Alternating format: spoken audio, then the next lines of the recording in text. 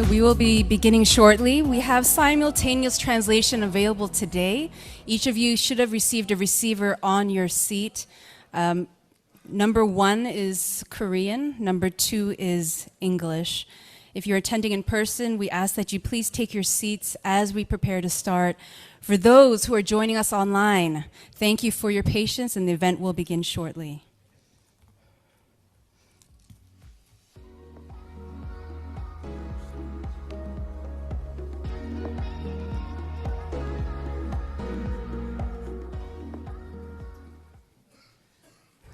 Okay, I just got the signal. They're like, start now. So welcome, everybody. I hope everyone had a restful sleep, a wonderful breakfast. I welcome you to the 6th Annual Interfaith Coalition Conference for Global Citizens, presented in partnership with the Conference of NGOs in Consultative Relationship with the United Nations. We are delighted to have you with us today. It is such an honor to be here in Iksan, Korea, with leaders from religion, from civil society, academia, policymaking, and beyond, united by a shared vision for peace, for solidarity, and sustainability. My name is Grace Song. I'm ordained One Buddhist Kyomu. I'm also the department chair of the One Buddhist Studies Department at the One Institute of Graduate Studies. It's my great honor to preside over this important gathering. So we gather at a pivotal moment. The world faces deep divisions, but we are also seeing a powerful movement rising for collective action. And this conference is our opportunity to turn that momentum into transformative change.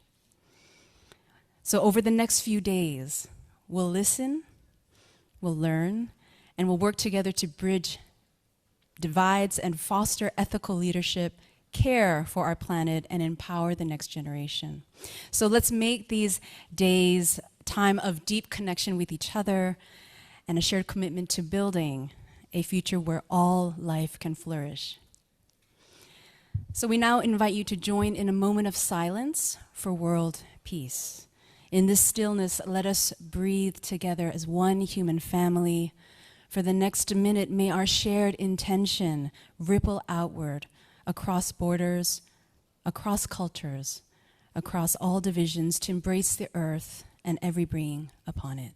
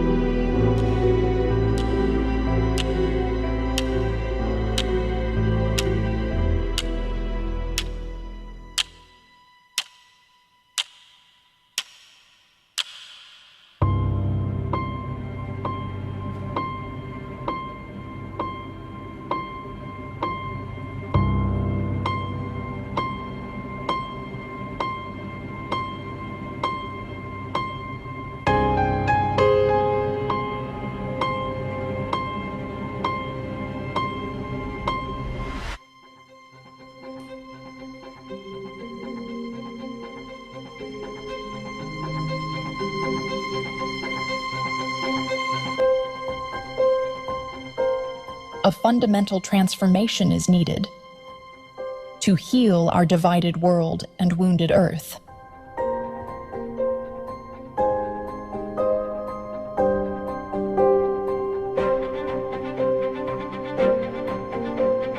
More tangible, systemic, and actionable strategies are urgently required.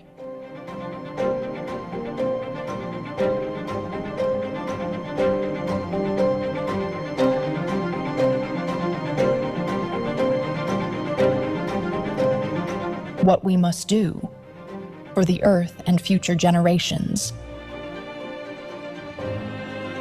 What we can do for the Earth and for future generations.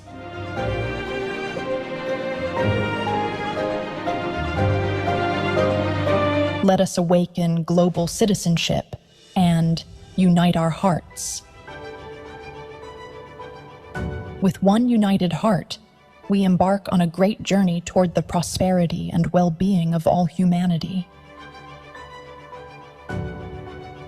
Today's human civilization has been built through knowledge, faith, and action.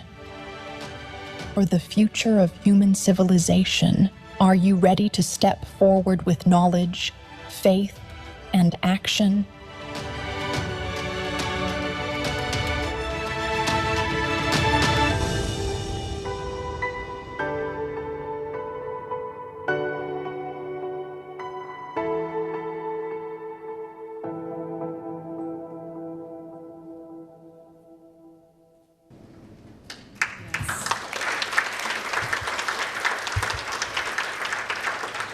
So we're here to do very meaningful, important work together. Next, we will hear the opening remarks from Reverend Dr. Liberato Bautista, President of CoNGO.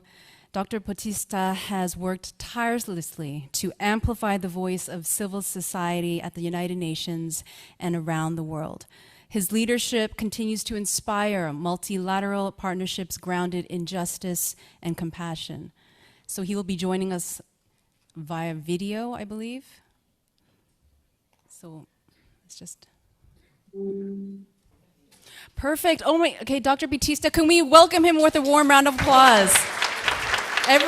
See, this is the grand entrance that he's been waiting for. Okay, so I hand the microphone over to you. Thank you, Grace, Dr. Song. It's great to see you on screen. You were asking, I'm joining you from New Jersey, which I call home for now. Excellency, their eminences, venerables, esteemed religious co-chairs of the country, distinguished government, even leaders and panelists, civil society colleagues, friends, ladies and gentlemen. Good morning to you. It's evening my time.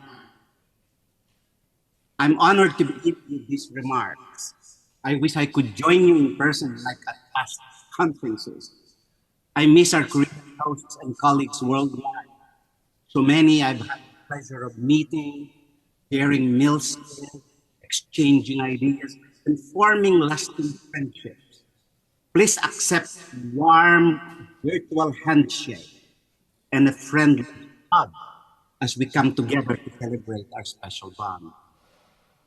As we gather today on site at the beautiful Guangguang University, and online, I can truly feel the energy from our previous collaborative conference held in New York just before the 2024 United Nations Climate Future. Once again, coming together with warm hearts under the supportive umbrella of the Interfaith Coalition Conference, Global Citizens, and CoNGO, Conference of Non-Governmental Organizations in Consultative Relationship with the United Nations. I'm pleased to see how year after year we have increased our collaborators, co-hosts, co-organizers, partners, sponsors, and participants from around the world. We gather today to be aware that multilateral cooperation and interreligious dialogue are essential and interconnected, especially in an era of increasing fragmentation.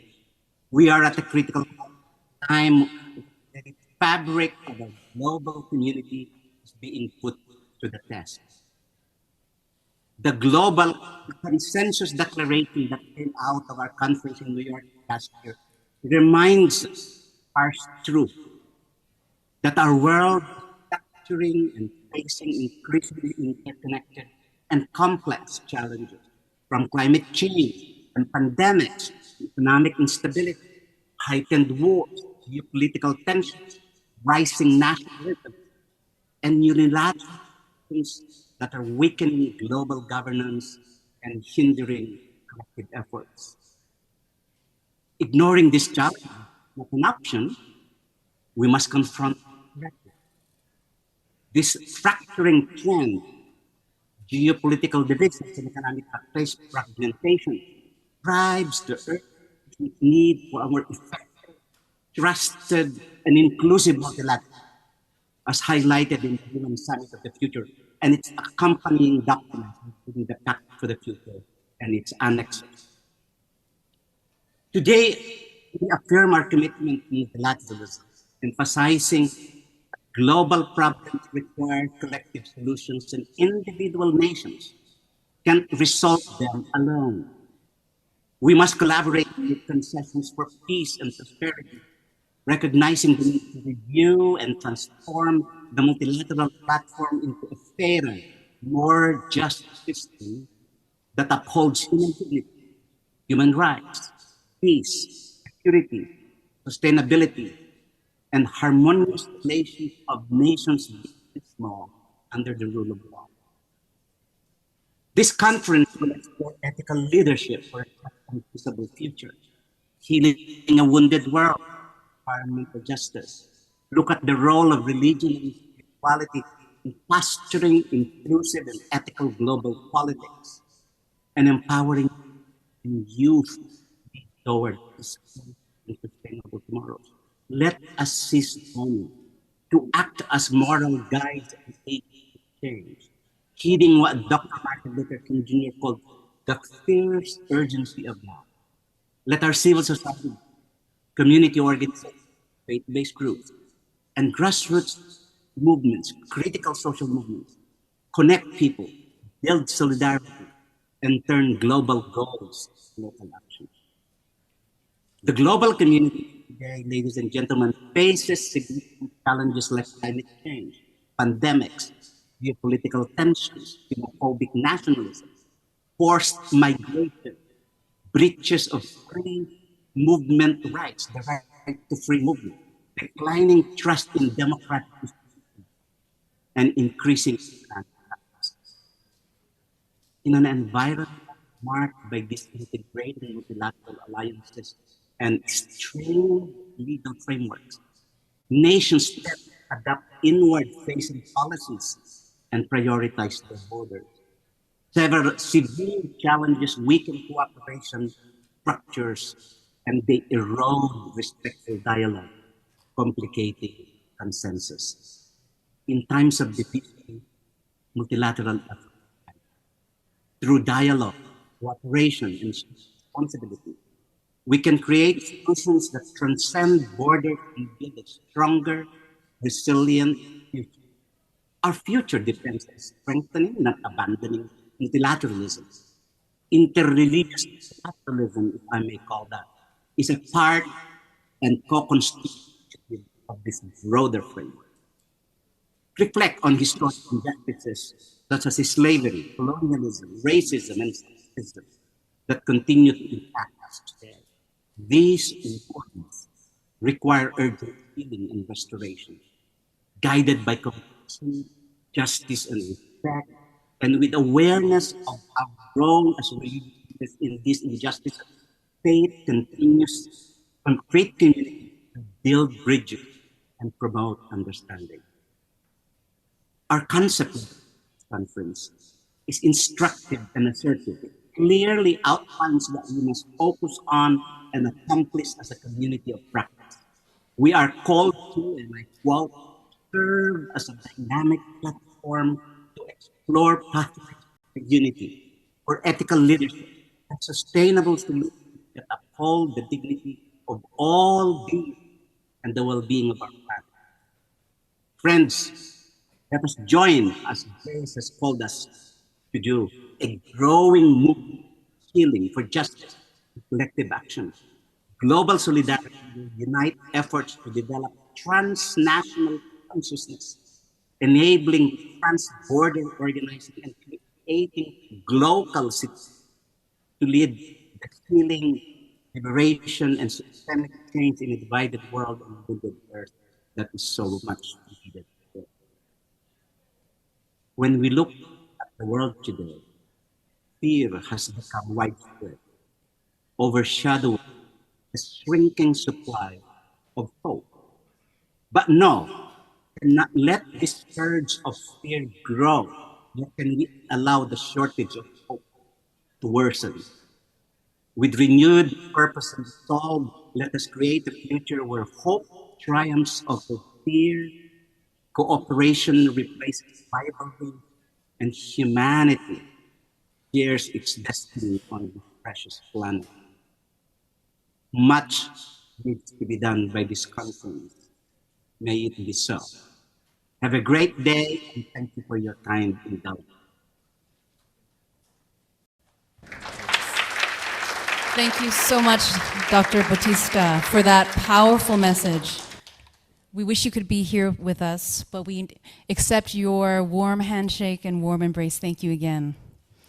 Next, we will have our welcoming remarks. We will hear remarks from Dr. Sung-tae Park, our president of this wonderful Wonkwang University. Under his leadership, Wonkwang University has continued its legacy of fostering academic excellence, social responsibility, and a global vision rooted in harmony and mutual respect. Please join me in welcoming Dr. Park to the podium.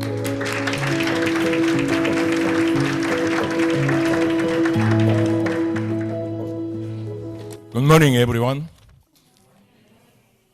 Did you sleep well? Welcome to 원광 University.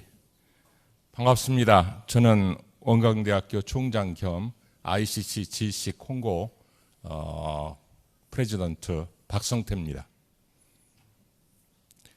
제 6차 ICCGC를 원광대학교에서 개최하게 된 것을 매우 뜻깊게 생각하며 세계 각지에서 오신 여러분을 진심으로 환영합니다. 오늘날 인류는 기후위기, 사회적 불평등, 종교와 문화 간의 뿌리 깊은 갈등 속에서 분열과 상처를 마주하고 있습니다. 생명과 평화 등 보편적 가치를 구현하는 글로벌 리더십은 이러한 시대적 과제의 해결과 지구 공동체의 지속 가능성을 확보하기 위한 필수 과제로 부상하고 있습니다.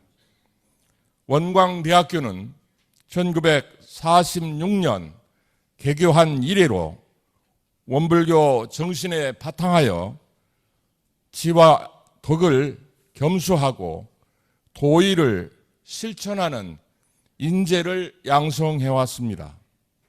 또한 지난 2024년에 생명산업 글로벌 거점 대학을 비전으로 그로컬 대학에 선정되어 글로벌 인재 양성과 생명보듬대학 구현에 박차를 가하고 있습니다. 원불교의 생명 존중과 개교 정신이 결부된 원광대학교 미래상은 분열된 세계와 상처 입은 지구를 위한 치유와 해방이라고 하는 제6차 ICCGC의 주제와도 부합합니다. 오늘 이 자리에 모인 수많은 분들의 지혜와 정성이 생명과 평화, 치유와 해방이라는 보편적 가치를 함께 실현해가는 우리 모두 여정에 깊이를 더하며 그 실천을 위한 소중한 밑거름이 되기를 바랍니다. 제6차 ICCGC에 함께 해주신 모든 분들을 환영하며 머무시는 동안 평안과 오가시는 길의 안녕을 기원합니다. 감사합니다.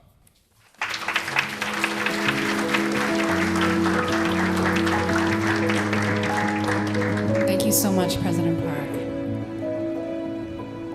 Thank you for also welcoming us to this university. We will now hear congratulatory messages from our distinguished guests. First, we have Dr. Hyun-yul Chung, the mayor of Iksan, whose leadership continues to strengthen the city's role as a hub for culture, education, and global exchange. Let us welcome Dr. Chung with a round of applause.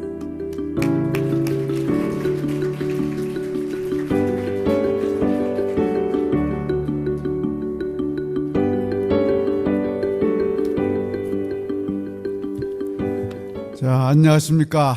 익산시장 정원율입니다. 반갑습니다.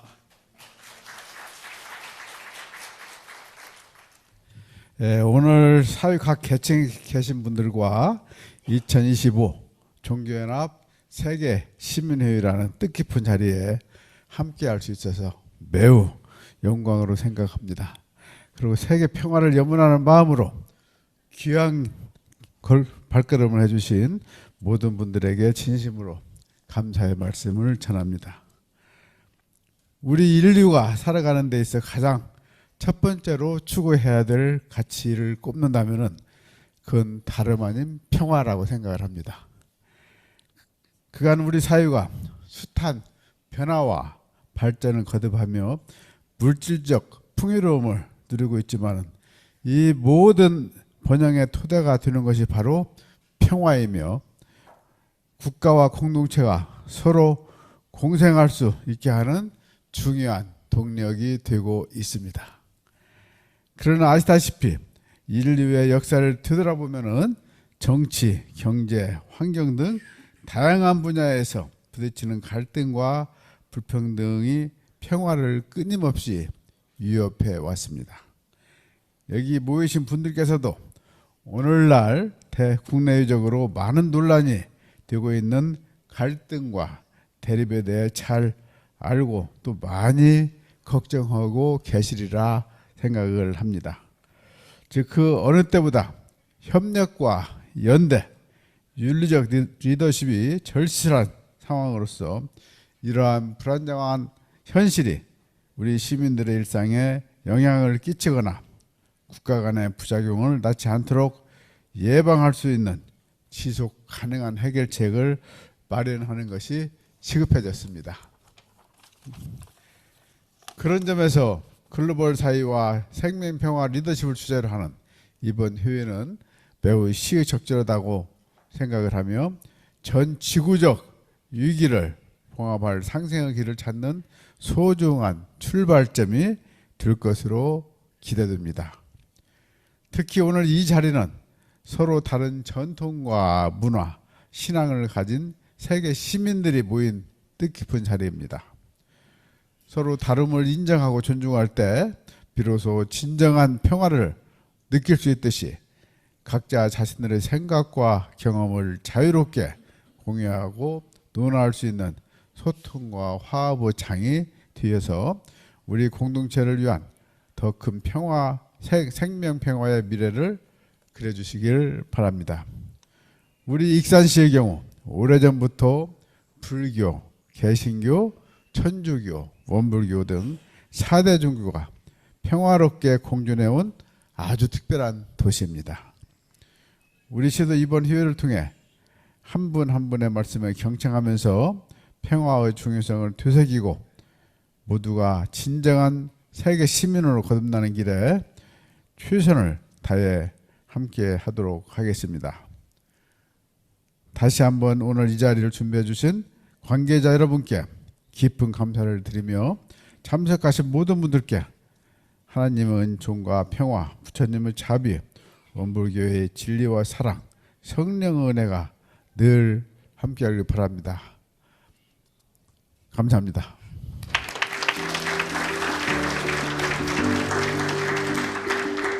Thank you, Dr. Chung. Thank you for all you do for Iksan City.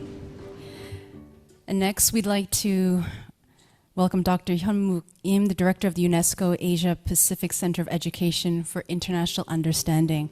Unfortunately, he's unable to join us in person. His congratulatory address will be read by Reverend Do-yeon Park, representative of One Buddhism UN Interfaith, and also the head minister of the Manhattan One Buddhist Temple. Let's welcome her with a round of applause. Good morning, everyone. I will do my best to sound like Dr. Lim. Esteemed leaders of faith organizations and civil society organizations, scholars, and young leaders and distinguished participants, I am honored to join you at the 6th Interfaith Coalition Conference for Global Citizens. First, let me convey my congratulations to the ICCGC committee, organizers, and partners on these successful organizations of the conference. APCEIU has been privileged to be a partner for the ICCGC over the years, and we are delighted to see this conference continuing this year and drawing increasing attention not just from faith communities, but also from other stakeholders. Several days ago, the U.S. Trade Representative declared a new global economic order is emerging, and it is the Trump round replacing the WTO system. He criticized the existing trade system for sacrificing U.S. industrial workers and their communities, and boasted the Trump round is already making astounding results to rebalance the U.S. trade deficit and strengthen its industrial base.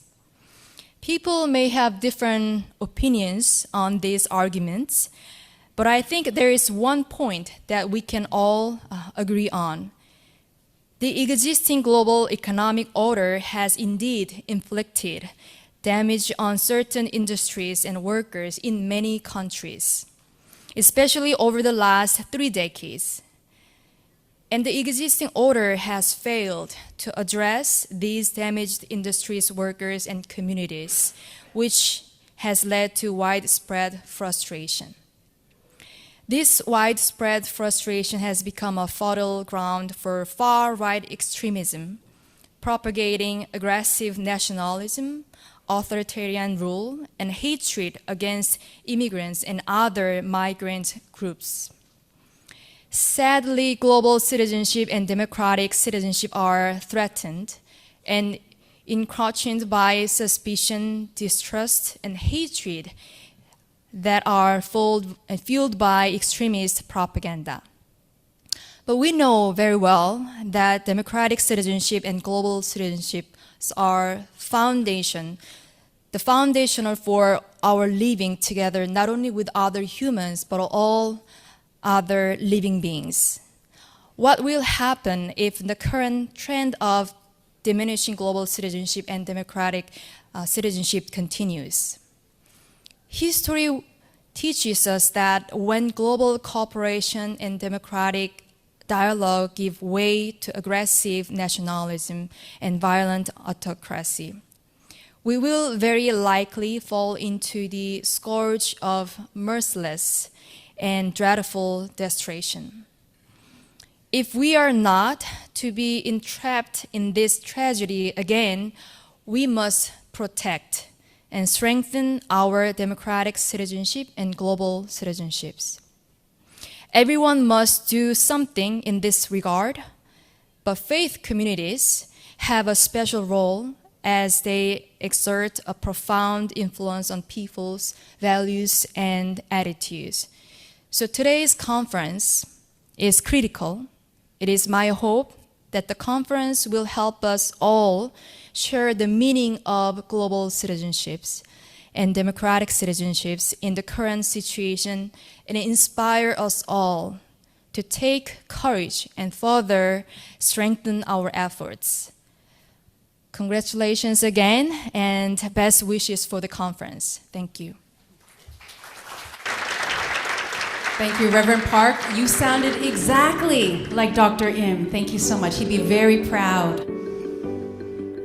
And finally, we have Ms. Seryo Kim, the representative of United Nations High Commissioner for Refugees in the Republic of Korea, whose work upholds the rights and dignity of refugees and displaced persons around the world.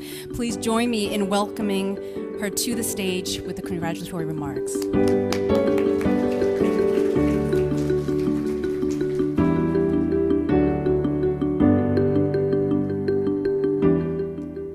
존경하는 종교 지도자 여러분, 그리고 오늘 이 뜻깊은 자리에 함께 해주신 모든 분들께 인사드립니다. 먼저 2025 종교연합 세계시민회의의 개막을 진심으로 축하드립니다. 분열된 세계와 상처 입은 지구를 위한 치유와 해방이라는 주제는 지금 이 시대를 살아가는 우리 모두에게 깊은 질문을 던집니다. 우리는 지금 그 어느 때보다도 갈라진 세계 속에서 서로의 고통에 둔감해지고 또 지구의 아픔에 무감각해지는 위기를 마주하고 있습니다. 하지만 바로 그렇기에 이 회의가 가진 의미는 더욱 큽니다.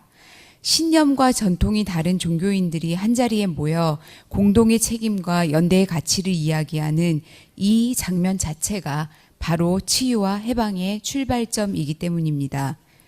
유엔 난민기구는 지난 수십 년간 난민을 포함한 강제 실향민을 보호하는 일을 해오며 치유와 해방이라는 말이 결코 추상적인 이상이 아님을 절감해왔습니다.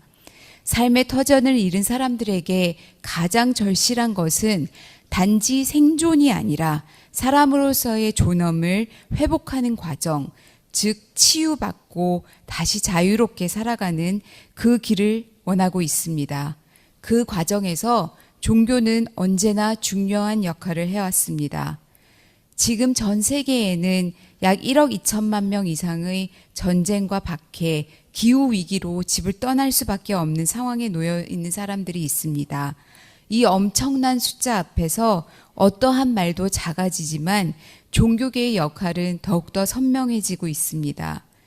유엔 난민기구는 2022년부터 대한민국 종교계와 지속적으로 만나면서 더불어 살아가기의 가치를 찾는 여정을 함께 해오고 있습니다. 그 결실로 지난 2023년에는 스위스 제네바에서 열린 글로벌 난민 포럼에서 대한민국의 8개 종교가 하나 되어 공동 서약을 발표했습니다.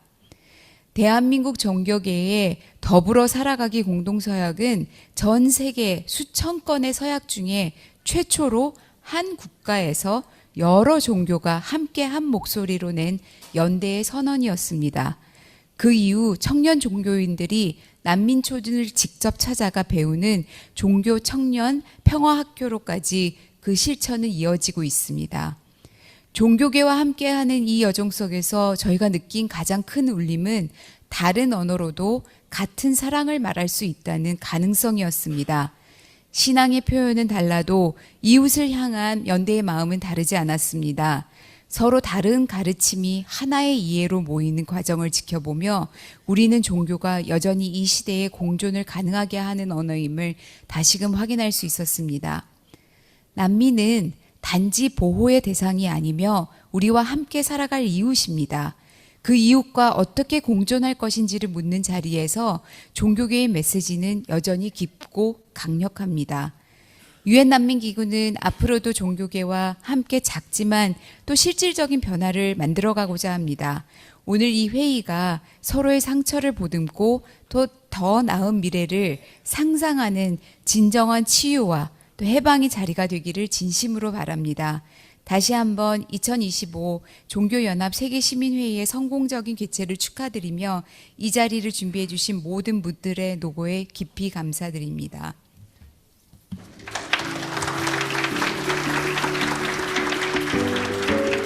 Thank you so much for that, Ms. Kim. So we are honored now. It's my happiness to welcome Reverend Nas Hang-oh, our Executive Director of One Buddhism, who will now deliver a peace message on behalf of the religious community. Let us welcome him with a warm round of applause.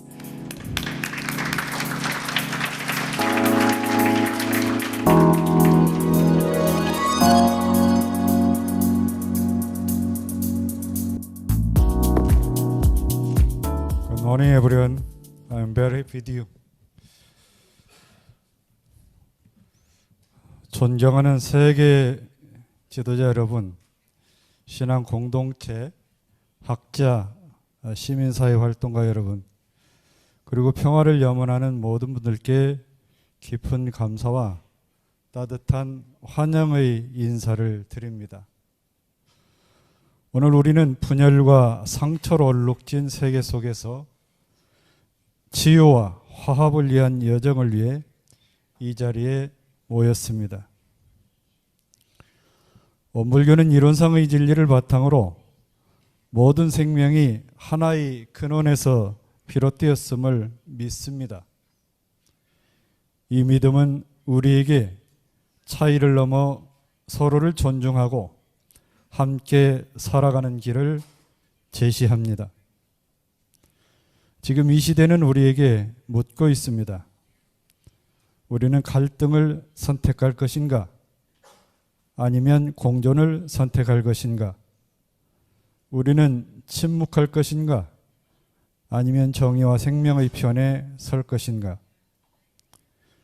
평화라는 한자는 평평하고 온화하다는 뜻을 담고 있습니다. 한쪽으로 기울거나 울퉁불퉁하지 않고 고르고 따뜻한 상태를 의미합니다. 원불교 소태산 대종사께서는 이러한 평등한 세상을 전반 세계라 부르셨습니다. 한국의 생활 문화 속에는 평화의 철학이 자연스럽게 녹아 있습니다. 쟁반은 모든 것을 평등하게 받쳐주며 넘어지지 않도록 안전하게 지탱합니다. 보자기는 그 모양이 어떠하든 모든 것을 감싸 안습니다. 저는 여러분이 함께 읽어가는 ICCGC가 바로 이 쟁반과 보자기처럼 균형과 조화를 통해 평화의 본질을 확산해가는 역할을 해주시리라 믿습니다. 이번 컨퍼런스의 주제인 생명과 평화를 위한 글로벌 리더십은 우리에게 깊은 책임과 희망을 동시에 안겨줍니다. 우리 각자 자리에서 자비와 정의, 생태적 책임을 실천하는 리더가 되어야 합니다. 오늘 이 자리가 상처 입은 지구를 치유하고 분열된 인류를 하나로 잇는 플랫폼이 되기를 진심으로 기원합니다. 원불교는 여러분과 함께 생명과 평화의 길을 걷겠습니다. 감사합니다.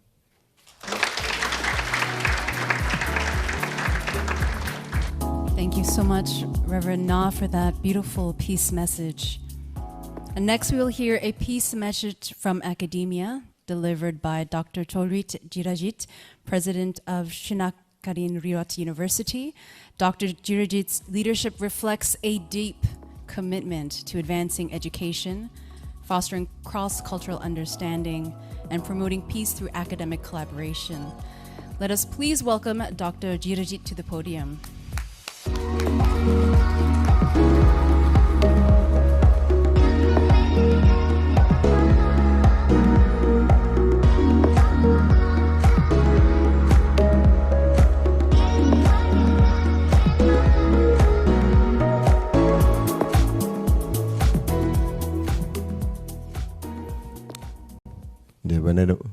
The Venerable, the President, the Chairman, distinguished guests, ladies and gentlemen.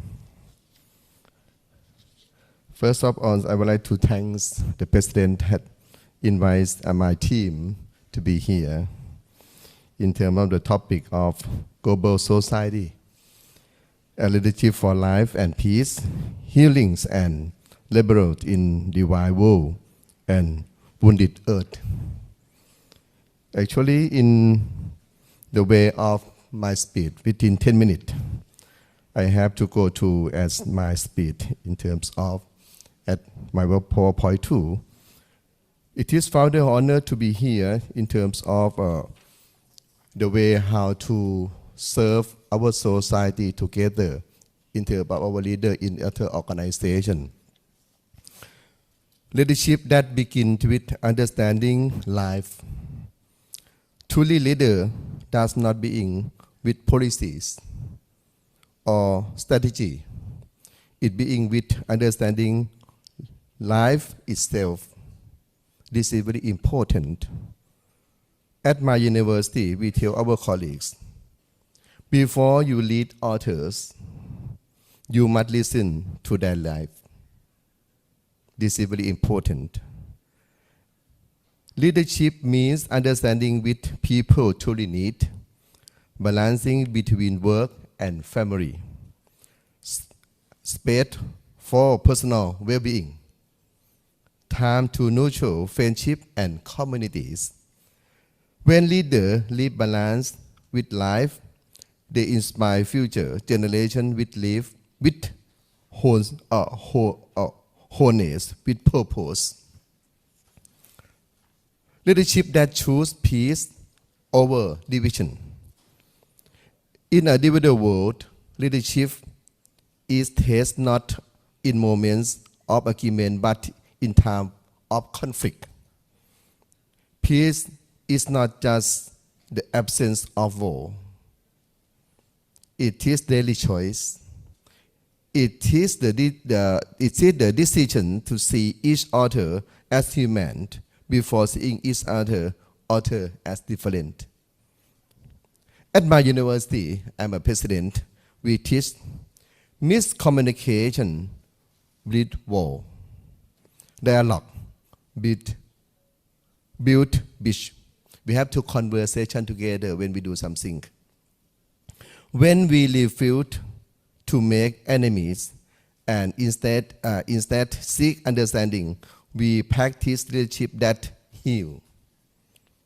Even in a moment, miscommunication choose connection over separation. This is where peace began. Leadership with positivity and humility.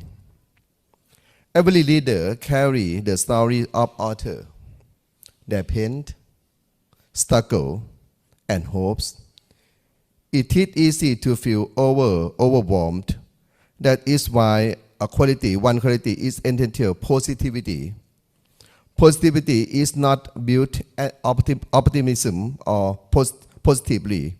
It is believed that every challenge carries a lesson, and every lesson being growth. But alongside positivity, we must hold humility. Leadership is not about power. It is about service. We have to serve anybody.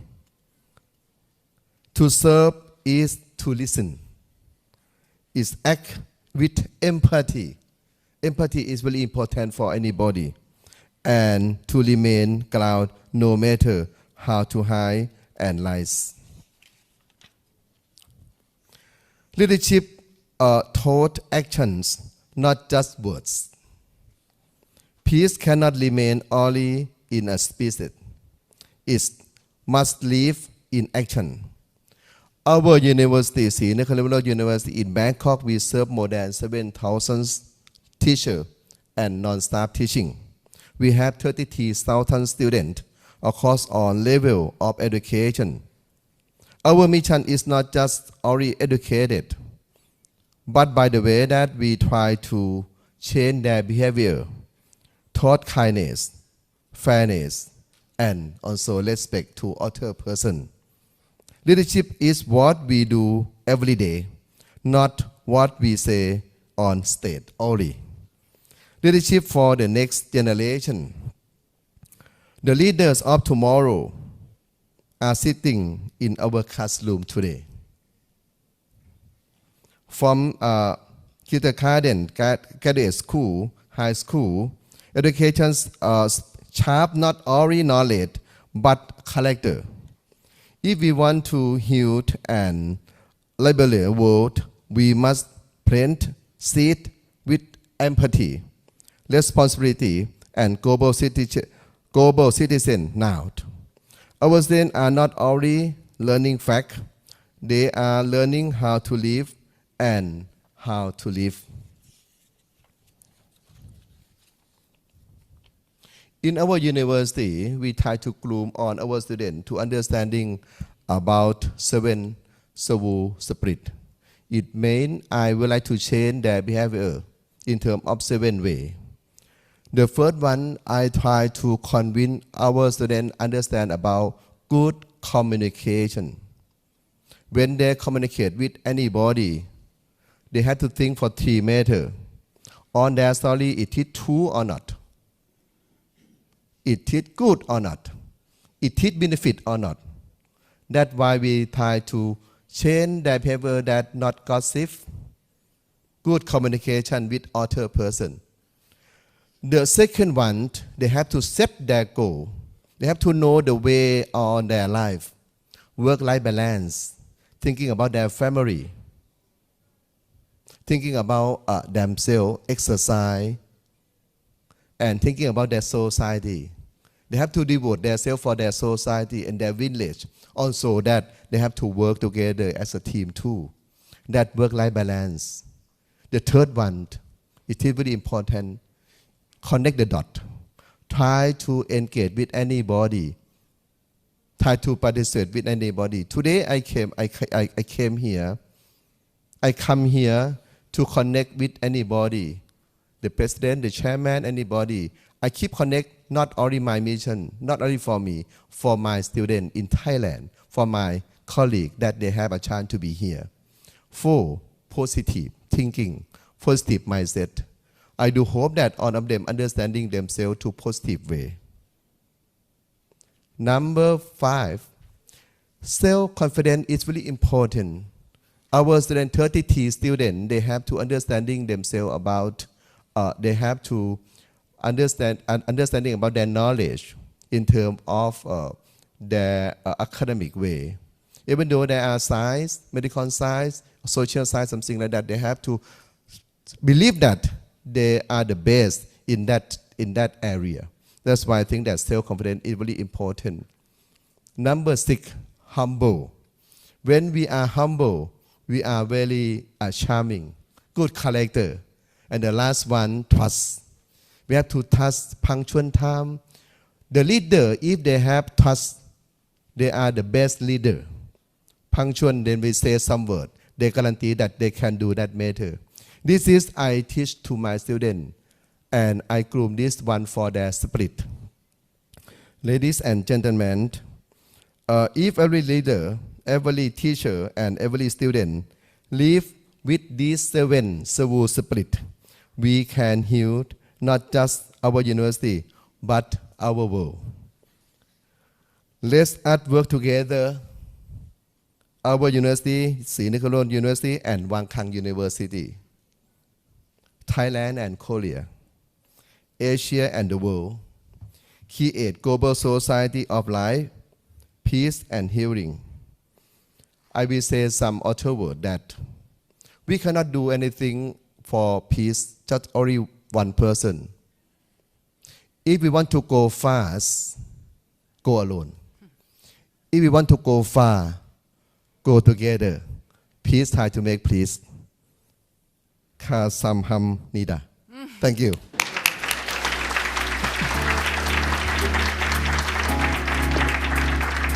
Thank you so much, Dr. Jirajit. So many beautiful gems.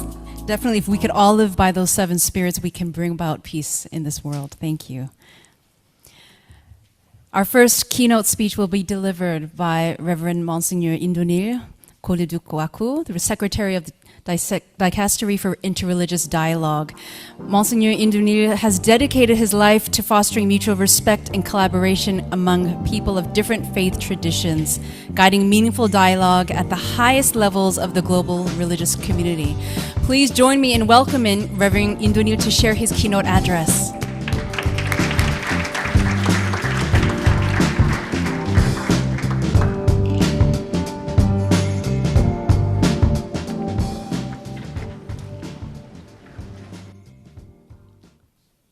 Reverend Na Sanho, President One Buddhism, and all Chomonium, distinguished religious leaders, esteemed colleagues, ladies and gentlemen, young participants, and dear friends. Annyeong Sahyo. Let me first express my sincere gratitude to the organizers for the kind invitation to speak at this important gathering. I also bring to you the warm greetings and best wishes of the Vatican Dicastery for Interreligious Dialogue.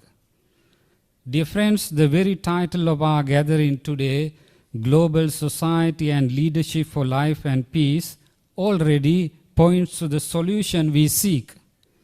It captures the deep longing for our time to build a world where life is protected, peace is pursued, and leadership is exercised with wisdom, humility, and compassion. The second part of our theme, healing and liberation in a divided world and wounded earth, names the challenge. The theme resonates deeply with recent interreligious dialogues. The 7th Christian Buddhist Colloquium held in Bangkok in 2023 explored Karuna and Agape, compassion and self-giving love in dialogue for healing the wounded humanity and the earth. More recently, the 8th Buddhist Christian Colloquium held in Phnom Penh in May 2025 reflected in Buddhists and Christians working together for peace through reconciliation and resilience. We live in a world marked by fractures between peoples, between nations, between humanity and the earth. Artificial intelligence brings remarkable possibilities for learning, healing, and global connections. Yet, its misuse can deepen social wounds, create new addictions, and widen divisions. True leadership must guide artificial intelligence towards common good, serving life, peace, and the healing of our world. These issues are not only external, they are rooted in deep wounds of the human heart. Pope Benedict XVI rightly said, I quote, "The external deserts in the world are growing because the internal deserts have become so vast." Pope Leo XIV, quoting Saint Cyprian, recently said, "You cannot call the God of all kindness your Father if you preserve a cruel and inhuman heart." In Delexis Nos, the human and divine love of the heart of Jesus Christ, a document of Pope Francis noted, I quote, "A society dominated by narcissism and self-centeredness will increasingly become heartless. And as a result, our world is losing its heart." He further emphasized, if we devalue the heart, we also devalue what it means to speak from the heart, to act with the heart, and cultivate and heal the heart. Casting blame on others does not resolve today's heartbreaking and pathetic situations. We are called to transform hearts of stones into hearts of flesh. We can say then that we have a heart that coexists with other hearts and help to make it a Tao. So how can we find the path towards realizing this vision? In my presentation today, I wish to reflect on three interconnected dimensions of this journey towards healing and liberation. The first one, the path of healing and liberation, the Buddha and Bodhisattva, and Jesus as leader and liberation. The second, prophets, sages, and reformers, imagination and liberative power of religion. Third, dialogue as a pathway, religion and non-religious dialogue. Part 1, the path of healing and liberation. Since time is limited, I will focus only on Buddhist and Christian paths. According to Buddhism, the Buddha discovered and showed the path of liberation from suffering, nirvana, and invited his disciples to tread the path.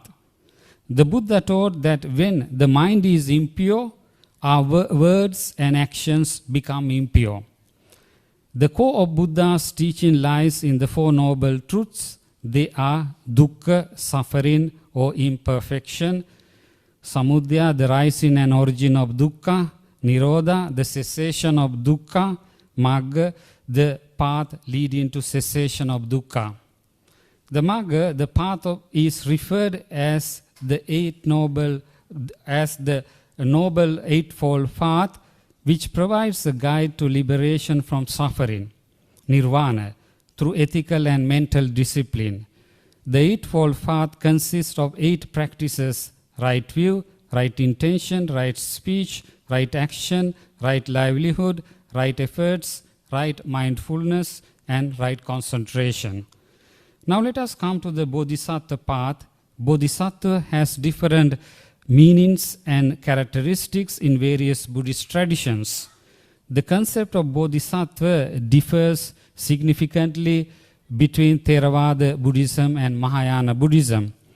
According to Theravada Buddhism, Bodhisattva is someone on the long path to becoming a Buddha or a Buddha to be.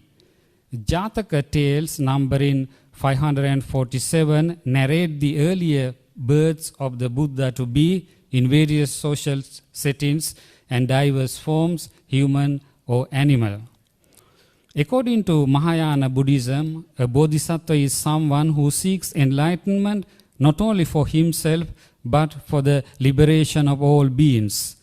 One of the most respected and widely revered bodhisattva in Mahayana Buddhism is the Bodhisattva Avalokiteshvara or Bodhisattva of compassion. Avalokiteshvara Bodhisattva delays entering final nirvana to help all sentient beings achieve enlightenment. This bodhisattva is often depicted with multiple arms and heads, symbolizing the ability to reach out to all who suffer. The statue of Avalokiteshvara, known in Chinese as Guan Yun, has 1 year longer, symbolizing the bodhisattva's attentiveness to the cries and suffering of all human beings, and 1 leg slightly extended, ready to move and walk towards those who suffer. This posture, listening deeply and moving compassionately, remind our common mission. Santideva, a Mahayana Buddhist monk, scholar and poet, in most famous work, A Guide to Bodhisattva's Way of Life, sheds light on our reflection today. Thus, it underscores the malady and the remedy, why we suffer. He says, all the sufferings in the world comes from wanting happiness for oneself. All the happiness in the world comes from wanting happiness for others. Then how the Bodhisattva alleviates suffering? It says, may I be the doctor and the medicine, and may I be the nurse for all the sick beings in the world until everyone is healed.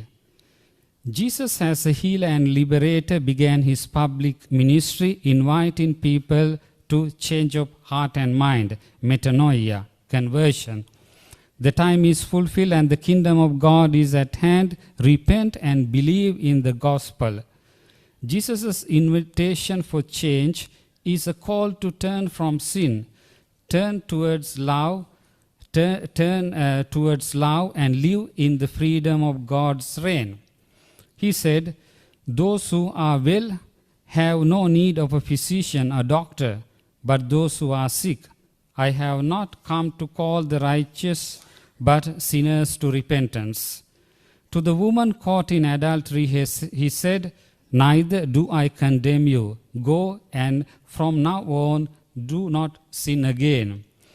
This shows that Jesus' call to transformation is rooted in mercy, not in condemnation. Jesus' proclamation of kingdom of God is fundamentally liberative, releasing the poor, healing the broken, and confronting the structures of sin.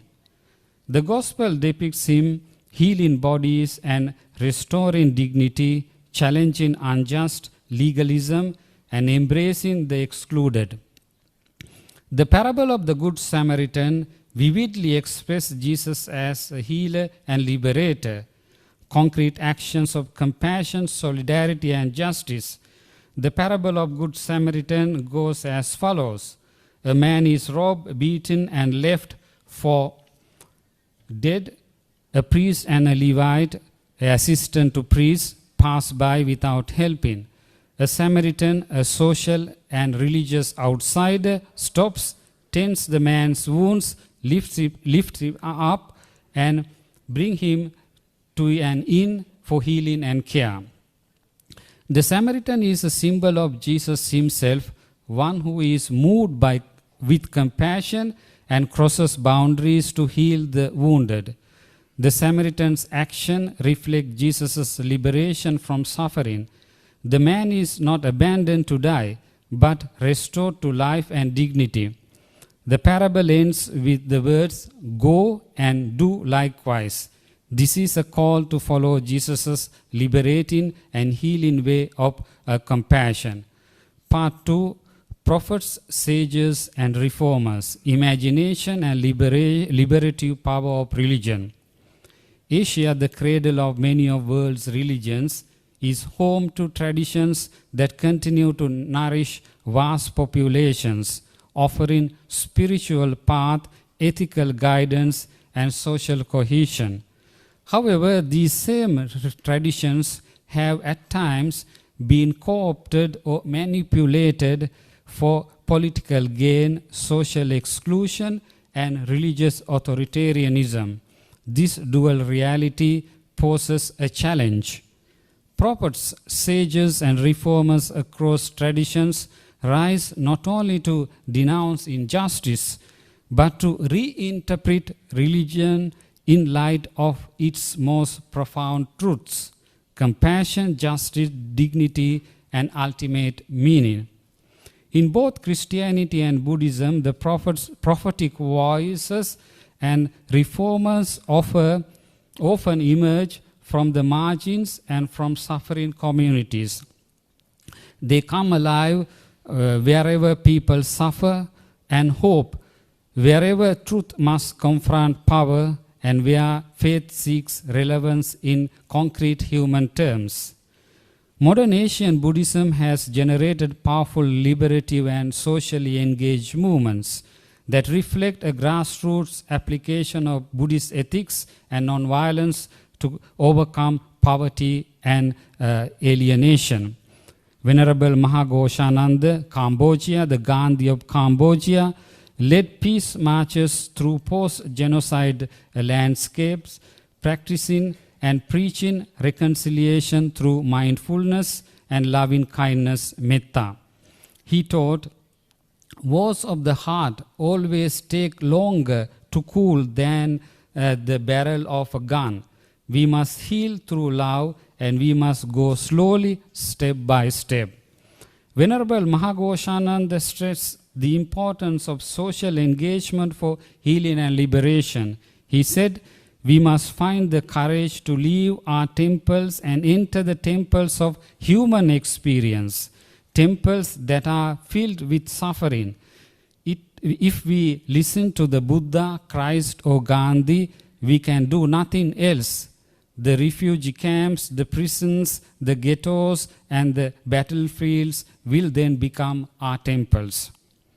Venerable Thich Nhat Hanh, Vietnam and later US and France, father of engaged Buddhism, emphasized that mindfulness and peace and justice are not only personal practices but also social duties. He was very much involved in the peace movement in Vietnam. In 1966, he founded the Order of Interbeing. This order is guided by 14 precepts. The fourth precept is directly related to our theme. I quote, "Do not avoid contact with suffering or close your eyes before suffering. Do not lose awareness of the existence of suffering in the life of the world. Find ways to be with those who are suffering, including personal contact, visits, images, and sounds. But by such means, awaken yourself and others to the reality of suffering in the world." End quote. His work bridged Buddhism and Christianity and deeply influenced global interreligious dialogue.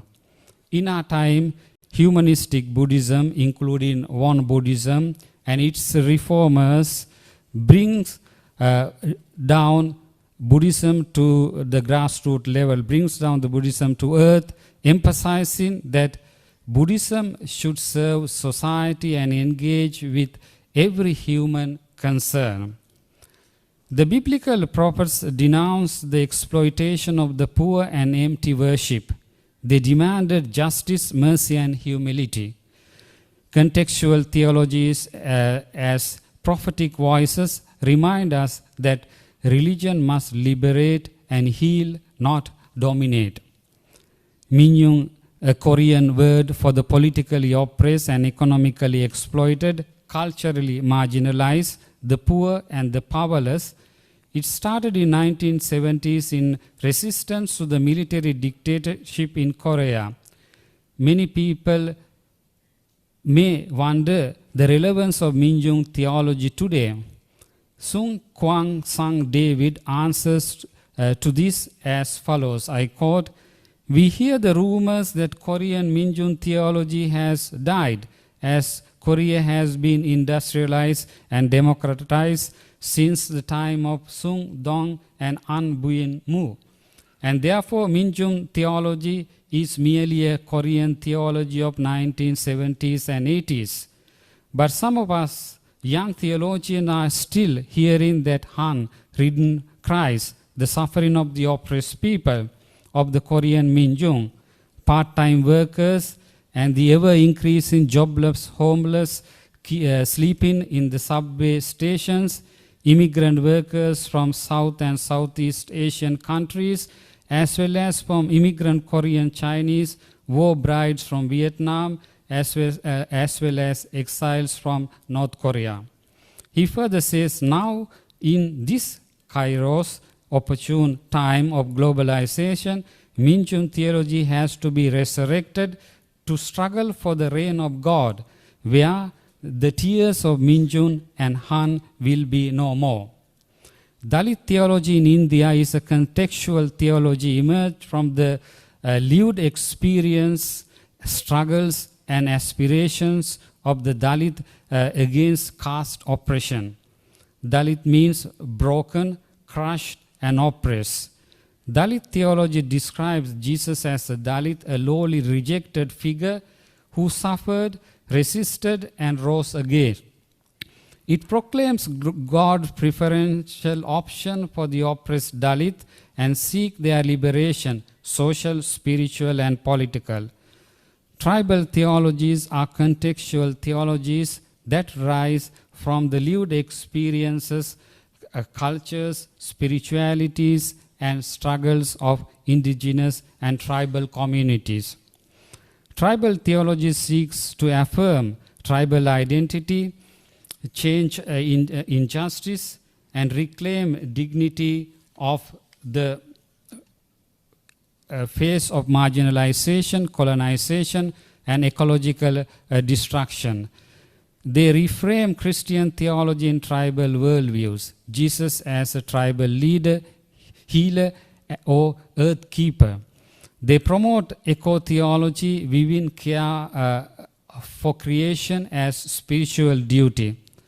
Ecological theology seeks to respond to the environmental crisis through the lens of Christian faith, cultural wisdom, and interreligious dialogue. Feminist theologians aim to critique oppression, affirm women's dignity, reclaim agency, and reinterpret scripture, tradition, and doctrine from women's perspective. In many parts of the world, the prophetic imagination of a religion continues to resist the manipulation of faith for narrow ideological ends. Reformers and religious movements invite us to rediscover the true heart of religion, not domination, but healing, compassion, solidarity, and transformation. Religion must engage collaboratively in promoting shared human and spiritual values, while each tradition draws its motivation and inspiration from its own unique sources. Last part, the part 3, dialogue as a pathway, religious and non-religious. Although modern society faces secularization and privatization of religion, our world remains deeply religious and profoundly pluralistic. Vision of Jesus and kingdom of God and vision of Buddha and Bodhisattvas, grounded on radical interconnectedness of all life, both point to the possibility of a new humanity and a new society. Even though they propose two distinct paths, both try to transform the human heart to heal the world. While the theological foundations and spiritual goals may differ, both traditions invite their followers to look beyond themselves, to enter into pain of the world, and to respond with compassion. Throughout the millennia, religions have given birth to prophetic countercultural communities, beacons of hope that have challenged injustice, offered alternative ways of living, and embodied the deeper version of their founders and sages. These communities continue to be symbolic witnesses and servants of the new society their traditions envision, a society grounded in compassion, justice, and harmony. In a divided world and wounded earth, the task of healing and liberation cannot be carried out alone. It must be a common project, one that emerges from a shared commitment and a collective ethical consensus. This project must be open and inclusive. It must take the form of dialogue, not only among followers of different religions, but also with secular voices, with scientists, activists, humanists, all those who care for life, dignity, and the future of our planet.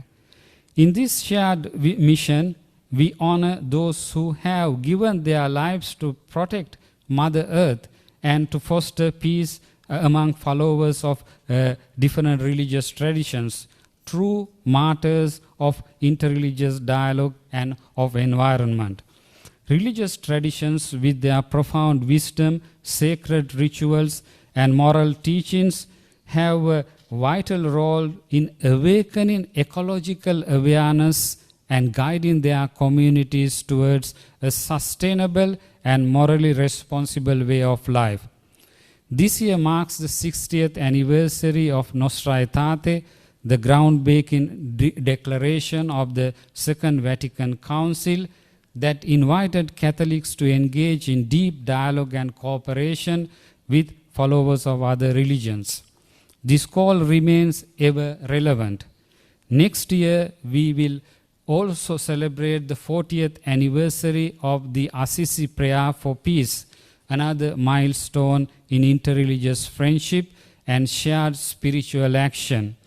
More recently, the document such as Laudato Si on care for our common home, human fraternity for world peace and living together, signed by Pope Francis and Grand Imam of Al-Azhar, 2019, Fratelli Tutti, on fraternity and social friendship, affirms that true peace and sustainability require a conversion of heart, a change of systems, and a global culture of care, compassion, and justice. At the local level, many initiatives are already underway, signs of a growing global awareness and commitment. The common project has begun, but it now calls for deeper engagement and broader expansion. What we need is transformation across all spheres of life: economic, political, educational, familial, religious, cultural, and media. These realms must not function in isolation, but as interconnected and interdependent dimension of our shared existence.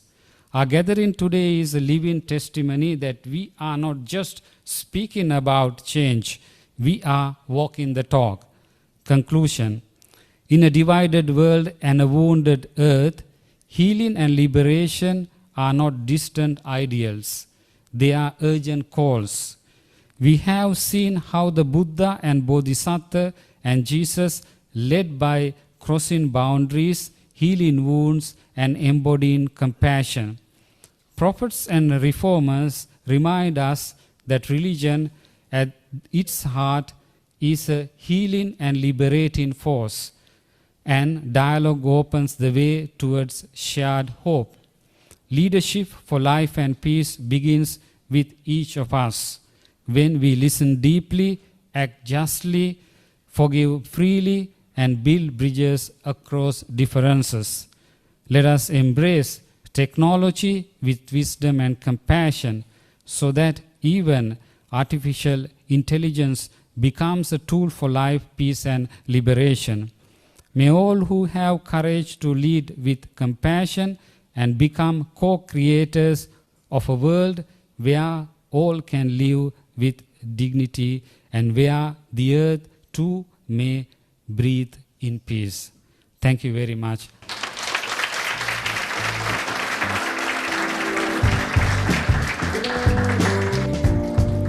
Thank you, Reverend Monsignor Indunir, for that powerful, insightful keynote. Let us heal through love. We must go slowly, step by step, not alone, but together. And our second keynote speech will be delivered by Dr. Catherine Potig, professor of California State University, Monterey Bay. Dr. Potig is a respected scholar whose work bridges peace studies and global citizenship education, inspiring action toward more just and inclusive societies. Please join me in welcoming Dr. Potig to deliver her keynote speech.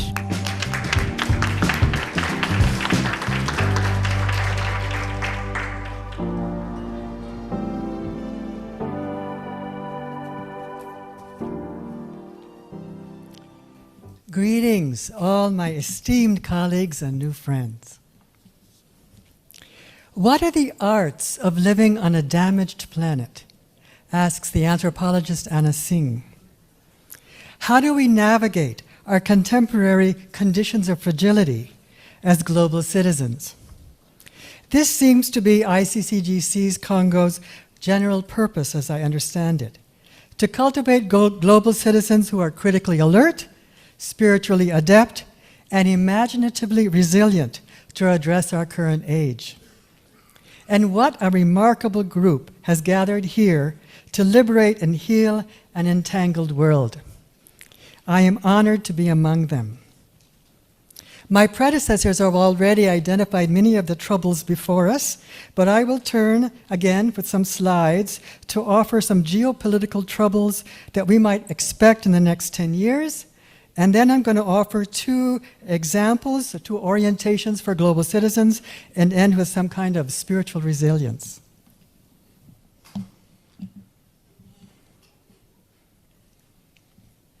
The projections I'm using are going to be from the Atlantic Council and the World Economic Forum that canvasses their members annually.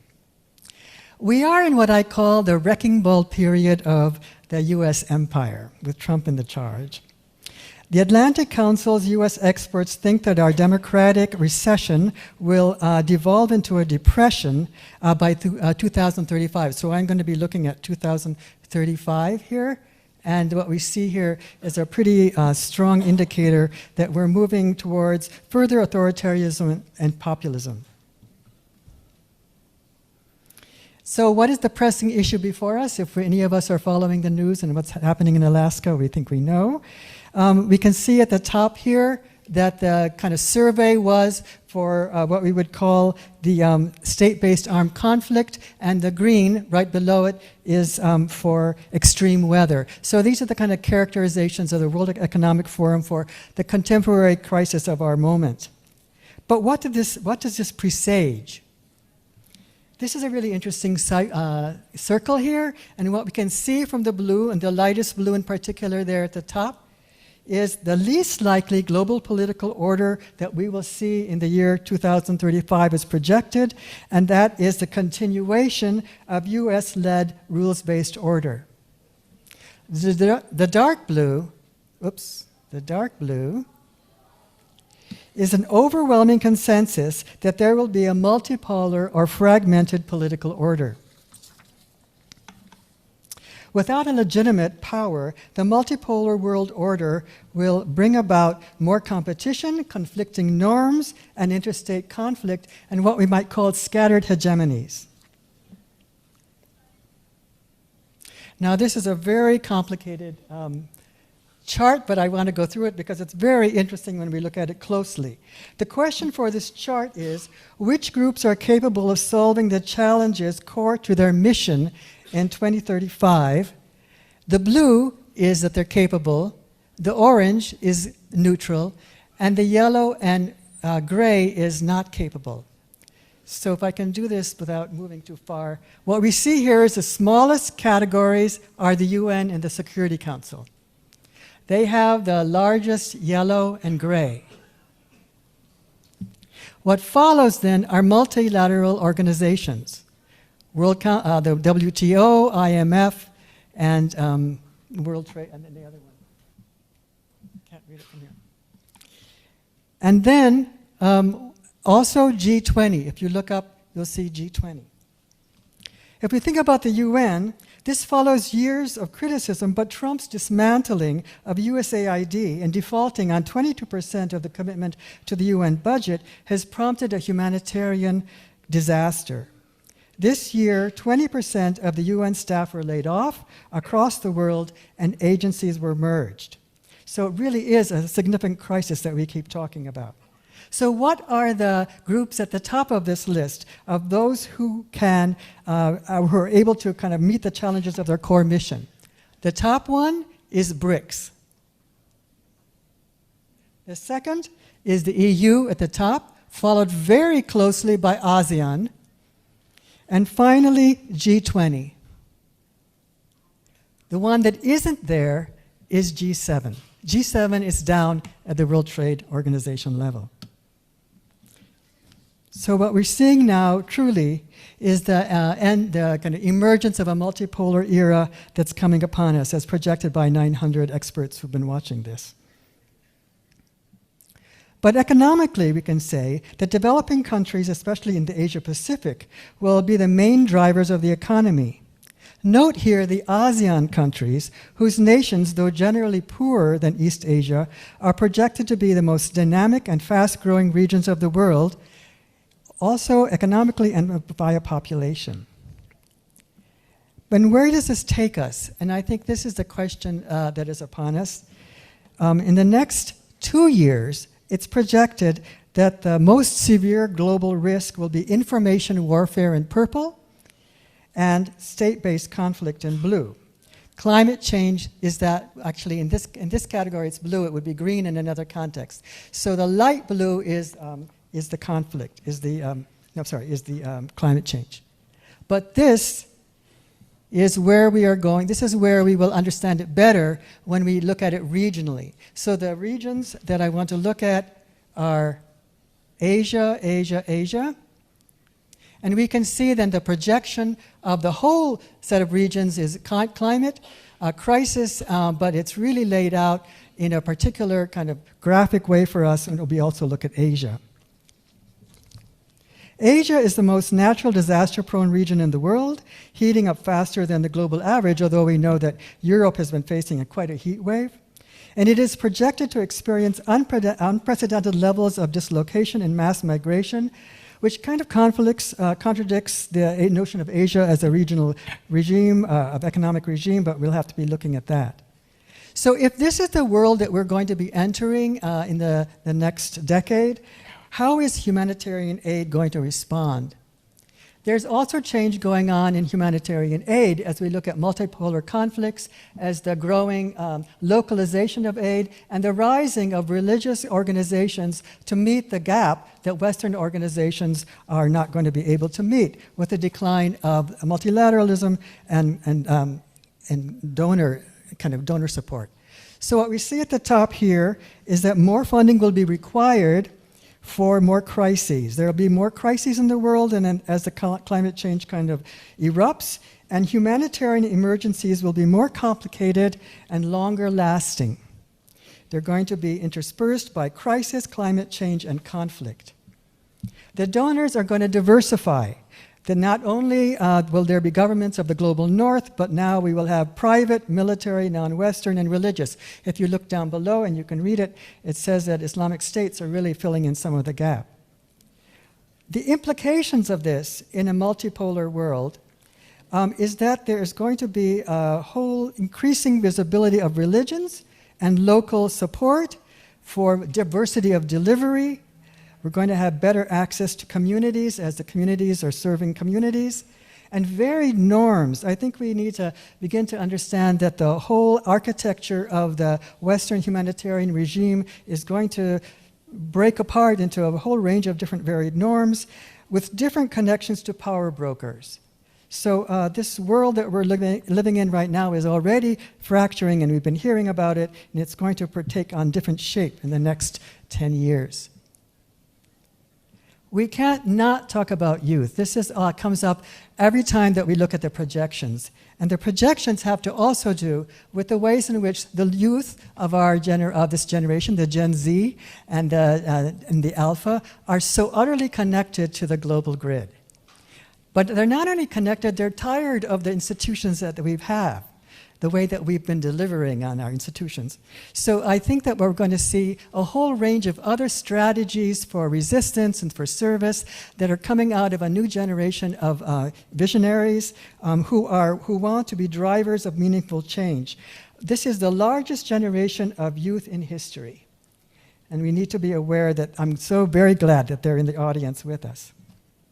In sum, by 2035 and beyond, there will be a new global order, and our current order will look a little bit unrecognizable. The world will be fragmented into rival spheres, the collapse of the US global hegemony, the expansion of China, the rise of AI-driven economies, and a democratic depression presage new forms of governance and political coalitions. Climate change will prove beyond a shadow of a doubt that we are inextricably connected. And yet, as I learned just yesterday from the Global Citizen Camp for Respect for Life, there are many imaginative resilience ideas before us. And the youth there, when they met, listened to a lecture about climate change that I think all of us would have benefited from. As global religious citizens, then, we must consider a spirituality and a worldview for the troubles before us. I leave the strategies for the 2 days ahead of us. I will focus now on two worldviews, two orientations, kinship and witness, before closing by considering a curious aspect of the religious landscape. William Connolly affirms that we cannot adequately respond to this planetary crisis unless we dissolve and reassemble old paradigms of humans as the only subject in political life. This is a paradigm where material, metaphysical, ecological, and historical forces converge. And I found this in Korea when I attended an interfaith protest against the construction of the Jeju Naval Base in Jeju, in the tourist island. On Jeju, I witnessed an imaginative, resilient solidarity that inspired the emergence of a new paradigm. Our delegation, Peace for Life, was an international interfaith network founded by Filipino activists. The Jeju protest shared our vision of people's movements struggling for justice to transform a world dominated by empire, in this case, US empire. The Jeju Naval Base was a Korea-U.S. alliance which South Korean officials considered the spearhead of the country's defense, and the U.S. wanted as a port for nuclear submarines. To construct it, Samsung's massive machines dredged the sea. But the construction began with the devastation of the Gurumbi, a sacred kilometer-long volcanic shelf. Police guarded contract workers who dynamited the rock while the community watched from behind a razor wire. For centuries, the Ganjong villagers had revered Gurumbi, protecting it, collecting food from the tide pools, and holding ceremonies then. A Jeju citizen explained her relationship to Gurumbi and Halmangmul, the spring sitting in Gurumbi, as a goddess in her temple. And this is her quote: "You don't destroy the Parthenon to build a military base. Just because the Gurumbi rock is not human-made, the Navy walked in and destroyed it. We are not simply protecting nature, we are protecting our goddess and her temple." Our group, Peace for Life, joined gray-garbed monks, Father Moon's vigil mass, and danced at the construction site. Minnie had been arrested for blocking that construction site. Activists introduced us to Halmangmul. They told us about the wind goddess, Grandma Yundun. It was in this interweaving of critical analysis, action, and narratives, humans interposing their bodies between machines and the land and sea to resist military expansion, to save endangered species, protect villager livelihoods and sacred space, and the interpretation of Yungdun's revenge when a typhoon took down an underwater column that brought to mind Donna Haraway's book, Staying with the Trouble. For Haraway, this staying with is to consent to participate in the ongoingness of the world. Whether that world is post-Anthropocene, as Haraway imagines it, or at the southern tip of Jeju, both affirm a plurality of ontologies, creatures, landscapes, humans, and goddesses, that must interact to share the planet. It is only, says Haraway, by, quote, living and dying together on a damaged earth that we learn how to build more livable futures, unquote. We heard an evocative version of this kind of kinship last night. Whether or not Save Jeju Now activists understand their interspecies solidarity as a kinship, they offer an anti-militarist interspecies staying with that is worthy of their trouble. And despite their valiant efforts, the first U.S. submarine docked on the base in 2017. Save Jeju Now activists continue to stay with the trouble. This second example, witness, is a little bit more personal to me, and I think more vulnerable. Solidarities are not facile. They are difficult to manage. Any of you who has been in a solidarity knows this. As religiously identified scholar activists, what are our responsibilities to a perceived injustice of a religious neighbor or our own community? We are so entangled and internally polarized. We have heard that over and over again. I am a white, progressive, American, Presbyterian lesbian. And I oppose Christian, anti-trans, homophobic, misogynist claims about biblical gender norms, white supremacist nativist nationalism, and Christian Zionists that have an uninterrogated support for Israel. I confess I cannot find a constructive engagement. I am often so enraged. I want to just walk away. When I visited Bethlehem on the West Bank for a conference of liberation theologians, though, I expected to be angry. I didn't expect to love both people and the Holy Land. My encounter was unexpected and magical, and I recalled Beverly Harrison's brilliant essay, The Power of Anger in the Work of Love. Our work of witness, and I hope the younger folks are listening on to this, Our work of witness requires a radical critical reflexivity, knowing our privilege and our access, in my case as a white American, as we walk with and are conscientized by colleagues and researchers in oppressed and colonized space. Can we match their moral courage? I want to highlight Palestinian feminist Shalhoub Kevorkian, who employs the power of anger in the work of love for her community.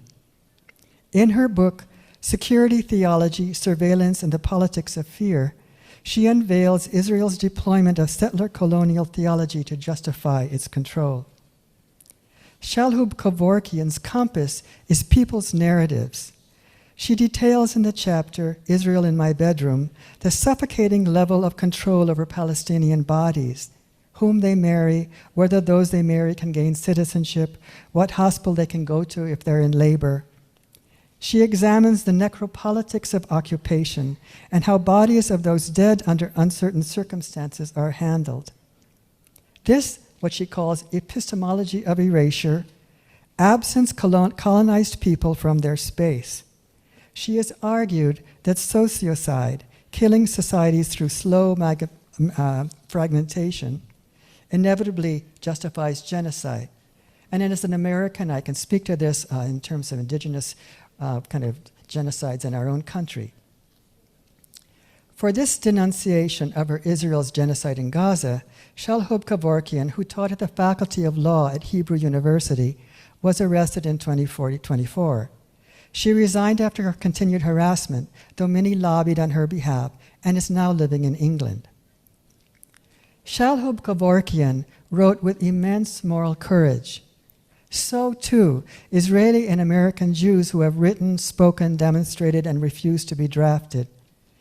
I acknowledge that I and my colleagues as American Protestants have a failure to identify. Our nation funds the carnage, and our churches are overall too compromised. So staying with the trouble requires me sometimes just willing to not look away. Black, queer James Baldwin has stated, "Not everything that is faced can be changed, but nothing can be changed until it is faced." At the end now, I am going to switch us back to religion and ask the kind of question, resisting religion, choosing spirit? So we need to move again. The globe is religious, we are told, but nuns, religiously unaffiliated, rose to 24% of the world's population between 2010 and 2020. In general, Christians were the ones switching to nun. Sometimes staying with what feels real is walking away from what does not. The Pew Research Center's recent survey of Asians links the lack of religious affiliation. Religion, as you all know, I'm sure, is a colonial imported translated word in Japan and in East Asia, to traditional Asian forms of spirituality. But I'm wondering, and some scholars with me, are we actually seeing a different emerging worldview here? First, East Asia is non-affiliated. Is it really one of the least religious regions in the world? If you look at this, it's going to identify Hong Kong and South Korea as non-affiliated, no religion, nuns. But then you look at the other categories of Christianity and Buddhism, and you see kind of a different setup. But I just want to say this is what the Pew study offers, and it goes to this. So Hong Kong, Korea, and Taiwan top the percentage of those who say they were raised in a religion different from the one they have now. But is this switching to other religions? No, it's primarily switching to non-affiliation. Does that mean more atheists? I want to actually also indicate that this is a kind of an odd category for East Asia because it includes Hong Kong and also Vietnam. But let's just go with what Pew has here in mind. If you can look at this, what you'll see is a really interesting dynamic here.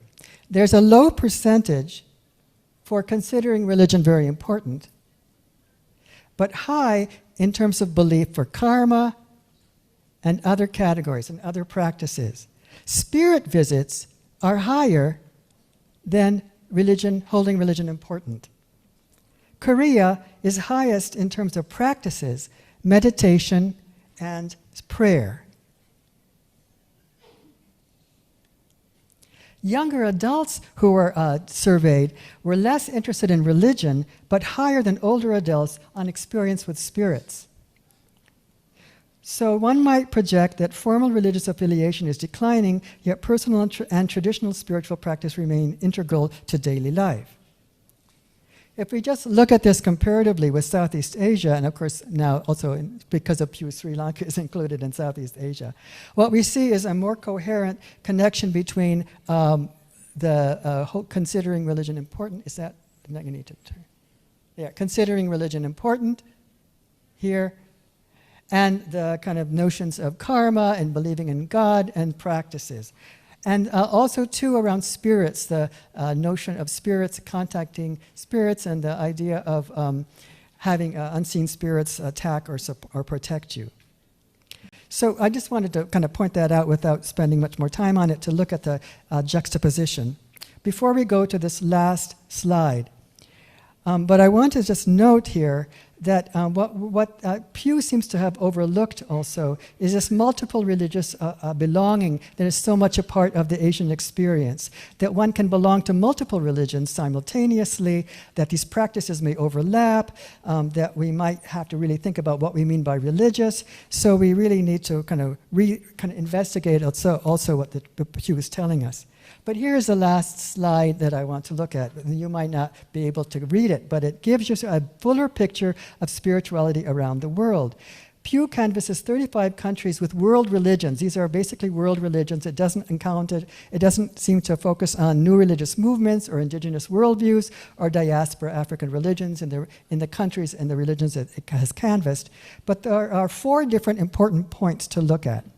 The first, religion is strong in the global south. From Bangladesh up here to Mexico, it goes from 97% to 50% of religion being strong, and diminishes with Europe and the Americas, Singapore, South Korea, and Japan after that. Second, overall, those surveyed were more certain about an enspirited earth. Now, this is what's so interesting. 74% are an enspirited earth, meaning that they perceive that the animals, nature, and objects have some kind of spirit life in them. Right? They're more sure about that than they are about life after death, and then certainly about religious importance. Again, younger adults are less likely to believe in God or consider religion important in this survey, and more likely to consider animals and nature enspirited, similar to the trend in East Asia. Close up here, we see here that the lowest score on religion in the whole survey has a very high percentage of those who consider animals, nature, and objects as enspirited. So Pew's new surveys reveal a trend of enspirited worldviews, whether or not respondents affirm religious membership. Is this just what we would call spiritual but not religious? I think a little bit different than that. I think what we're seeing here is maybe traditional Asian spirituality gone global. I think what we might see here is that practices and belief and mixed up religions, multiple religious belongings, become more every day in a broader scale of life, that the spirit is re-entering the natural world in a particular way, as we saw in Jeju. Some call this re-enchantment. Brisbane, for example, argues that climate activists say scientific information and data charts can't address their despair or wonder, so they long for a modern enchantment, a re-enchantment from Weber's disenchanted modernity. They seek an emotional ecology of rage, grief, and wonder, and this enchantment expresses a reverence, relationality, and rootedness in a more than human natural world. Generally, I might ask, are we at the cusp of another axial age? Many scholars have asked that. Or is this another paradigm to help us heal the earth and ourselves? Are we edging towards something that we're just seeing some incipient examples of? In conclusion, if ICCGC's central purpose is to cultivate global citizens who are critically alert, spiritually adept, and imaginatively resilient, how do we look ahead? We will, I'm certain, learn much from each other in these next 2 days. Global citizen action is foremost about networks that help us stay in the trouble in our own worlds and assist with those elsewhere. No doubt your spiritual practice has helped you to be critically alert, refuse despair, and nurture kinship across difficult divides with all beings. May we imagine resilient ways to live and die together on a damaged earth in order to hold and bring about more livable futures. May we weave fragile solidarities among humans with whom we may not agree, non-humans, and the planet itself. And to bear witness for those who resist erasure every day, who ask that we do not look away, I close with an excerpt of the poem Jerusalem by Naomi Shihar. Why are we so monumentally slow? Soldiers stalk a pharmacy, big guns, little pills. If you tilt your head slightly, it's ridiculous. There's a place in my brain where hate won't grow. I touch its riddle, wind and seeds. Something pokes us as we sleep.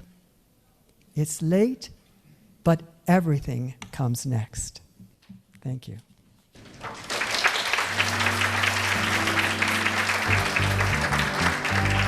Thank you, Dr. Poeteg. Thank you to all the keynote speakers and all the presenters today. We ask right now, we're a bit late in the schedule, so everyone, we're going to take a group photo because one Buddhist, we love taking photos. That's something you have to get used to. Go out into the lobby. We're going to take a group photo, so starting now, if we can go together. And then the next session will start at 11:40 a.m., 11:40, and we ask that the panelists come a little bit earlier than that to sit on and get prepared on the stage. Thank you so much, everybody. So we'll meet in the lobby for a group photo.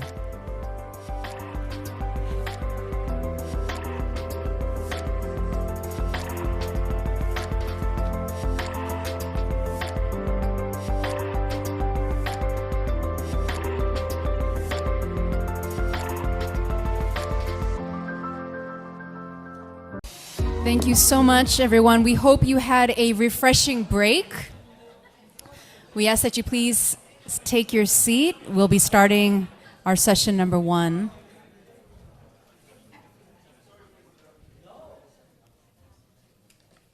Thank you.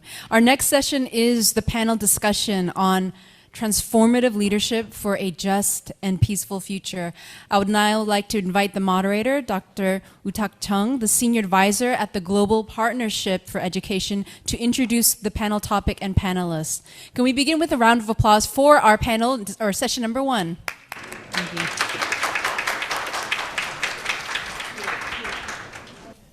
Thank you very much, Professor Song. My name is Woo-tak Chung. I'm a senior advisor of Global Partnership for Education.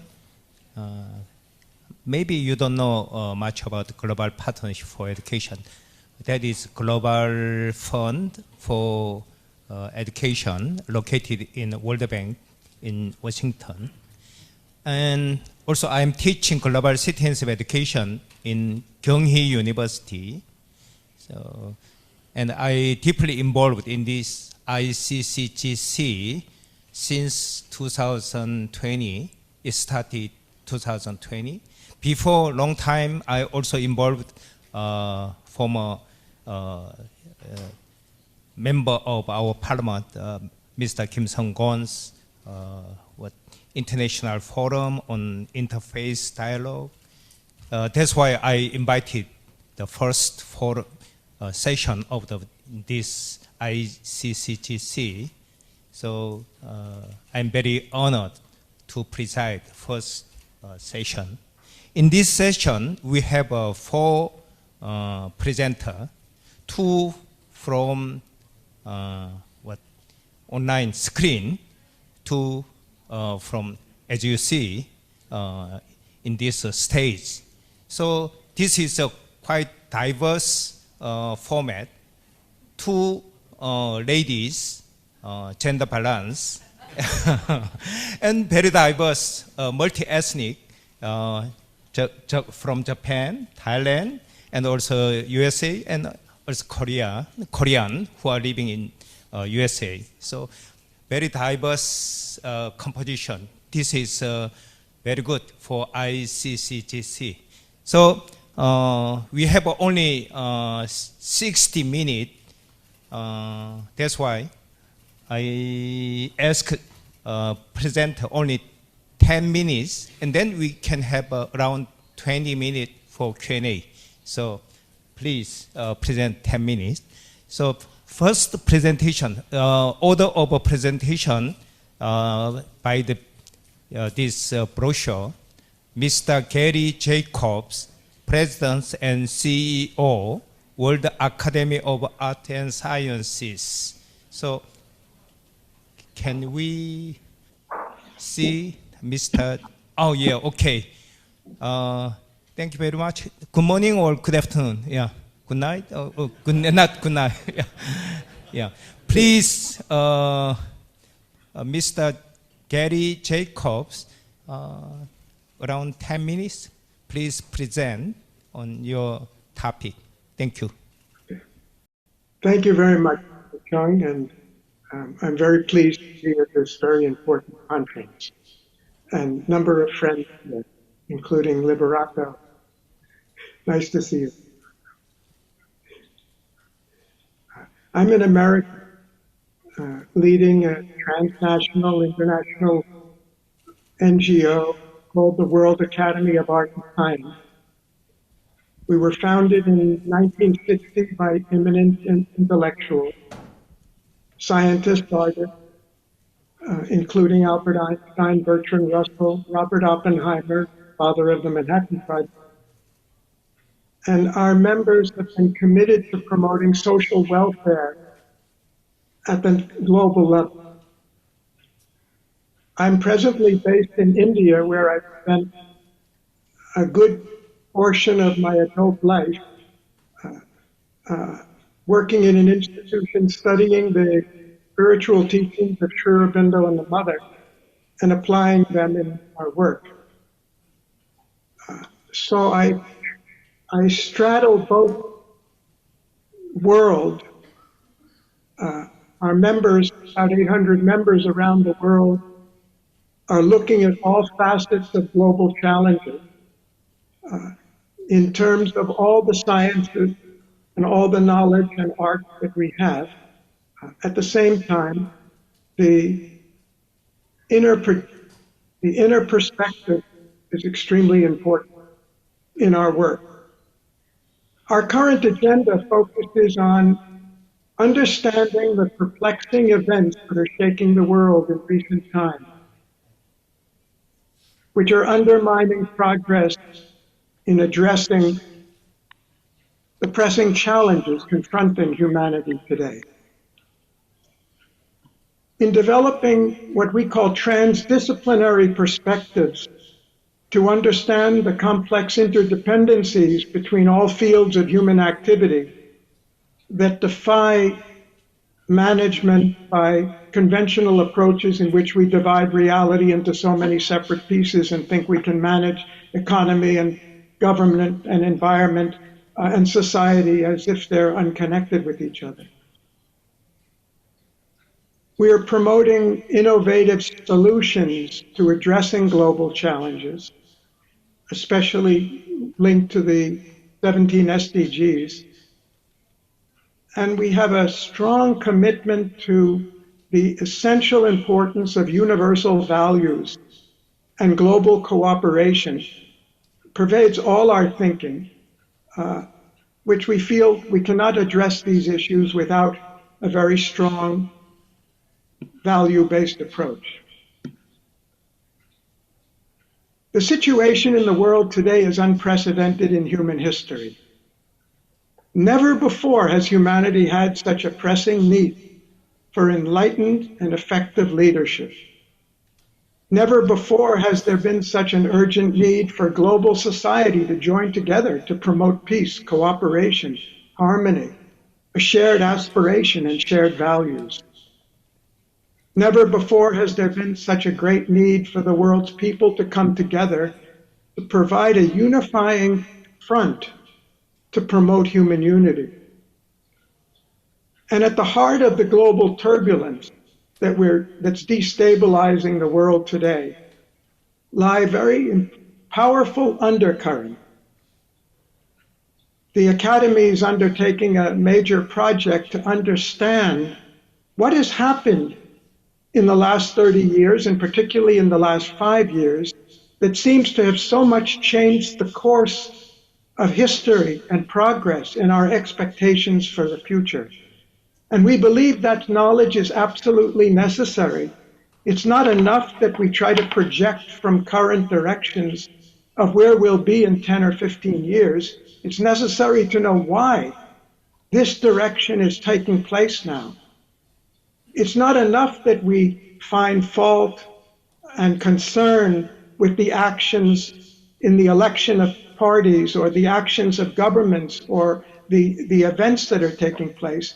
We have to understand why they're happening now, why we see this change in currents. There are a number of reasons for that, and I would just like to briefly touch on some of them. The speed of change in the world is unprecedented in human history. We have never been compelled to adjust so rapidly to so much change and so much complexity. Technological innovation, societal transformations, environmental degradation, geopolitical shifts are occurring at a pace far beyond the adaptive capacity of individuals, institutions, and governments. This rapid acceleration has outpaced our educational system, our policies, the understanding of the public, and the result has been increasing uncertainty, confusion, stress, insecurity, instability, disorientation, and as a result, also violence. The technological revolution I don't need to say much about because we're all experiencing it and every day, especially in AI and biotech and digital media, but it goes into all fields. It's transforming our economies, our social life, more quickly than governance systems can keep pace with it. Our educational system is still teaching an outdated knowledge in many areas because, not technologically perhaps, but in terms of the impact of technology on society, because it's happening so quickly, we're really not sure what that knowledge is and what those impacts will be. Our decision makers are relying on frameworks that are no longer suited to the complexity and velocity of the current world, our institutions. And this disjunction is a major contributor to global turbulence. We also face a constellation of global threats that transcend national boundaries. Rising authoritarianism, militarization, weaponization of artificial intelligence, financial instability, the persistence of poverty, growing inequality, the biodiversity loss, and of course climate change, and many others, things we're all familiar with, often referred to as a polycrisis. These challenges require more than piecemeal responses. They demand systemic, inclusive, future-oriented strategies. And that strategies need to be based on a knowledge of really what's going on in the world today, not just in each sector, but fundamentally what's happening to the human community and why are we responding in the way we do. And today's leadership, imagine the challenges that leadership faces in trying to make decisions in a world where we really don't understand what's going on or what's going to happen. The responses are fragmented, reactive, mostly constrained to short-term interests, nationalist paradigms. We also have, as has been mentioned, a decline in universal values, the commitment to universal values, which is of great concern to the organizations represented in this meeting. 1948 was a breakthrough for humanity, the first time in history where we adopted the Universal Declaration of Human Rights. Of course, we were far from implementing all those rights at that time.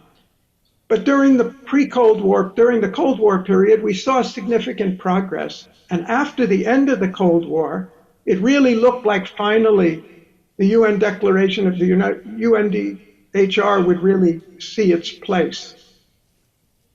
In 2015, the adoption of Agenda 2030 by 193 countries, the 17 Sustainable Development Goals, was another unprecedented step in history. We've never had a time when the countries of the world unanimously came together and adopted a platform which addressed so many of the critical issues facing us in a strong commitment to universal values. As we all know, the progress we hope to see from 2015 has not happened. The implementation of the SDGs has been very much slower. We're not on track. We've not only had a shortfall in performance, but we've had a retreat from the commitment to a number of these values and goals, very obviously shown by the behavior in my own country, in the US, by the backing away from the Paris Accord and commitment to climate management. But it goes in many other areas. There's also been a general rise in resistance to the forward progress, a challenge to the values that have been set forth and adopted and we thought and took for granted would be the course of the future, a backlash. Powerful counter forces since 2015. Resistance to the commitments necessary to giving up the fossil fuels, for example. We seem to be moving the movement back to authoritarianism. The vested interest in the financial field, which refuse to direct the resources where they're very essentially needed in order to achieve the goals for the future of humanity. We're witnessing a resurgence of nationalism, an erosion of democratic norms, a retreat from multilateralism, growing mistrust in science and public institutions, undermining public confidence in global cooperation, and a backlash fostering this sense of instability, insecurity, and questions about the future. So this is about leadership. We have a crisis in leadership. And one of the most striking deficiencies of our time is the absence of the leadership we need, visionary, inclusive, collaborative, unifying, equipped to address the rapidly evolving complexity of the world we live in. And I don't say this only or intend primarily in criticism of individuals. I think the question is, do we as humanity understand what's happening and why and how to take it forward? Leadership today is shaped more by political expediency than moral clarity.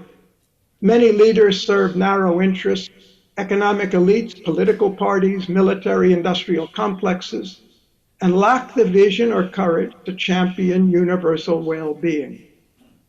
Instead of bridging divides, leaders are increasingly polarizing it. Instead of speaking truth to power, they're echoing it. The result is a widening gulf between institutions and the people they claim to serve. And I'm saying this for a reason, because our issue today is, what type of leadership do we need? And what are the conditions for that? To do that, to generate the type of global leadership we need, we'll need a shared vision founded on a transdisciplinary knowledge, that is, a comprehensive knowledge of how the world at its totality fits together, the economic, social, political, cultural, environmental aspects of it. We need to have a knowledge of the process of global social transition. Never have we tried before so systematically to work consciously together to change the course of our history in totality. But do we really understand the process of that transformation and what is needed for it? Rather than battling between an intellectual dichotomy between right and wrong, true and false, between freedom for the individual and the rights of the collective, we need a knowledge that's going to reconcile opposing views, contradictory directions and forces, and reconcile them. We need a unifying force of shared values. That's where this meeting is so important, to overcome the resistance and the obstacles separating people and nations together, preventing effective collaboration. And I think, as we all know, the fracturing is not just there in the political fields or in the economic fields, it's also there in the field of religion in different parts of the world. And unless we can bring that force together, where the values are so central, it will be very difficult to expect we can do it in other areas. We need a transformative strategy for awakening and inspiring the masses to support a global social movement committed, guided by leaders who possess this knowledge and embody these values. And I mention that because in the world today, which is the group, which is the field that we have any chance of mobilizing the public on a very large scale? It's not our nation states. It's not the populations who are electing people in those nation states and are very much fractured. The only group I see that has that possibility is the group of organized religions which represent in some degree or another about 75% of the population of humanity. Therefore, perhaps more than ever before, the religious leaders and the religious groups have a real role, essential role to play, coming together, because the word of any one or few groups is not enough.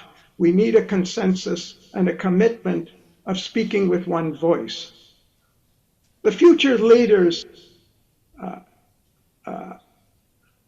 there are three forces alone, I think, that can provide the momentum we need for the global leadership.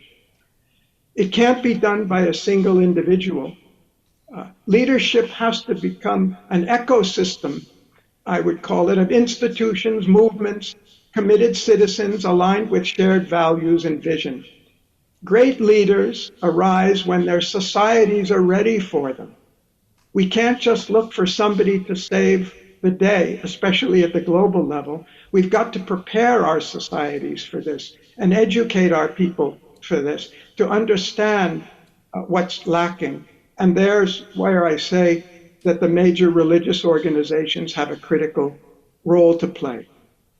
Youth also have an enormous role to play. We've got to capitalize on the young who have not been prejudiced by all the years before and give them the power, empower them, mobilize them to express the kind of world we need to live in. And the youth today are much better, in general, acquainted and identified with the youth around the world than any generation that's come before. They're in closer contact to it. And we can't rely on a single individual. We've got to have the institutions as leaders and working together. As I said, I'm an American and I've lived in India for many years. I was inspired by the work of Sri Aurobindo, who was a freedom fighter at the turn of the 20th century. He envisioned a time when the great religions of the world could join together to embrace what he called in India, a Sanatana Dharma, an eternal Dharma. You can say an eternal religion, an inclusive religion of all humanity, based on and integrating the common shared values and beliefs that all the major religions share. And only something like that can unite us at this critical time. Now is the time when humanity desperately needs that unifying force of shared values to lead us into the future. Thank you. Thank you very much, Mr. Gary Jacobs. You touched over all our crisis challenges in today, and also you suggest leadership from religious community. Yeah. And next speaker is Lebanon 교육지 Sugino, President of Gakgurin Seminary. Please. Thank you so much, Mr. Moderator, and greetings to all. It's a little bit unusual, but I prepared my script in order to keep my time. So good afternoon, colleagues and friends. It's an honor to join this distinguished panel on transformative leadership for a just and peaceful future. As I explained, I serve as president of Gakgurin Seminary. Previous speaker mentioned the importance of youth in leadership, and I brought 4 of my students and graduate from Tokyo Gakgurin Seminary to this important conference. And I formerly served as Deputy Secretary General of Religions of Peace International in New York. So that's the brief introduction. And being here in Iksan, as you know, the ancient capital of Paekche, a bridge that brought Buddhism to Japan for 1400 years ago. I feel the weight of history. This city has inspired cooperation across cultures for centuries. It reminds us places can carry virtues that connect people over generations.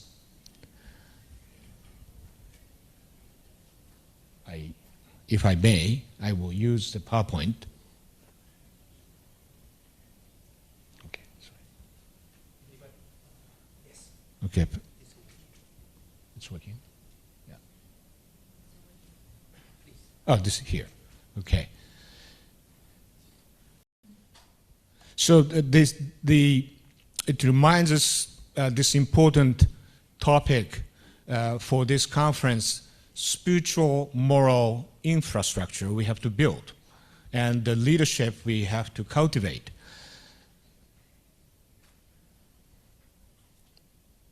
Already the global challenges have been depicted by previous speakers, but let me repeat: the war in Ukraine, the devastation in Gaza, global climate emergency, the rise of authoritarianism, erosion of trust in institutions, and the disruptive power of artificial intelligence.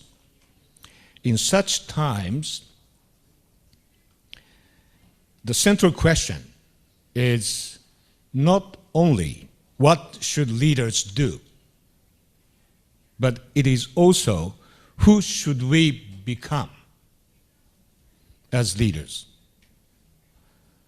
Virtue ethics, grounded in traditions East and West, gives us a shared moral foundation in this divided world.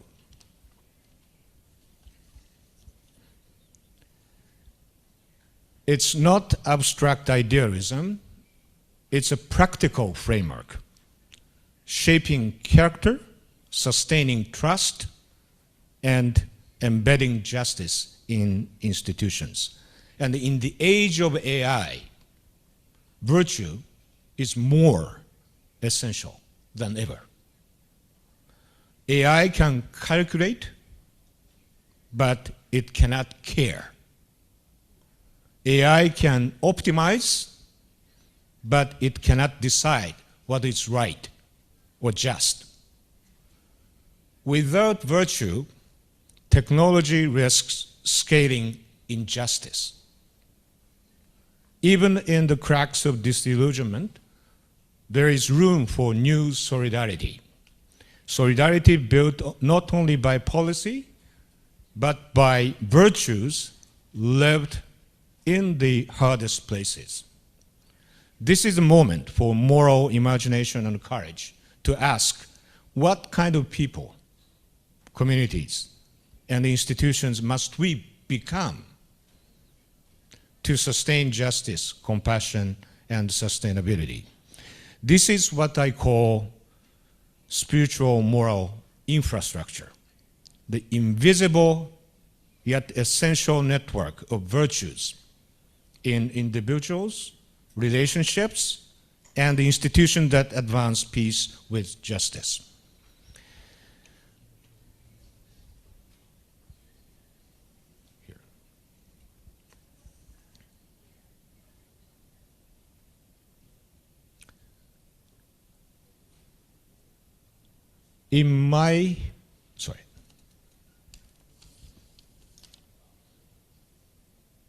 This vision is not new. Aristotle spoke of arete, virtue, and eudaimonia, the flourishing life, guided by phronesis, the practical wisdom. Confucianism offers ren, benevolence, yi, righteousness, and li, propriety, for harmony in society. Buddhism teaches 6 parameters: generosity, discipline, patience, effort, meditation, and wisdom. Taoism, Du, emphasizes humility and non-domination. Across these traditions, one insight stands out.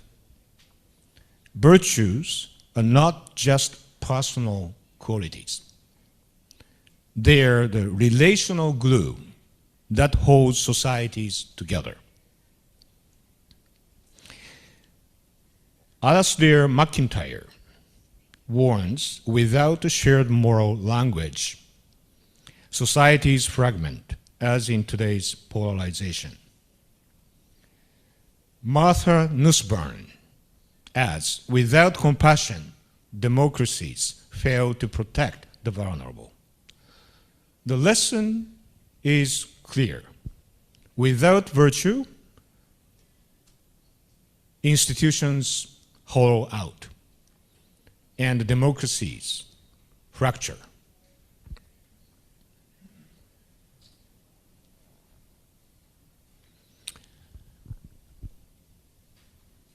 In my paper, this is the most complicated matrix I made, but I hope you can see the complexities. In my paper, I frame virtue ethics for leadership in 3 layers: inward formation, cultivating humility, integrity, and compassion; relational practice, practicing empathy, trust, and hospitality in relationships; and 3rd layer is institutional embodiment, embedding justice, solidarity, and sustainability into laws and structures. These layers, distinct yet deeply connected.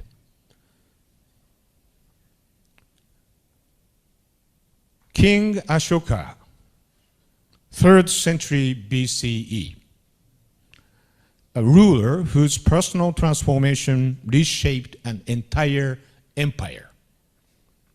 After witnessing the suffering of the Kalinga War, he renounced conquest, he embraced Buddhist principles, he institutionalized nonviolence, tolerance, and care for the environment.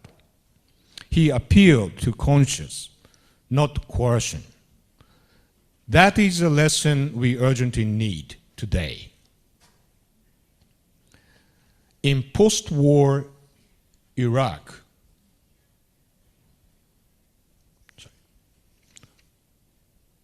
In post-war Iraq, when violence and mistrust divided communities, group of children were severely injured and needed urgent medical care. Sunni, Shia, and Christian leaders came together across deep divides, working with partners from Korea and Japan to secure treatment and rehabilitation. In this hall, we have colleagues from Korea who helped with that project. This swift cooperation was possible because virtues such as trust, solidarity, and compassion had been cultivated for years through the institutions like Korean Conference of Religions of Peace and Religions of Peace Japan, embedding habits of dialogue, cooperation, and ethical responsiveness long before the crisis. Globally, organizations like Religions of Peace put this into practice with networks in more than 90 countries, locally led interreligious councils from Sierra Leone to Bosnia, from Sri Lanka to Peru, mediate conflicts, deliver humanitarian aid, and help communities heal after war.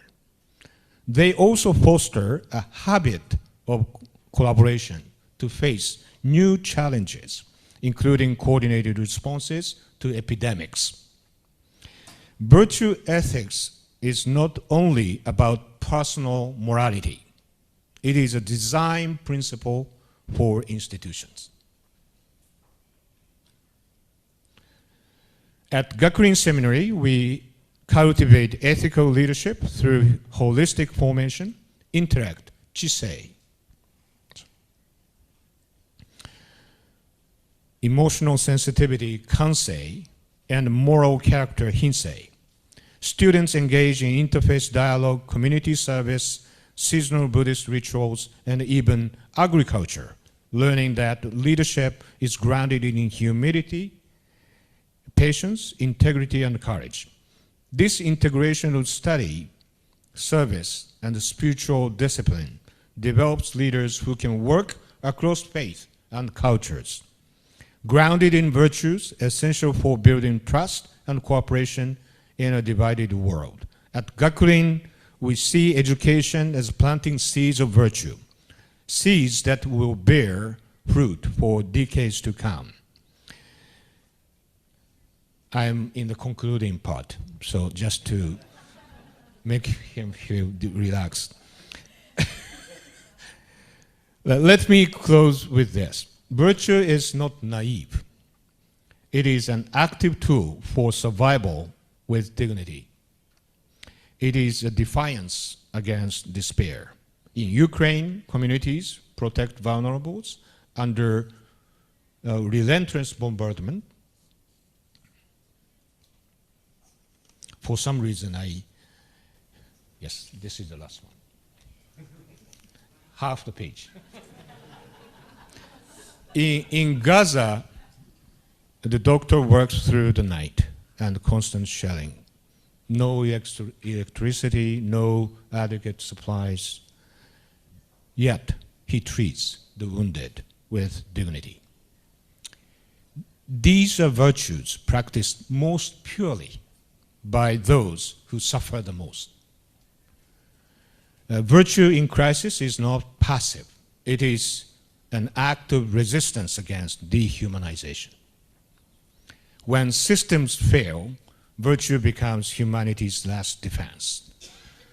Many of you here have been working this past 4 years, nurturing virtues in yourselves, in your communities, and your institutions.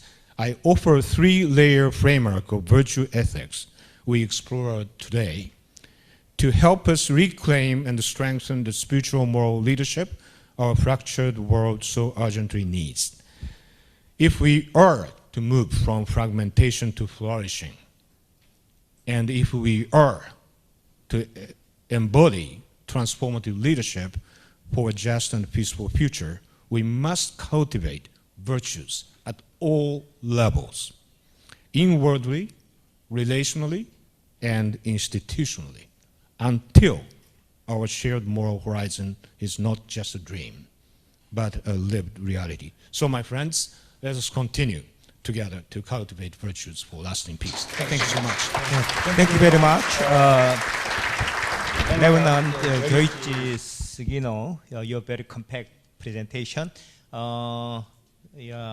This is the first time to learn Gakurin model. This is a very important model to teach global problems. And thank you very much. Next speaker from Thailand, Dr. Prapapon. I cannot pronounce your surname well. Dr. Prapapon, Vice President of Srinakarin Wingnut University. Okay, please. สวัสดีค่ะ Thank you very much. Thank you very much, Professor. Good afternoon, distinguished colleagues, also fellow panelists, and of course, ladies and gentlemen. Apart from being the Vice President for International Relations and Communications for Srinakarin Virod University, or SWU, I also serve, like my background is in law. So sometimes I think that the topic already shows me, right? It's about responsibilities and it's about the ethics. Also, I serve as the advisor of the Young Buddhist Association under royal patronage in Thailand this recent years. I have been their members around 10-20 years before. So I have a chance to meet with so many people who have common goal and also common outcome that we would like to reach. So today it is my honor to be here at Wonkang University. I came here before in March this year, and we have talked more about the collaborations. Also, we have the MOU signing this evening as well. And it's my honor to be the panelist for ICCGC CoNGO 2025 as well. So right now, we can empower the transformative leader with courage, who can lead with courage, compassion, and commitment towards peace and sustainability. So actually, I told you that I came from Srinakarin Virod University. So I have learned a lot from my students. So today, I would like to focus a little bit about the youth and the students' role that they can be groomed to become a transformative leader for the future and also for even right now. So they inspire me every day. They are passionate, they are creative, and committed to make the world different. And through my work, this is my background, yes, and I would like to show another formula, 3 very critical and crucial words, letters here, E, M, and C. It's like quite familiar, but it's totally different meaning. So for me, I think that through my work, I have come to believe in a very simple but very powerful formula for leadership. These 3 words. E, empathy, but it has to come like equal to M, mindfulness, plus C, compassion. So we can help leaders, even as a young leader or in our generation, to cultivate mindfulness and compassion. Empathy then naturally grows.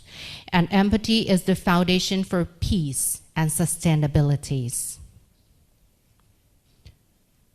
So if we ask why, it's very urgent of our time to practice the E, M, and C. That's because, first of all, the urgency of our time, we are living through a very complex challenges, even as a climate change, as a social unrest, misinformation throughout the internet, and also the rapid technological disruption, just like the referent already speak about the AI. The choices we make today will shape the lives of billions tomorrow. So why youth are uniquely positioned to lead. So they have why they are very important here. They have fresh perspectives, unbounded by outdated norms.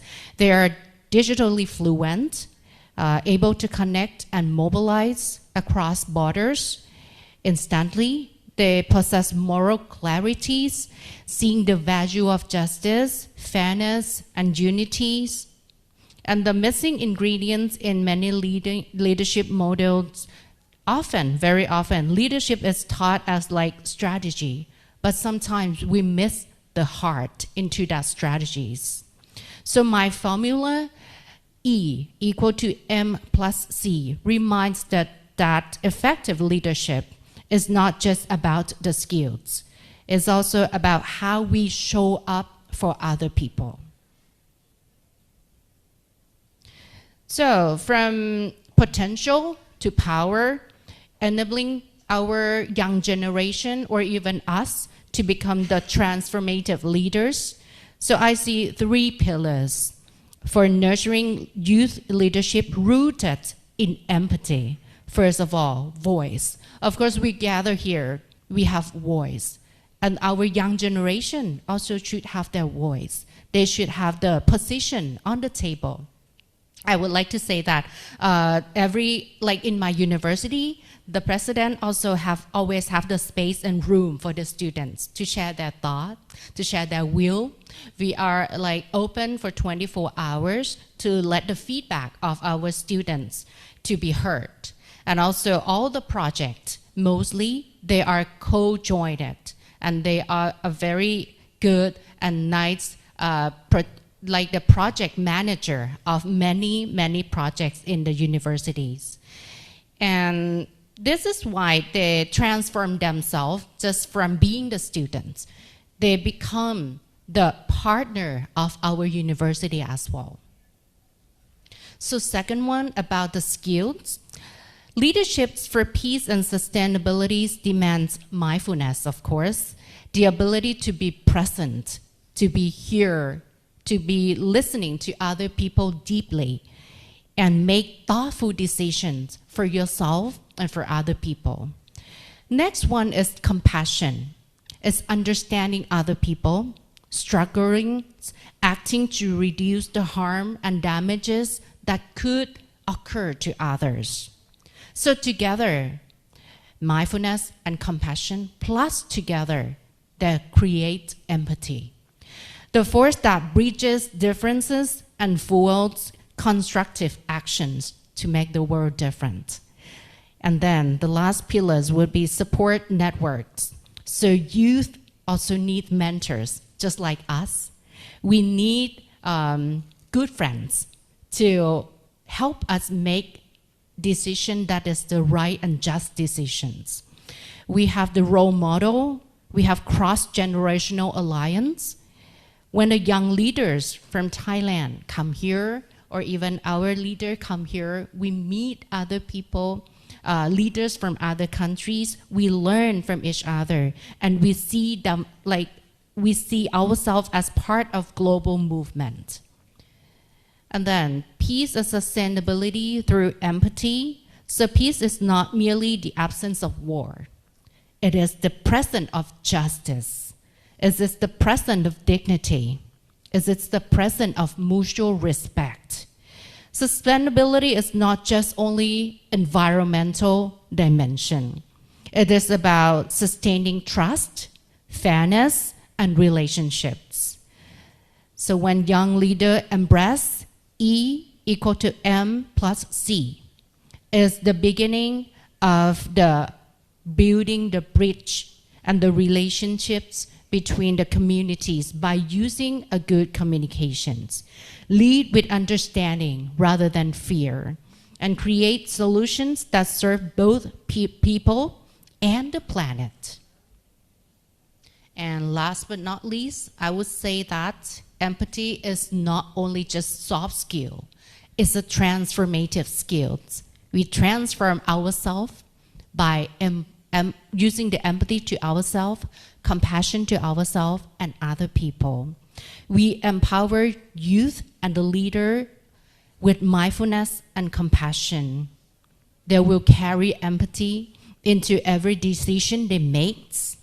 And in doing so, we will shape a future where peace is possible and sustainability is the norm.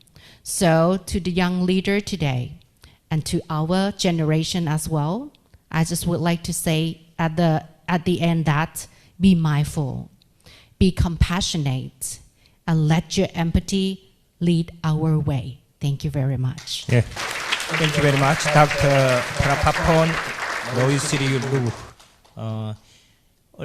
Your university, Sri Nakarin Wirot, emphasized the MEC, mindfulness, empathy, and compassion. This is very impressive to us, yes. Last speaker from USA, Professor Gangnam Soon. Dr. Gangnam Soon is a professor of Bright Divinity School, Texas Christian University. Are you ready here on the screen? I checked the time difference.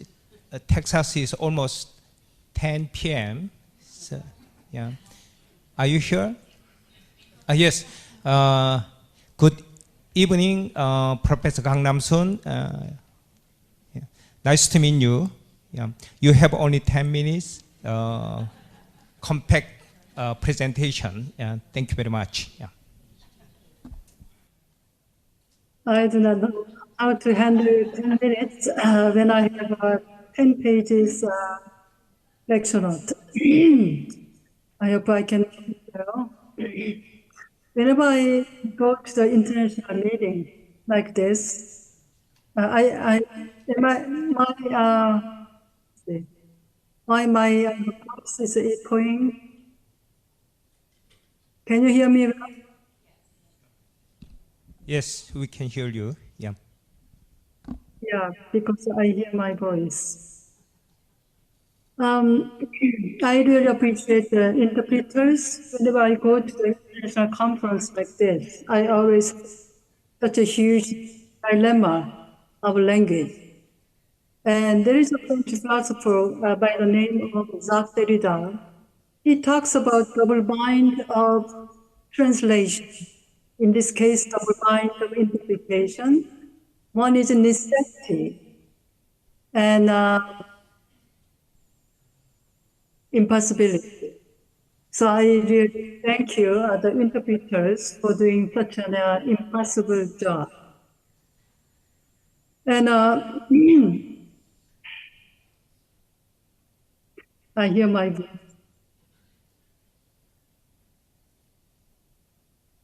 Right after my doctorate, I returned to Korea, and then I took two postings on my desk.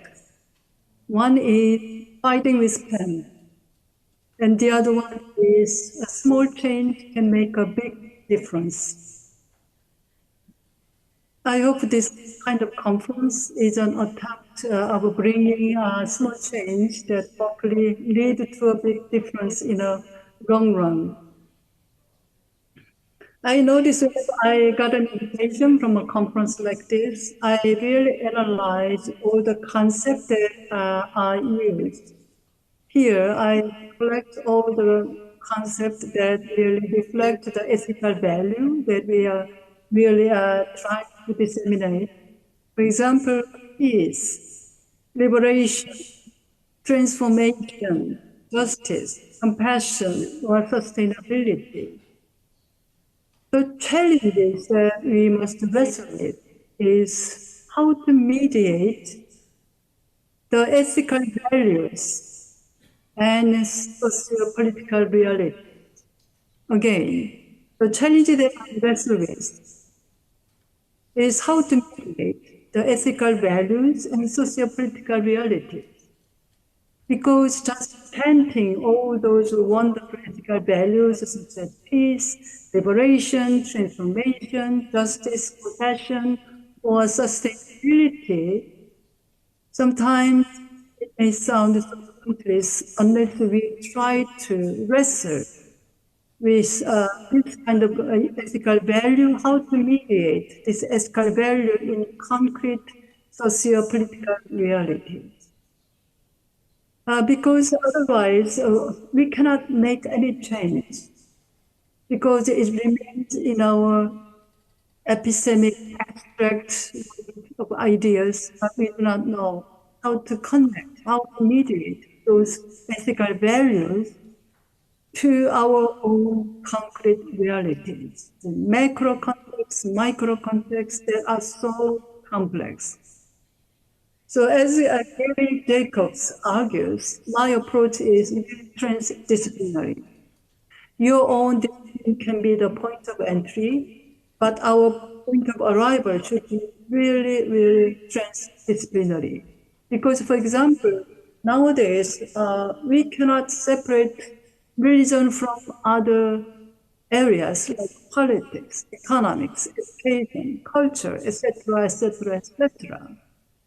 So we have to train ourselves how to see things from a very complex perspective, which requires transdisciplinary approach. So, and also at the same time, we have to de-romanticize everything that we are talking about. When I say romanticization, the limit of romanticization is that you don't want to get the dark side. You just say, for example, love your neighbor. So when you go to church, we chant that Jesus says, love your neighbor. But this is, we have to re-romanticize those chants, because what does it mean to love in this complex world? What about the refugee issues, immigration, sexual minorities, transgenders, religious others, and there are so many complex issues that requires this love, act of love. So, for example, who to include in this circle of neighbor when you say love your neighbor? And love your neighbor as yourself. What does it mean to love myself?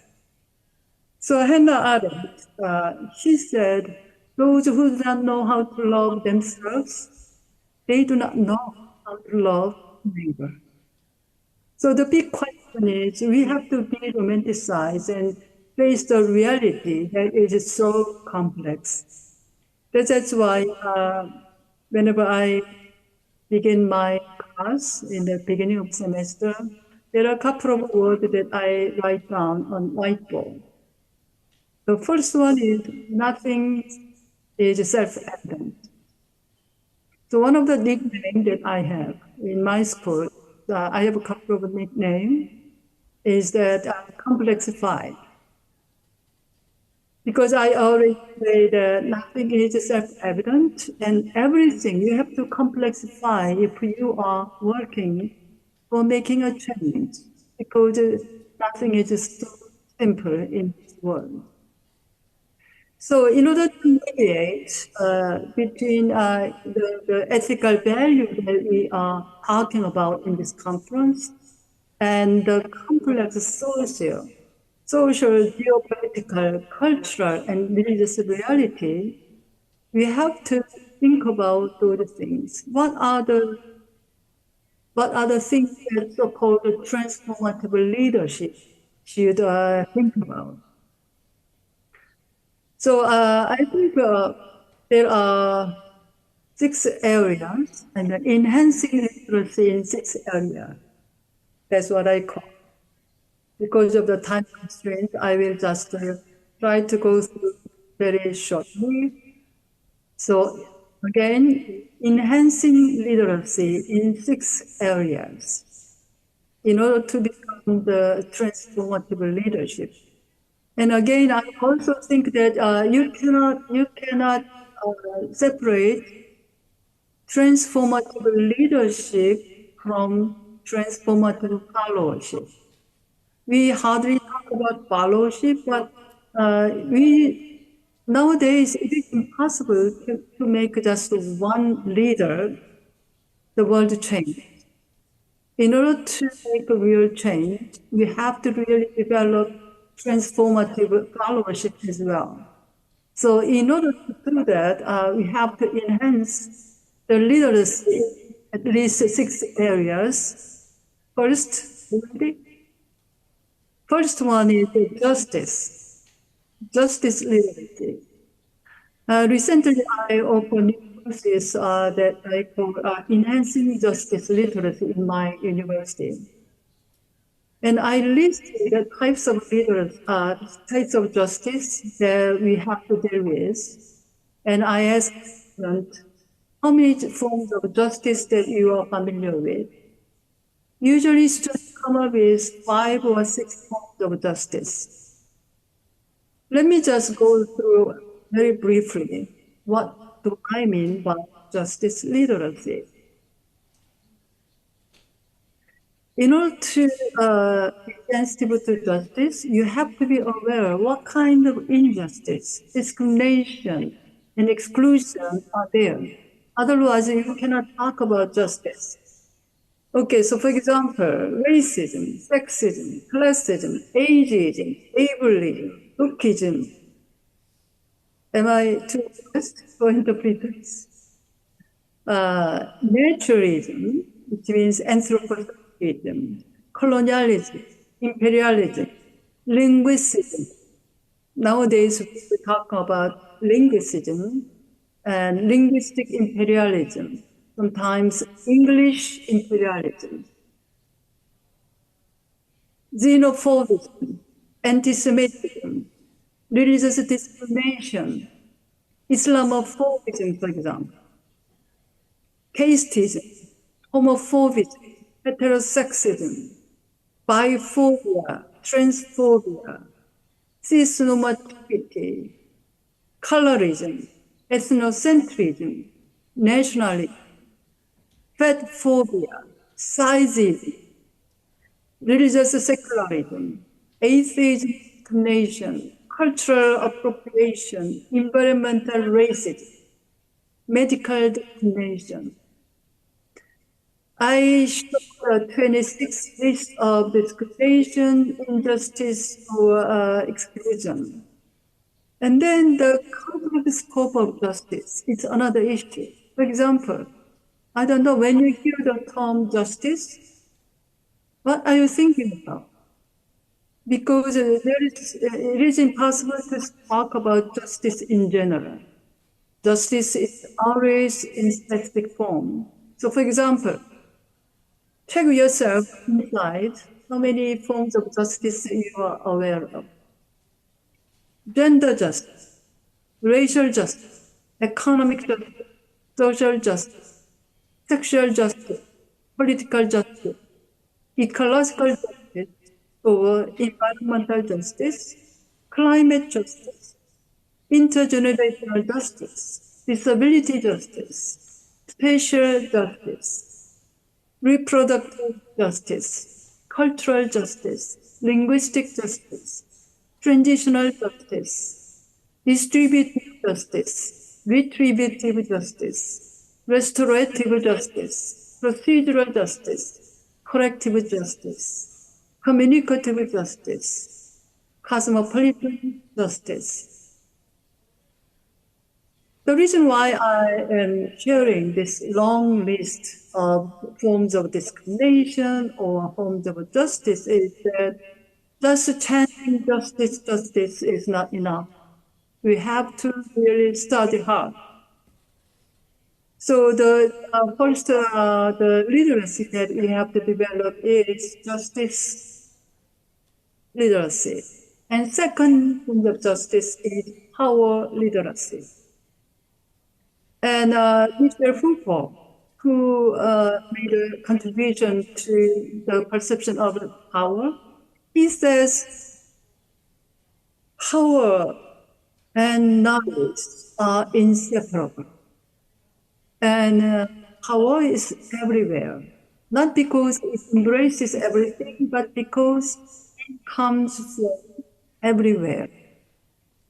So he talks about types of power like disciplinary power, biopower, pastoral power, etc., etc., etc.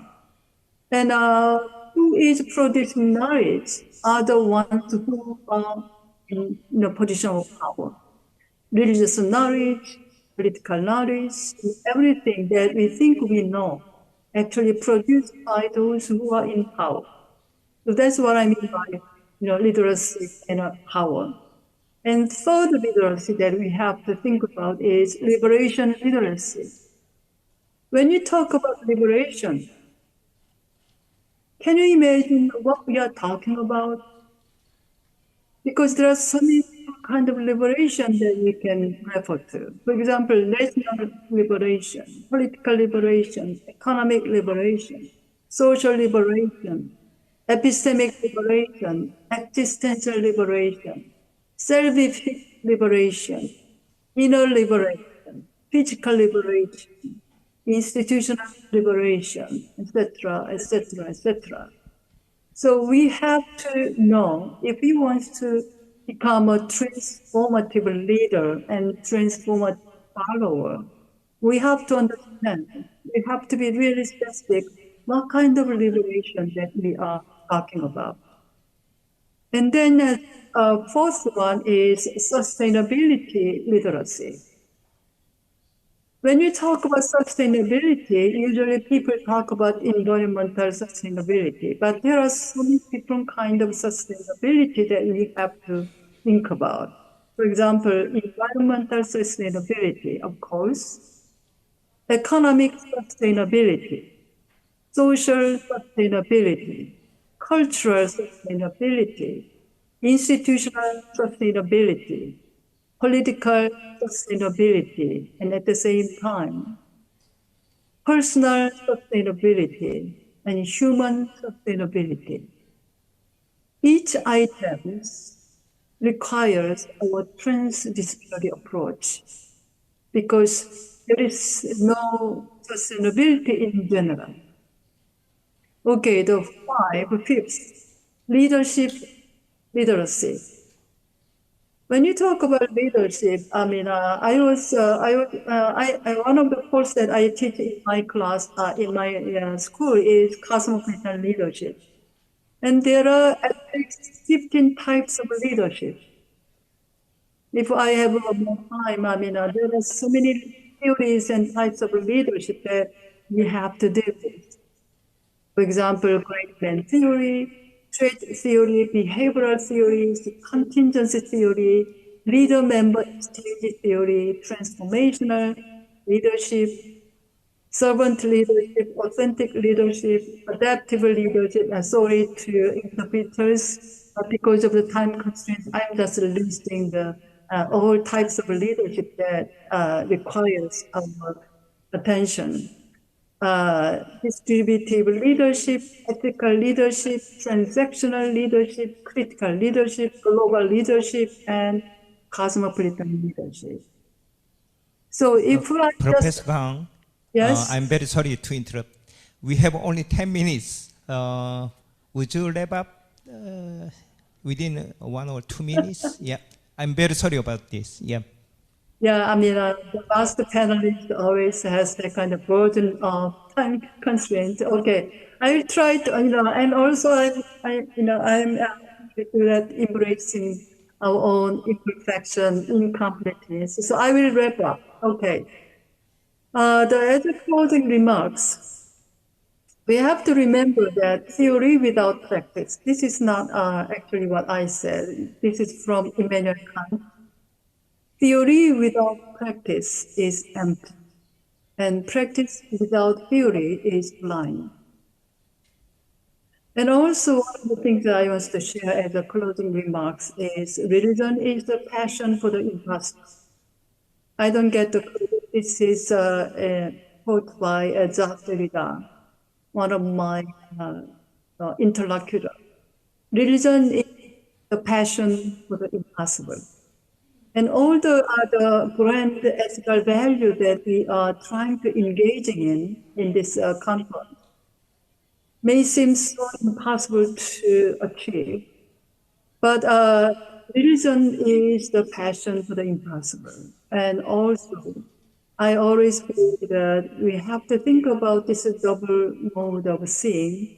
The one is that we are standing in between the world of already and then the world of not yet.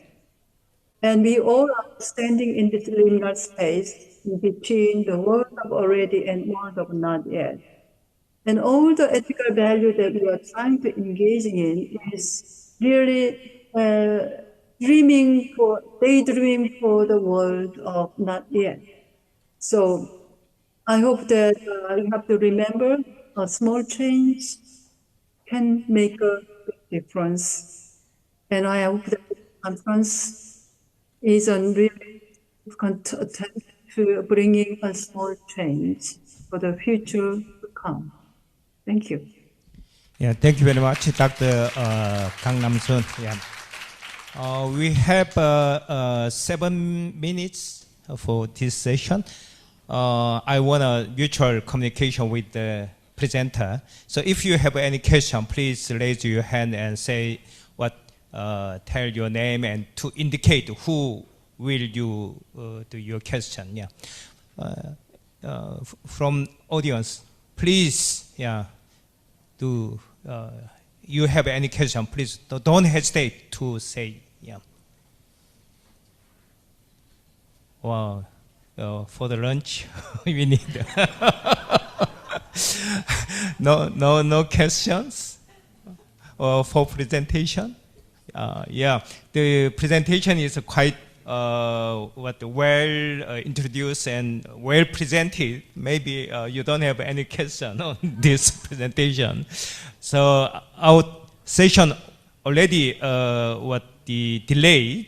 Originally it will be completed 12:45, but now 12:54. So we have to go to have a lunch. Lunch is our human rights. Okay, thank you very much. Yeah, big applause to our presenter. Thank you very much, Professor Kang Nam-sun and Mr. Gary Jacobs. Yeah, thank you. Thank you, Dr. Chung, for moderating this meaningful panel discussion. I think Dr. Chung is the hungriest right now. All right, so he's like, thank you for the no questions. But thank you all to our distinguished panelists, especially those joining us online and in person. So this concludes our session number 1.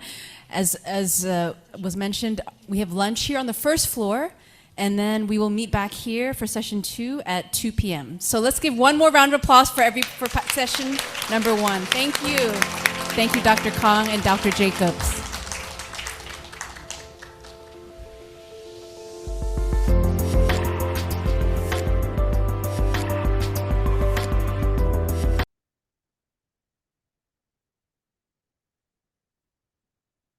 So welcome back, everybody. We hope you had a very delicious lunch.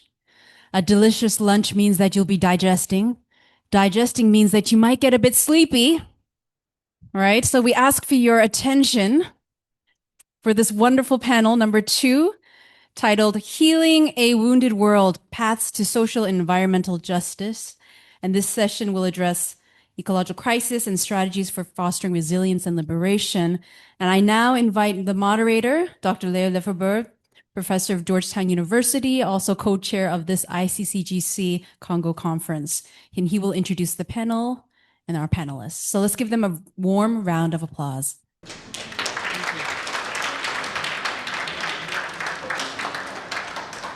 Thank you very much, Grace. Welcome to everyone.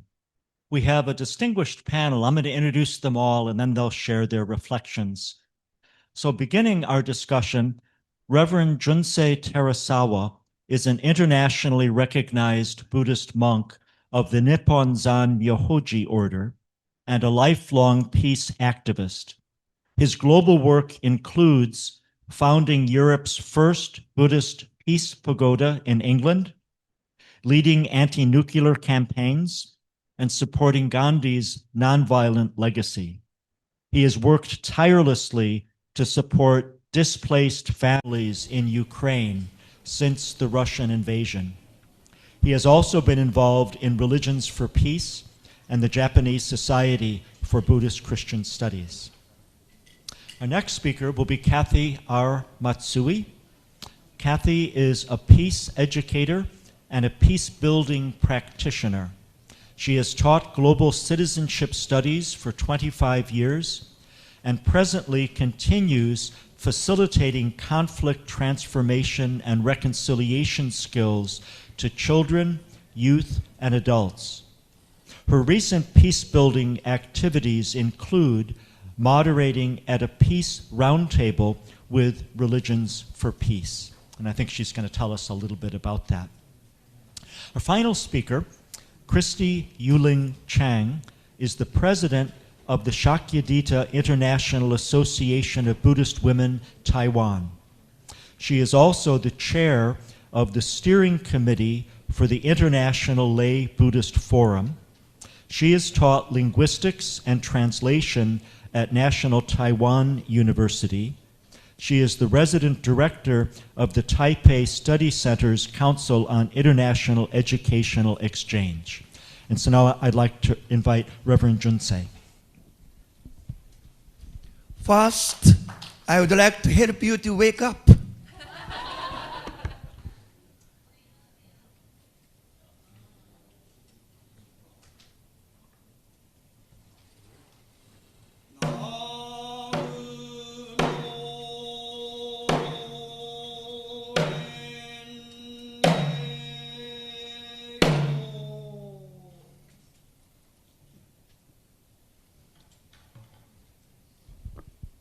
It's my tradition of praying and respecting and blessing everyone and all planet.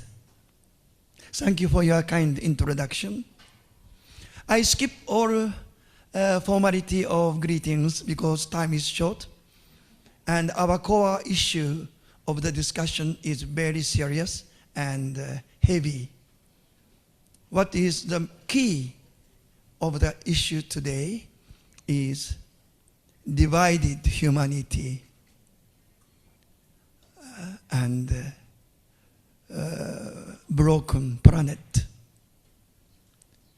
This is, in my opinion, is a symptom of the ending of the fundamental foundation of modern civilization and the present global governance. Personally, I have been in many different parts of the war and conflict in my 53 years long wandering monk's life. I am traveling everywhere. For instance, in the peak of the Cold War, I walked alone in the communist Poland on foot up to Berlin. 7 years before the Berlin Wall collapse. So I saw the real life and the village people of the communist time of Poland. And we witnessed the collapse of Soviet Union and end of the Cold War. This is one of the biggest historical sample of successful transformation. Never ever happened in Europe history. Any such a scale of political transformations were always in the bloodshed and war. But this end of the Cold War was unprecedented transformation by the non-violence of the ordinary people. And we should remember what kind of achievement and golden opportunity came. However, right after the fall of Berlin Wall, I witnessed the beginning of the Gulf War in Baghdad. Above our head, all missiles shooting on, pinpoint shooting of the storm. I forgot the name of the operation. Yes, that's right, Desert Storm. Yeah? I was there, and also I was in the second Iraq War also. I have a special proposal directly to Saddam Hussein. Resign, then maybe you can save Iraq from the onslaught of the American military onslaught. However, my proposal was not be heard. I also, being in Moscow, the time of the August Putsch, 1985, you know, This is the Moscovich who stood up non-violently and protect and about the coup d'etat, and it succeeded. Moscovich also succeeded the non-violent civil disobedience to about this military coup d'etat. All Moscow was surrounded by hundreds of tanks. But people, ordinary Moscovich, went to the so-called White House, Parliament of Russian Federation. There they create the barricade. And soldiers disobeyed any order to shoot ordinary people. There's a brilliant example of the nonviolent civil disobedience, which finally able to collapse of Soviet Union. This is also the transformation, successful transformation, disappearing of Soviet Union by the civil, nonviolent civil disobedience. You know, this historical achievement we should remember, because after all these events, Soviet, post-Soviet, post-communist, post-Cold War world transformation for last 30 years was misled. All are misleaders. There was no true leaders existed, unfortunately. This is today's result after 30 years. Yesterday, Trump and Putin was meeting. But what they can achieve, I doubt. These 30 years of transformation was today we can see the disaster, failure, divided world, so much. What is happening already in Ukraine, where I was living there, still living here, there, 3 years and more, this disastrous war is going on. It is the Russian invasion. We have to say A is A, B is B. We don't mix up with any camouflage. It is a war crimes. It is going on. And what is going on in Palestine and Israel? What is going on here in Korean Peninsula? What is going on in Pakistan and India? It is not only the political division, it is a hot spot of the nuclear war, which could happen any moment. So this is the reality. And this is, as I said, is a symptom of the vital disease of modern civilization. From where we can get out? Where was the true leadership? This is what we are now seriously seeking for. Well, the rule of the civil society and the ordinary people is a central rule to create the future of the world. And we had this successful example in the fall of the Berlin Wall and the Moscow nonviolent revolution. But it was completely hijacked by elite of the world. Power elite, financial elite, military elite. All those elite hijacked the fruits of the nonviolent victory of the ordinary people.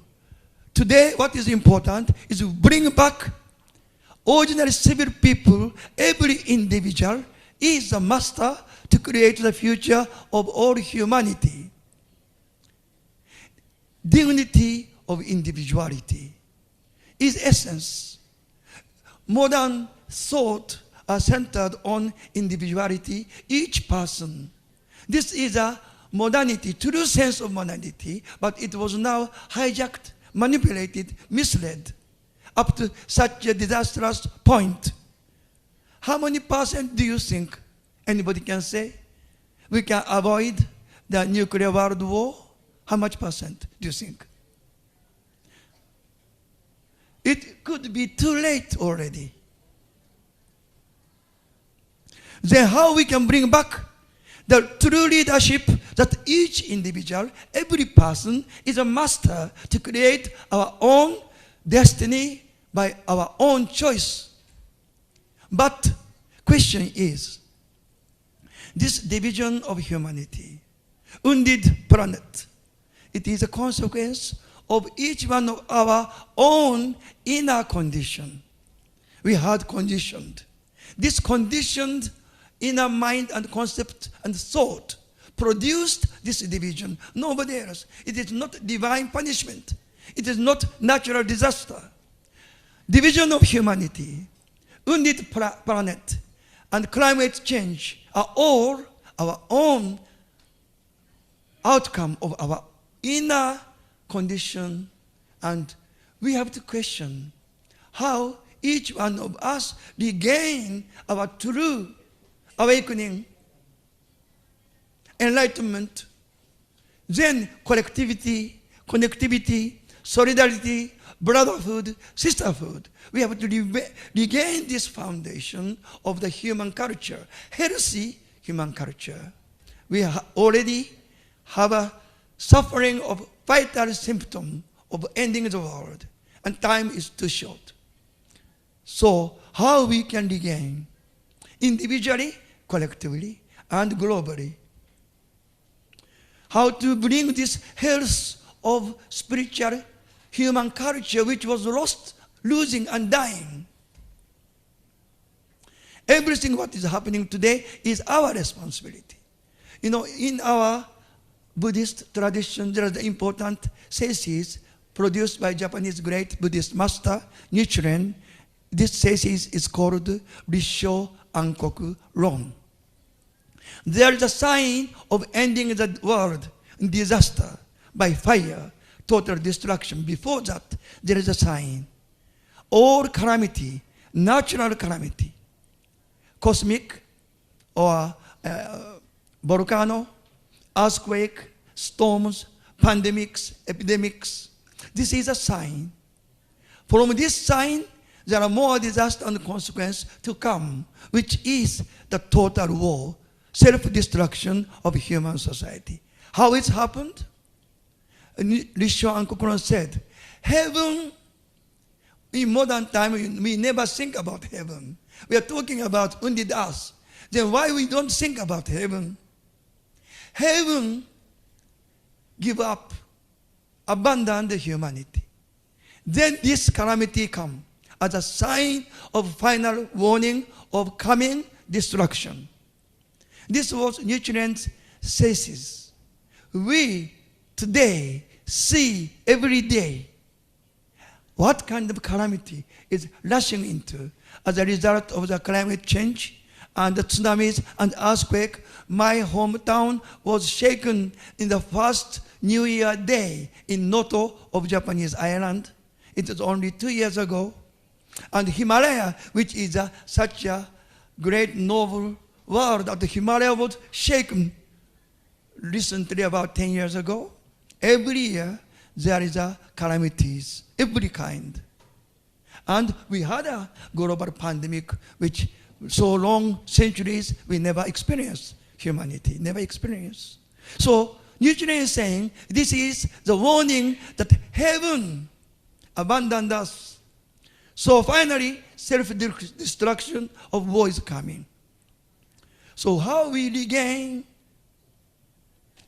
our true spiritual foundation and culture? It's time already? Oh, thank you. Well, true leadership is not come from the up. According to the Lotus Sutra we are studying every day, it is a prophecy of the Buddha Shakyamuni. In the final days, true Savior come from below.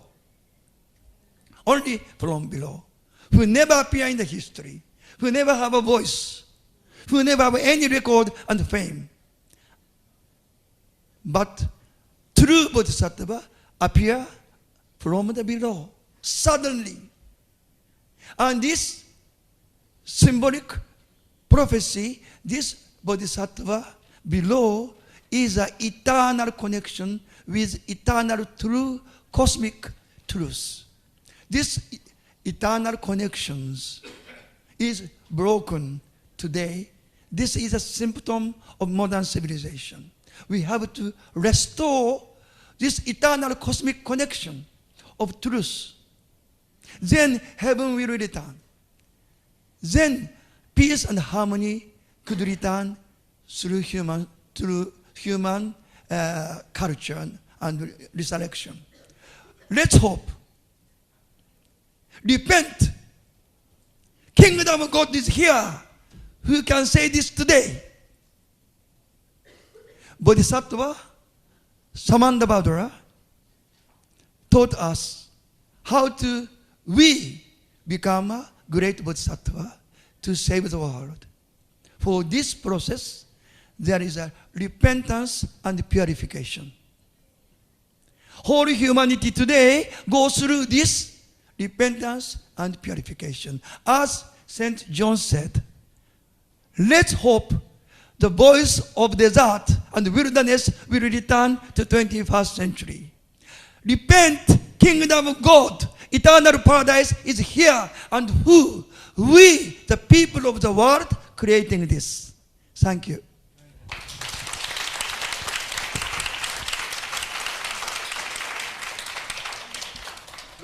Thank you very much, Shinsei. And now, Kathy, I welcome your remarks. Thank you. Is it on? Yes. All right. Thank you very much. I will speak from a perspective of a peace educator and peace-building practitioner. I am honored to have the opportunity to be here as one of the panelists for session 2. I thank the organizers for this meaningful and much-needed event to heal a wounded world. Now, based on the theories that I have taught in my peace studies class at the university, I would like to start with this inquiry. Oh, that's what it is. Okay. How can we contribute as religious leaders and members of society to heal a wounded world? We are here to help promote peace. We have the opportunity to influence lawmakers and decision makers to shift the world from weapon-based conflicts to constructive negotiations through peaceful means.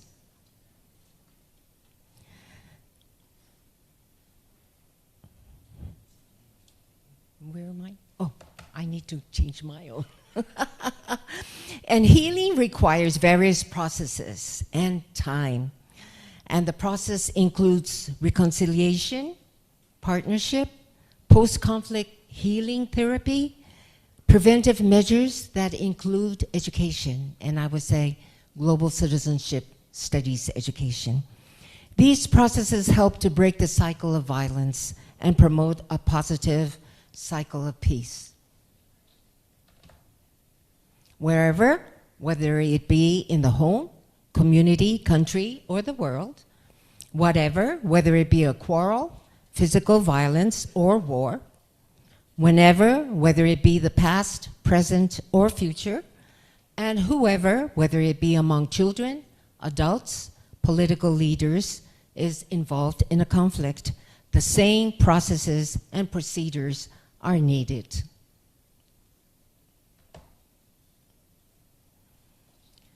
To reach peace and reconciliation, I'd like to start with envisioning. The visions for the future include that physical, psychological, and mental wounds will be healed. People will learn to resolve problems non-violently through dialogue, regardless of how painful, time-consuming, and difficult it is to suppress feelings of retaliation, or how challenging it is to forgive. People will realize that violence cannot be solved with violence. Such actions lead to a vicious cycle of violence and more devastating consequences.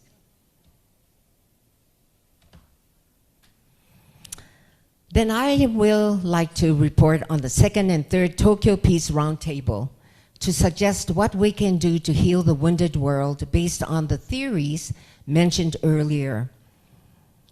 I was given the opportunity to practice these theories as a moderator for one of the dialogue sessions for the second roundtable, and as an overall moderator to guide the participants to come up with an action plan for the third Peace Roundtable. The second and third Tokyo Peace Roundtable, the leaders present were UN representatives, Japanese political leaders, Myanmar religious leaders and bishops, Ukrainian Orthodox patriarchs, Russian Orthodox patriarchs, Palestinian imams, Israeli rabbis, Hindu leaders, Buddhist monks, lay Buddhist leaders, Christian pastors, Catholic priests and bishops, Shinto priests, and religious leaders of other faith and philosophical traditions.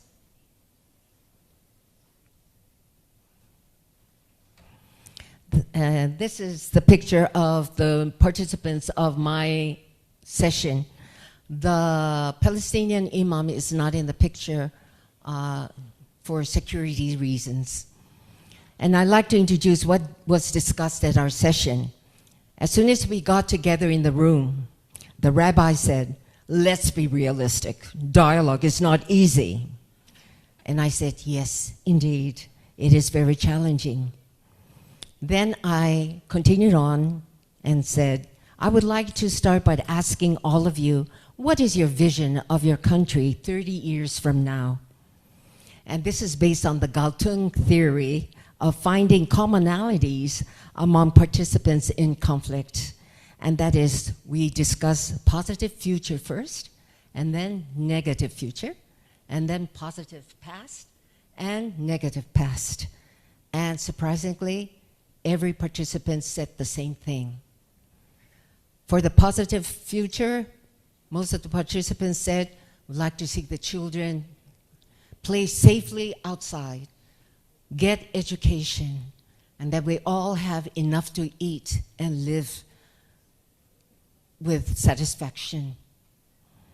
And for negative future, they said, "If we continue on, it'll be our negative future."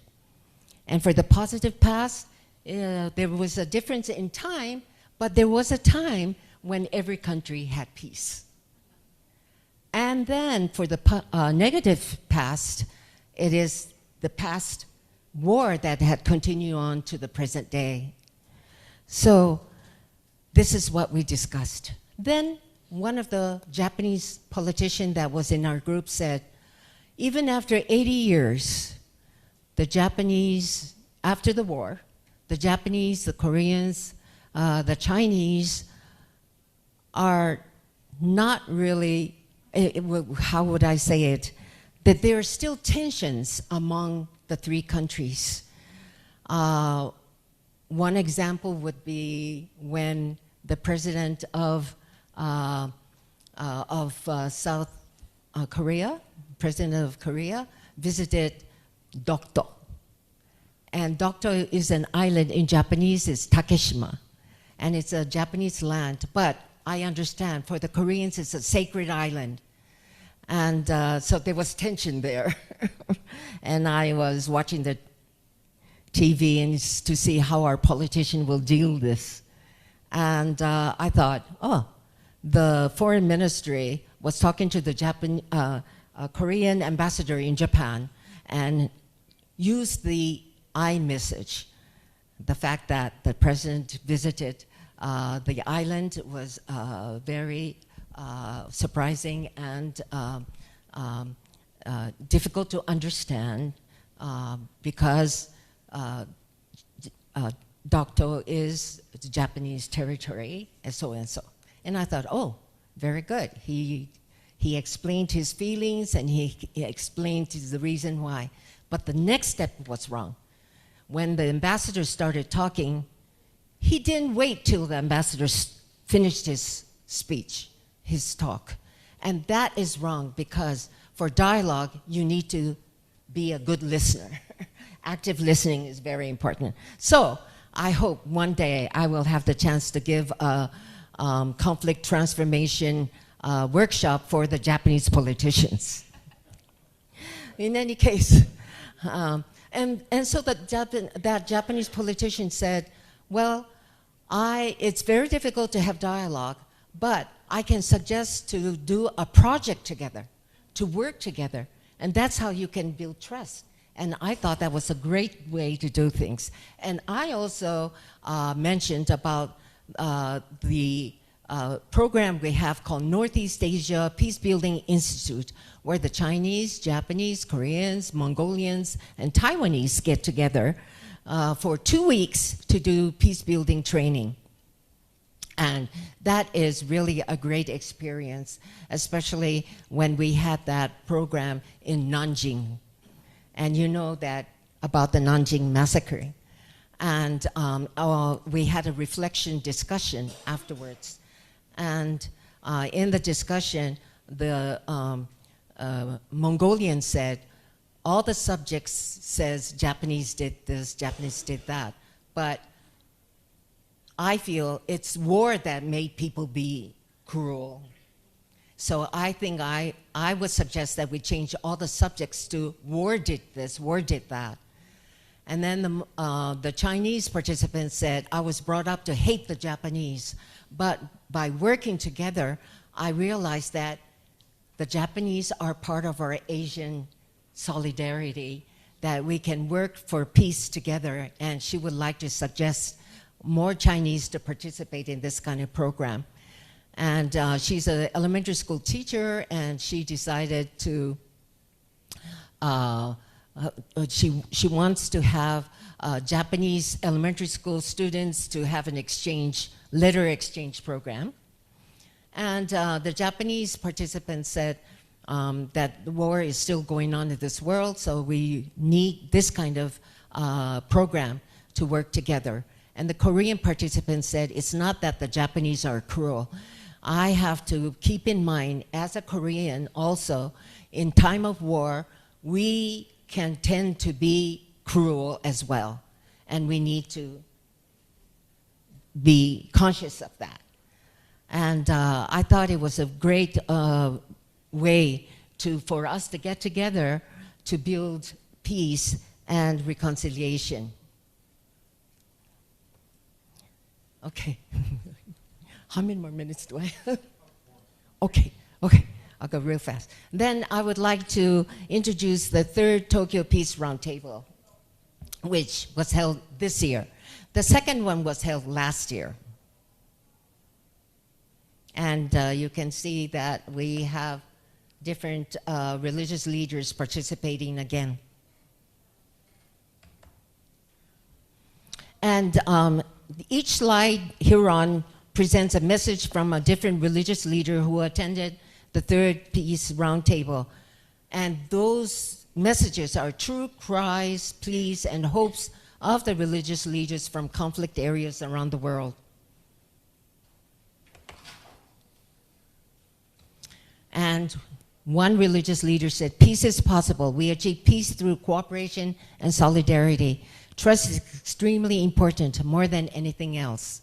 Now, to come to this, it was a process. The first roundtable was in 2023, and there was animosity among the participants then. But after the second roundtable and the third roundtable, there has been a change in the dynamics of the participants.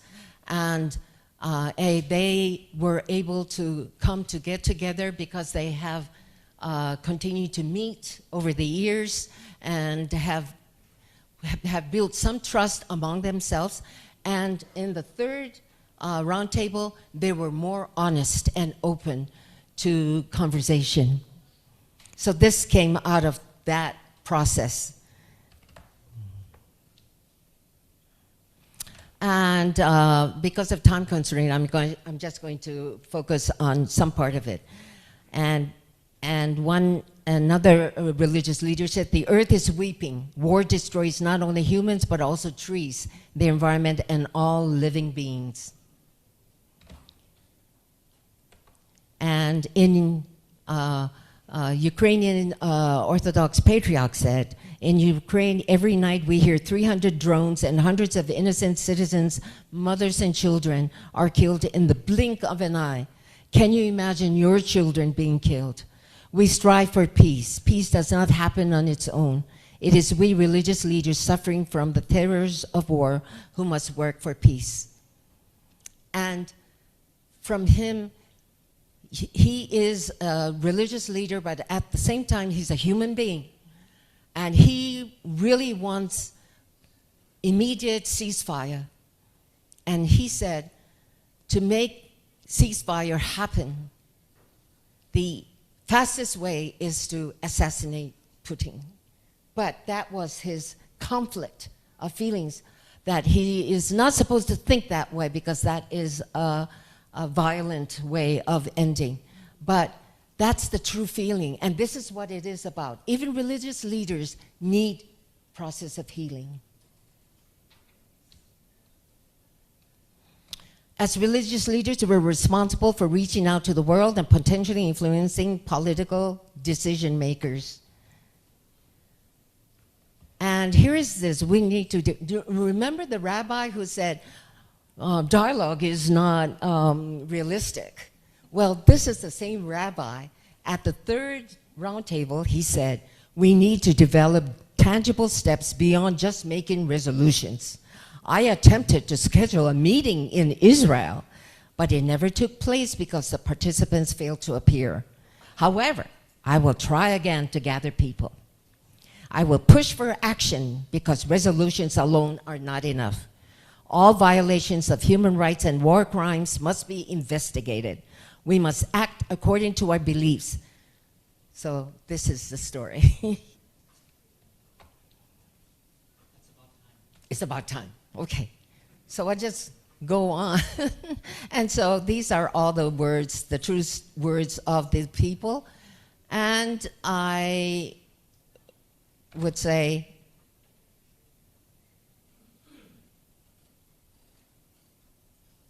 okay.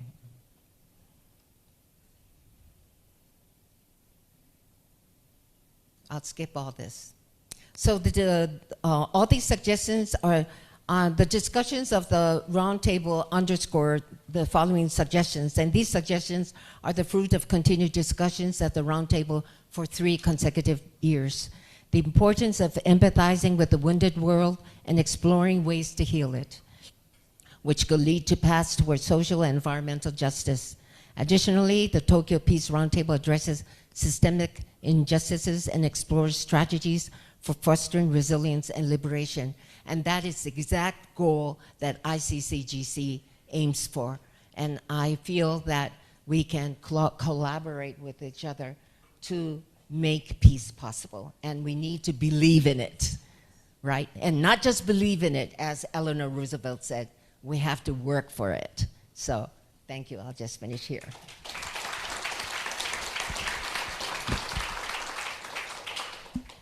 Thank you very much, Kathy. And now, Christy, I invite you to share your reflections.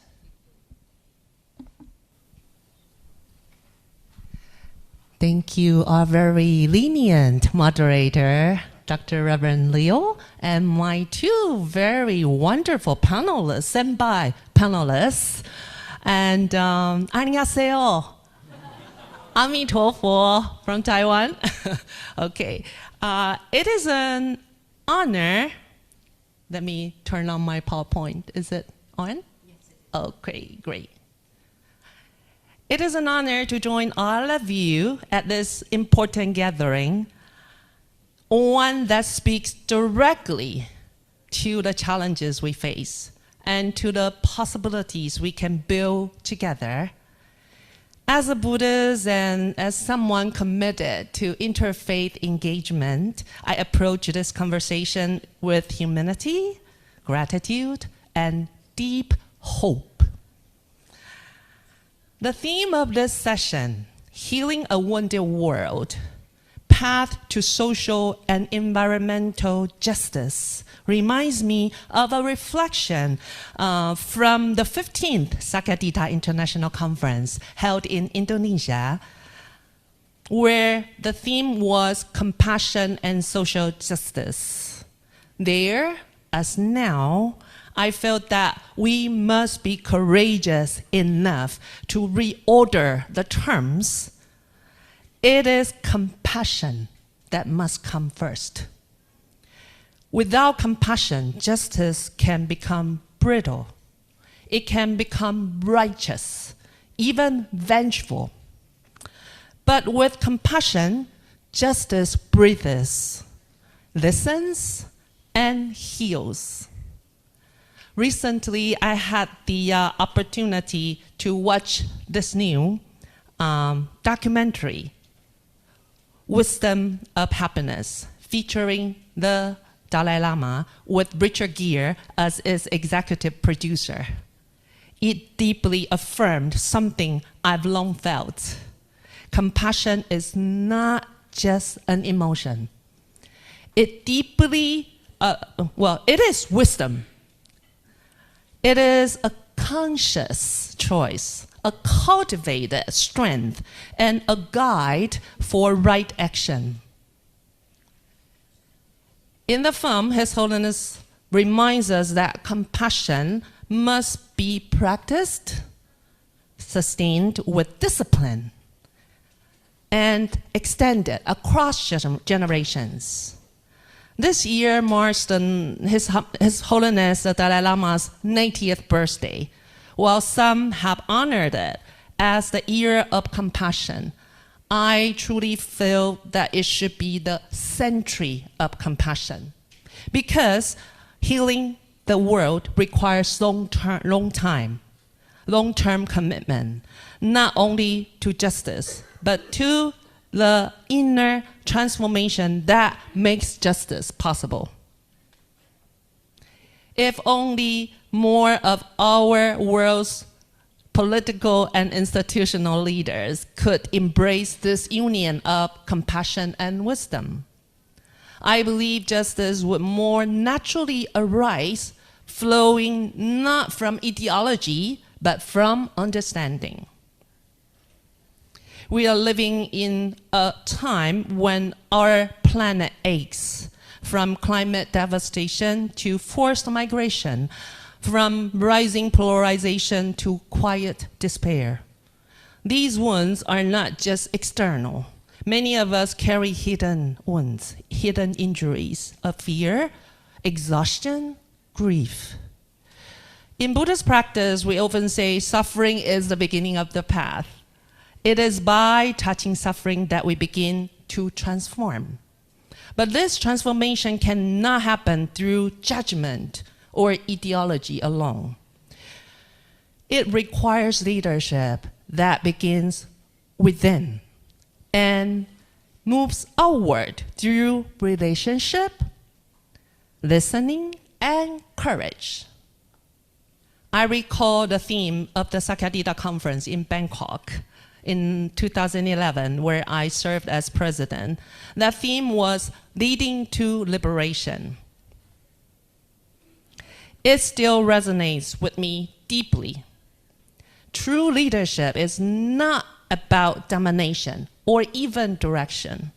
It is about liberation. And the liberation begins within each of us. Everyone is their own master. Buddhism speaks of the middle way, not as a static point of neutrality, but as a dynamic, mindful path of balance. A compassionate leader does not avoid the heat of injustice, nor drown in the suffering of others. Instead, they walk with presence, humility, and discernment. In my interfaith work, I have seen this middle way embodied again and again. At the Vatican, I was invited to speak on building a culture of encounter across religions. Again, thanks to our Monsignor, Father Indunil's invite. I share the Buddhist concept of Indra's net, which our moderator talked about yesterday too. Indra's net is a vast cosmic web where each jewel reflects all others. It is a vision of interbeing, a reminder that healing anywhere heals us all, and harm anywhere harms us all. Later, I brought this same vision to Europe's largest Muslim gathering, where I chanted the Green Tara mantra and introduced Amitabha Buddha to an audience of 50,000. I also joined a multinational Guangong folk religious pilgrimage. And earlier, I also taught together with my husband Dharma Chinese in Bhutan. Lucky, 3 months in Bhutan. Each of these encounters reminded me, compassion does not erase difference. It honors it while seeing the shared humanity beneath. Healing a wounded world requires systematic changes, yes. But systems are sustained by people. And people are moved by values, emotions, and spirits. That is why I'm also honored to be part of the Call of the Time dialogue next month in Bali. In contrast to this large-scale forum, that gathering is small and contemplative, yet both are essential. Outer action must be replenished by inner clarity. Justice sustained without compassion dries up. But compassion anchored in wisdom becomes a transformative force. As we consider how inner clarity supports outer action, I'm reminded that these qualities are nurtured not only in solitary reflection, but also through meaningful partnerships. One recent example that touched me deeply was the invitation from my fellow panelist, Dr. Kathy Matsui, who welcomed my husband, Dr. Frank Tien, and me to participate in the IALRW conference in Kuching, East Malaysia, Borneo. And it was right before the 19th Sakatita conference, just last June, back in June. That gathering, the power of dialogue and partnership, offer a beautiful model of what compassionate collaboration can look like. Two aligned conferences scheduled back-to-back, intentionally creating space for deeper connection across traditions and causes. It also reminded me again how small gatherings, when rooted in purpose, can nourish both the spirit and the systems that we seek to transform. We are not simply activists or academics or faith leaders. We are human beings seeking wholeness in a fragmented world. If we wish to build peace, we must begin by healing the fractures within ourselves, between our ideals and our fears, our memories and our aspirations. In Mahayana Buddhism, we aspire to the Bodhisattva path. Oh, I just showed a picture. That was the IALRW. You see me and Dr. Kathy Matsui there, and also followed by the Sakatita conference. So in Mahayana Buddhism, we aspire to the Bodhisattva path. This term has been recurring, right? The way of one who seeks enlightenment not only for themselves, but for the liberation of all beings. A bodhisattva steps into suffering with compassion, not to fix others, but to walk beside them until they remember their own light. This, to me, is the essence of compassionate leadership. It is not leadership from above. It is leadership among and with. It is leadership that listens, that includes, that liberates. So as we gather here at ICCGC CoNGO, I invite us all to ask not only what justice do we seek, but also what compassion will sustain it. That our policies be rooted in presences. Let our plans be softened by love. Let our justice be kind. Only then can we move from wounds to wholeness together. 감사합니다. Thank you for your compassionate listening. Thank you very much, Christy, for this very moving reflection. So now I'd like to invite our panelists, if you have any reflections on what you've heard among ourselves up here, feel free to offer any thoughts or questions to each other first. Then I'll open it for the general floor. So just briefly for each, yeah. That the path to transformation begin from inner transformation, and the motive is searching for the fractured piece into the wholeness. And I fully endorse this is truly the necessary process, each one of us as an individual and as a society, as a nation, and as a global citizenship. Now is a step, inner transformation, which lead to the global transformation, planetary transformation, and which is motivated to seek for the wholeness and oneness. And thank you very much for all your speeches. Other thoughts? Actually, I really want to thank all the inspiring words that you've shared with us. And I feel it is important that we work in solidarity to polish our inner self and come together to reach the goal that we are all seeking for, the goal that the ICCGC CoNGO also is seeking for. And I think we are here, as I would like to put it, kindred spirits. Indeed. Yes, the same mind and same spirit and heart. And I am very honored to be here, to be able to work with you and all of you, all the panelists and the keynote speakers. We were all together in the same spirit, and we were able to confirm that, and I want to thank that. Thank you. Christy, any short? Okay, any very thoughts? shortly. I truly feel very grateful to be, in this session and in this gathering.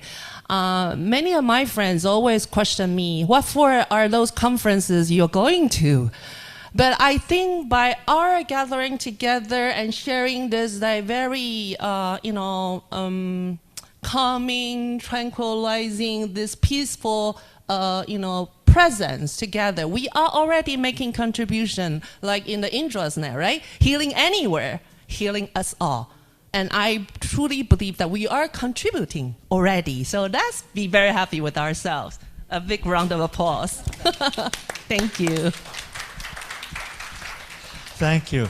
And now I'd like to open the floor for thoughts, questions, reflections from the General Assembly. So please. And especially if there's young people here, I invite you to be courageous. Put up your hand and join the conversation, especially for the young. But floor is open for all.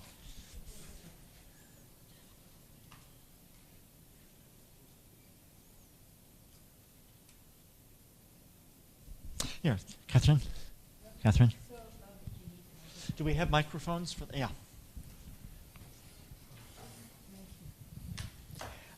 So, Kathy, I was really moved by the peace circle that was there, and you had mentioned that it was chosen to be in Japan because of other constraints elsewhere. If you could speak a little bit about that, and how were people chosen to come? I mean, were they already inclined to dialogue, so that you were already choosing a kind of pro-dialogue people, or was there resistance, something like that? I don't really know the actual process. Can you hear? Yeah. I really don't know the actual process, but through Religions of Peace, we are all connected to different religious leaders. And so Japan was chosen because we felt that Japan was a safe place for them, for all the other religious leaders in conflict to come together. And through the connections introduced us to other connections. And so invitation was sent out to several people, and those who came are the people who actually was there. But in the beginning, it was very difficult. I don't think we did have much participation for the first roundtable, but I heard that because of that process that happened for the first time in 2023, it sort of made it easier for others to come the following year in 2024. And however, in 2025, because of the Iran war and going on, the Palestinian imams and some Israeli rabbis couldn't fly to Japan. So they participated through Zoom. But they gave us their messages. But the difference between the other two roundtables for the third roundtable was that the Russian and Ukrainian Orthodox were at the same discussion table. And Myanmar was in another discussion table. And I was the general moderator to give them some questions to think about so that they can come up with an action plan. And sure enough, they did. And if you're interested, I think I can share the statement and the immediate and long-term action plan that they came up with, if you're interested. Yeah. Did I answer your question? Oh, thank you. Other questions, thoughts, anyone?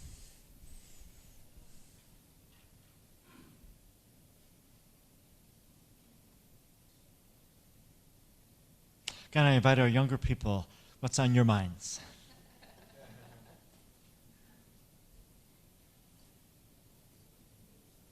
Huh?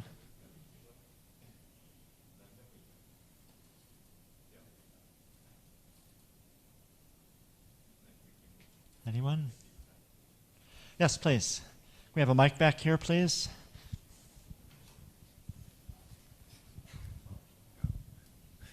Thank you so much. I missed the first part of today's lecture, so if I'm addressing something that's already been brought up, I'm sorry. And I'm very happy to be part of such a great group of similarly positive, peaceful, and forward-thinking individuals. So I have 3 points that two of which I worry may come off as negative. I hope they're not. But first of all, I'm curious about Muslim participants. They were mentioned many times. I'm just curious. Second of all, I'm interested in one of the speakers talks about this being, war did this, and I'm not a stickler for justice or saying they did this, like, I don't know, the US or the Nazis or whatnot, or these particular people, but at the same time, I'm a little bit wary of just saying war did this without some sort of specifications for particularly nasty things like Nanjing. Finally, a little less negative or critical, I'm wondering about dialogue in the sense of an internal dialogue. I think we all have that, except for maybe a few people. And I think meditative practices kind of are geared towards getting rid of that to a certain extent, sometimes, perhaps. I'm wondering what the connection between that internal dialogue we have, which can be overwhelming, too much, and I don't know, bad at some times. I wonder if there's a connection between that internal dialogue and the one that you guys are speaking about now, more of an external dialogue between different parties. Okay, thank you for the question. Any thoughts, anybody? You want to? Oh, you couldn't? Yeah. Kathy? Or? Yeah.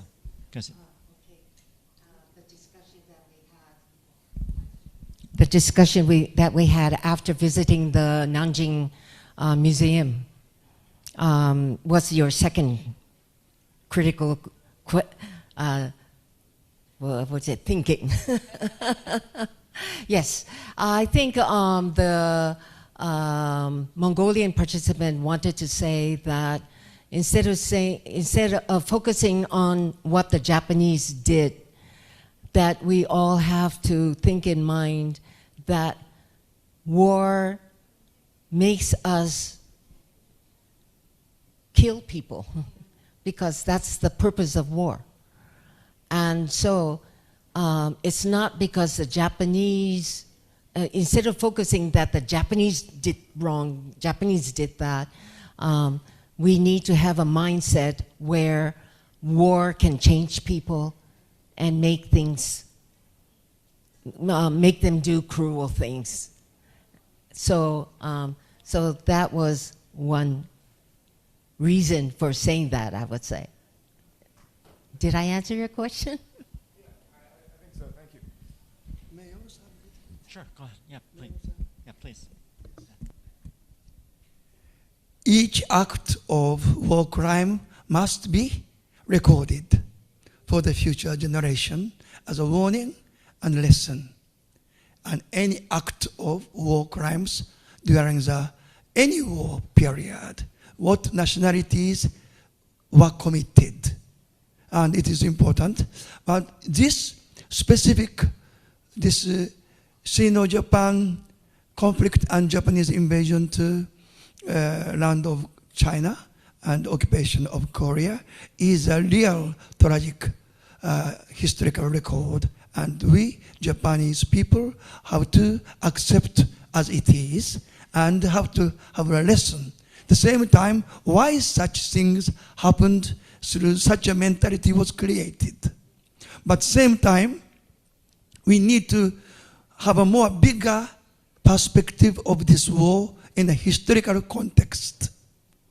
Biggest mistake, biggest tragedy, of course, the War Crime Act itself. But at the same time, people of Asia fought in such a cruelty is biggest tragedy. Among Asian people and nations, we should never fight. We should never fight. This is the biggest disastrous historical lesson, but which we didn't learn yet till today. Okay. And that we're about out of time, so I'd like to thank Jinsei, Cathay, and Christy for these very moving, thoughtful reflections. And please join me in thanking our participants in this discussion. Thank you, Dr. Lefferberg, for guiding the discussion, and to our esteemed panelists. Thank you so much. So we will now take a break, and session 3 will begin at 3:15. Thank you.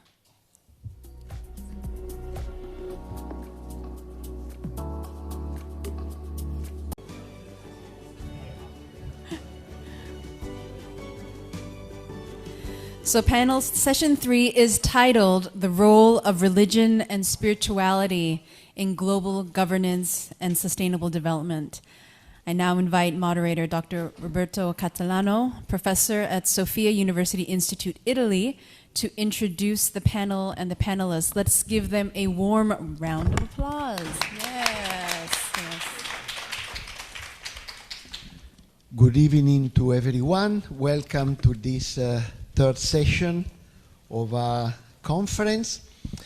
It's a pleasure to be the moderator of this particular session with the speakers. I've seen their presentations and they're very, very interesting. So I will very quickly introduce them. The first one is Dr. John Grazel. He's an applied anthropologist with over 30 years of service as a U.S. Foreign Service officer, working for the USA Agency for International Development in Africa, Asia, and the Near East. He was the U.S. Education Representative to UNESCO, Mission Director in the Democratic Republic of Congo, Natural Resource Officer in India, in the Philippines. And thereafter, he served as a Baha'i Chair for World Peace at the University of Maryland. Dr. Julius K. Cato, the next one, is Professor of Biblical and Religious Studies at the King's College, Western University in London, Ontario, Canada. He's also Vice President of the Society for Buddhist Christian Studies. And then we have the third one, Reverend Dr. In-Gun Kang is a Jesuit priest, the director of MAGA, MAGGA, Jesuit Research Center in Phnom Penh, Cambodia, and a consultant for the Vatican Dicastery for Interreligious Dialogue. He also teaches philosophy and religion at the Royal University of Phnom Penh at the St. John Mary Vianney Seminary in Cambodia. Deeply engaged in interfaith dialogue and peace building, he works to promote reconciliation and resilience in post-conflict Cambodian society and Asia. So, very high-level speakers. They will definitely give us excellent insights on the topic of religion in the processes that we are seeing today and tomorrow. And I just say a word, the religion has been considered in the last few decades in an ambivalent way. The element which provoke problems, but has been more and more discovered, as one of the speakers said this morning, also as the possibility, golden possibility for a solution. So religion lives with this tension between these two extremes. And I'm sure that our speakers will clarify and shed more light on this topic. Please. Is this, can everybody hear me? I have no idea if this is working. Okay, thank you. Let me say, when I was first invited to participate, I really said to myself, well, what do I have to offer? But then I spent a lot of time in Africa, and in traditional Africa, when you have a problem, you invite the ancestors to come and help you solve it. So I decided what I would like to do is invite my ancestors to come, a specific group. Because of my being in the U.S. diplomatic service, I actually had the honor of meeting and actually working with some incredible individuals of the past generation who helped put together the New World Order after World War II.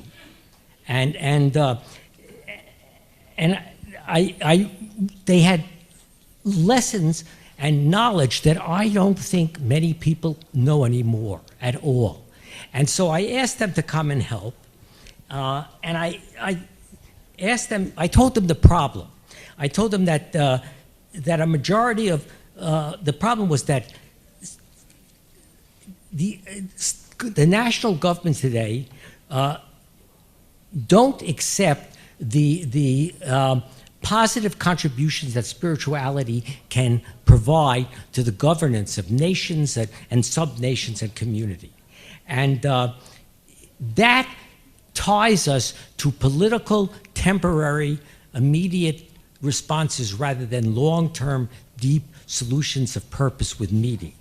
So I said to them, they don't think religion, as you said, they think religion is a problem, not a solution. But what my ancestors said is, well, we're going to tell you, in fact, how spirituality has been an absolute indispensable element in creating the world order after World War II. And they decided to give me some examples, and I want to share them with you. These are real examples, and they are from people who knew what they were talking about. They weren't from people who just got secondhand. After World War II, it was the Marshall Plan that basically affected the reconstruction of Europe. Marshall was the Chief General of the United States. He was a man of few words and very specific actions, and curt orders of how. This is the order he gave for the Marshall Plan. George Marshall specifically announced that for a long continued peace, the most important single factor was spiritual regeneration, to develop goodwill, faith, understanding among all nations. That was his marching orders for the world of. Most people today think the marching orders was spend $50 billion. It wasn't, okay? At the beginning of the Marshall Plan, only 25% of the American people thought it was a good idea.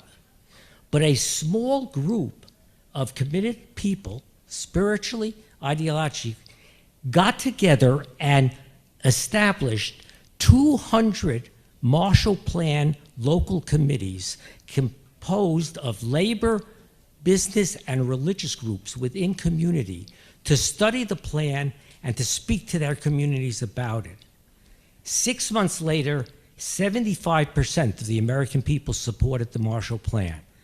And they forced the Republican isolationists in Congress to vote for it.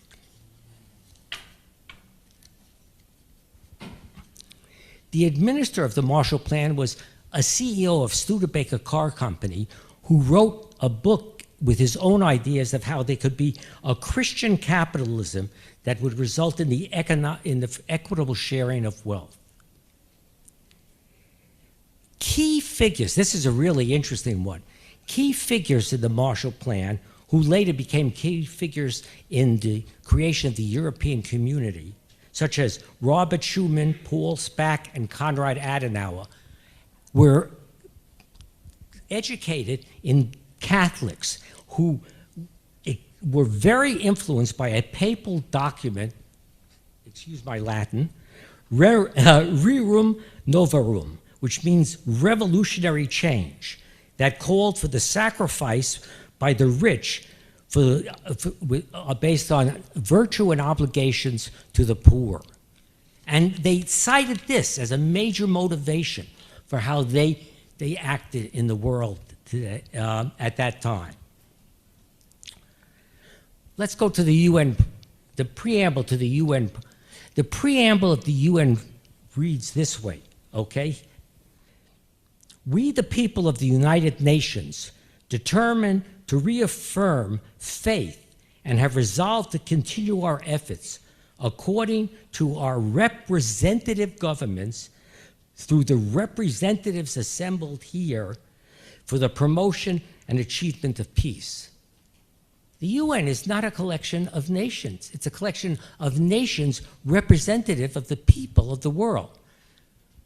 A few people made that statement. You know what the original statement was proposed? This is a little misworded, but it's basically the original statement put together by the representatives of the nations was, we the grand potentates, by the vested authority of the high contracting parties, do hereby concur and demand. Wouldn't that have been a great preamble for the UN? And yet a few individuals, a few individuals changed that through their power of persuasion, okay? You know that the national governments were concerned with establishing collective security with the UN, not human rights. It was the faith-based NGOs that insisted on the creation of the UN Declaration of Human Rights. And the UN Declaration of Human Rights was written by two people. One, René Cassin, a Jew who received the Nobel Prize in 1968, who took the concept of Noahic laws, 7 basic laws that Jews believe apply to all humanity. And this is his own statement. And he then enriched them with the teachings of Martin Luther King, Father George Peer and Albert Schweitzer, who most people don't even know who he was, to come out with the Universal Declaration of Human Rights, which for the first time said human rights for one must mean human rights for all.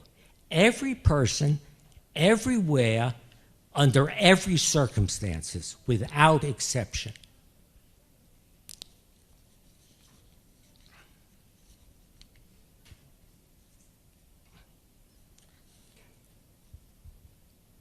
Later, initially the UN was put together by the victorious allies, but later when the newly freed colonies came in, they introduced a whole series of new people. One of the most important was U Thant, who became Burmese permanent representative, who became Secretary General of the United Nations and consciously practiced and tried to inculcate his actions and UN actions with Buddhist doctrine.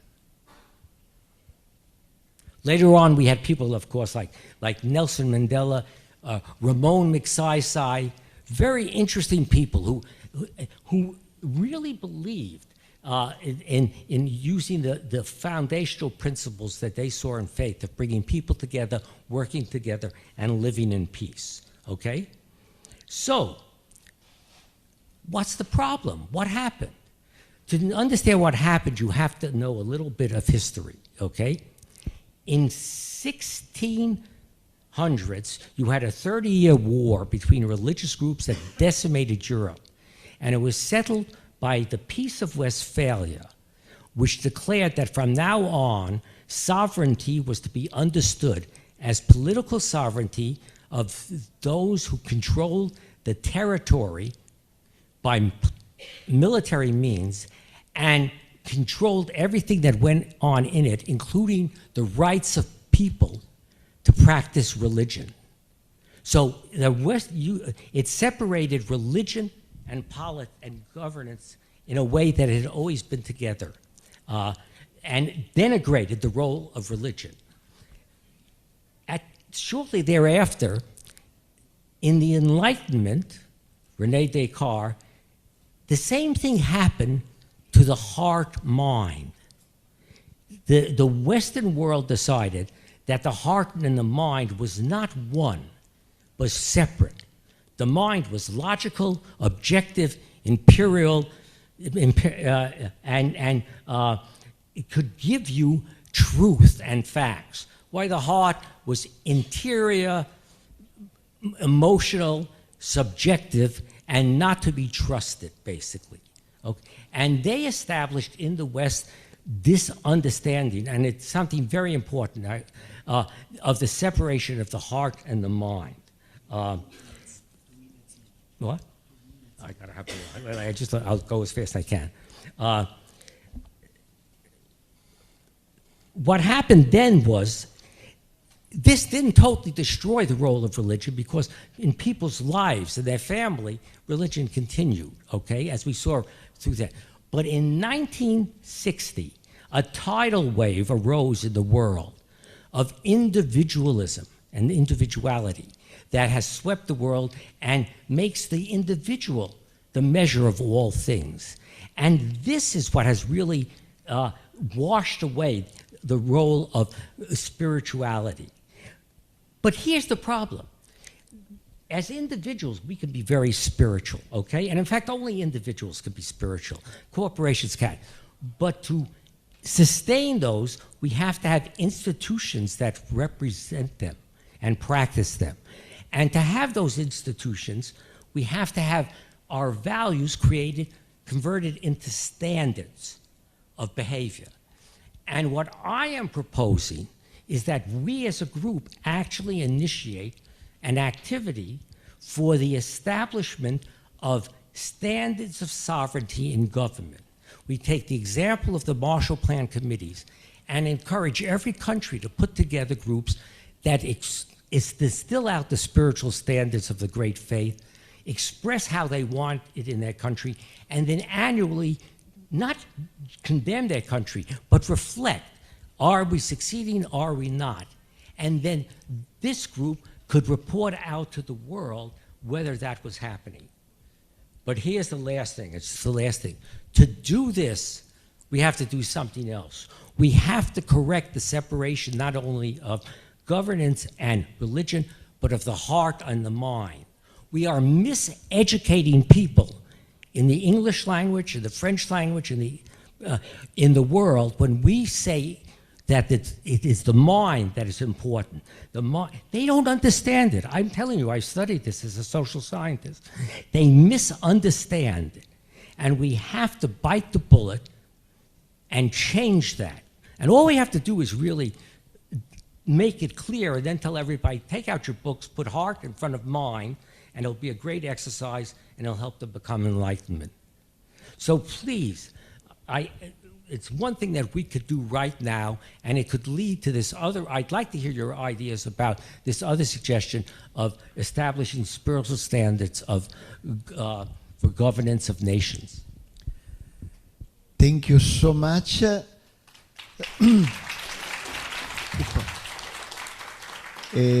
Especially for putting so much of stress on the importance of spirituality, also as a key element for the problems that we are facing today regarding peace and all the other challenges that we are just tackling in a conference. We give the floor now to Professor Kato. Thank you. So first of all, I am also Vice President of the Society for Buddhist Christian Studies, and I promised our President, Dr. Carolyn Medin, who could not join us in person, that I would convey her and our society's thanks to the organizers of this conference, the One Buddhists, ICCGC, the organizers of CoNGO, and she also expressed her joy in our participation and giving us this chance to participate very actively in this excellent endeavor. So that's on behalf of our president. My presentation today is entitled Thich Nhat Hanh's Contribution to Shaping Inclusive and Ethical Global Policies. I just thought that if Thich Nhat Hanh were here, I'm sure he would like us to begin by being mindful of our breath. That's the central thing. So I'd like to invite everyone to notice your breath. It all begins by being aware that we're breathing in and we're breathing out. We're alive. We are gifted with the gift of life. We breathe in, we breathe out. Thich Nhat Hanh always called mindfulness an energy. He used to say the energy of mindfulness.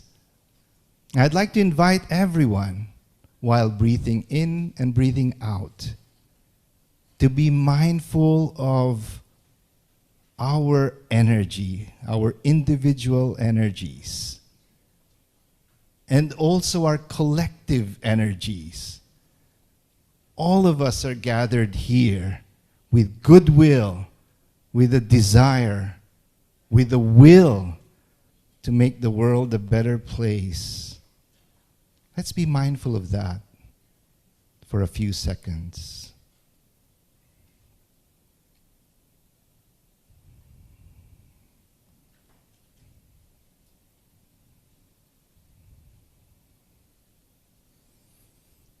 I'm sure you'll agree that this is such an excellent gathering. What tremendous mindful energy we have here. And let's resolve to harness it to really make the world a better place in our own areas. So let's go to my main topic here.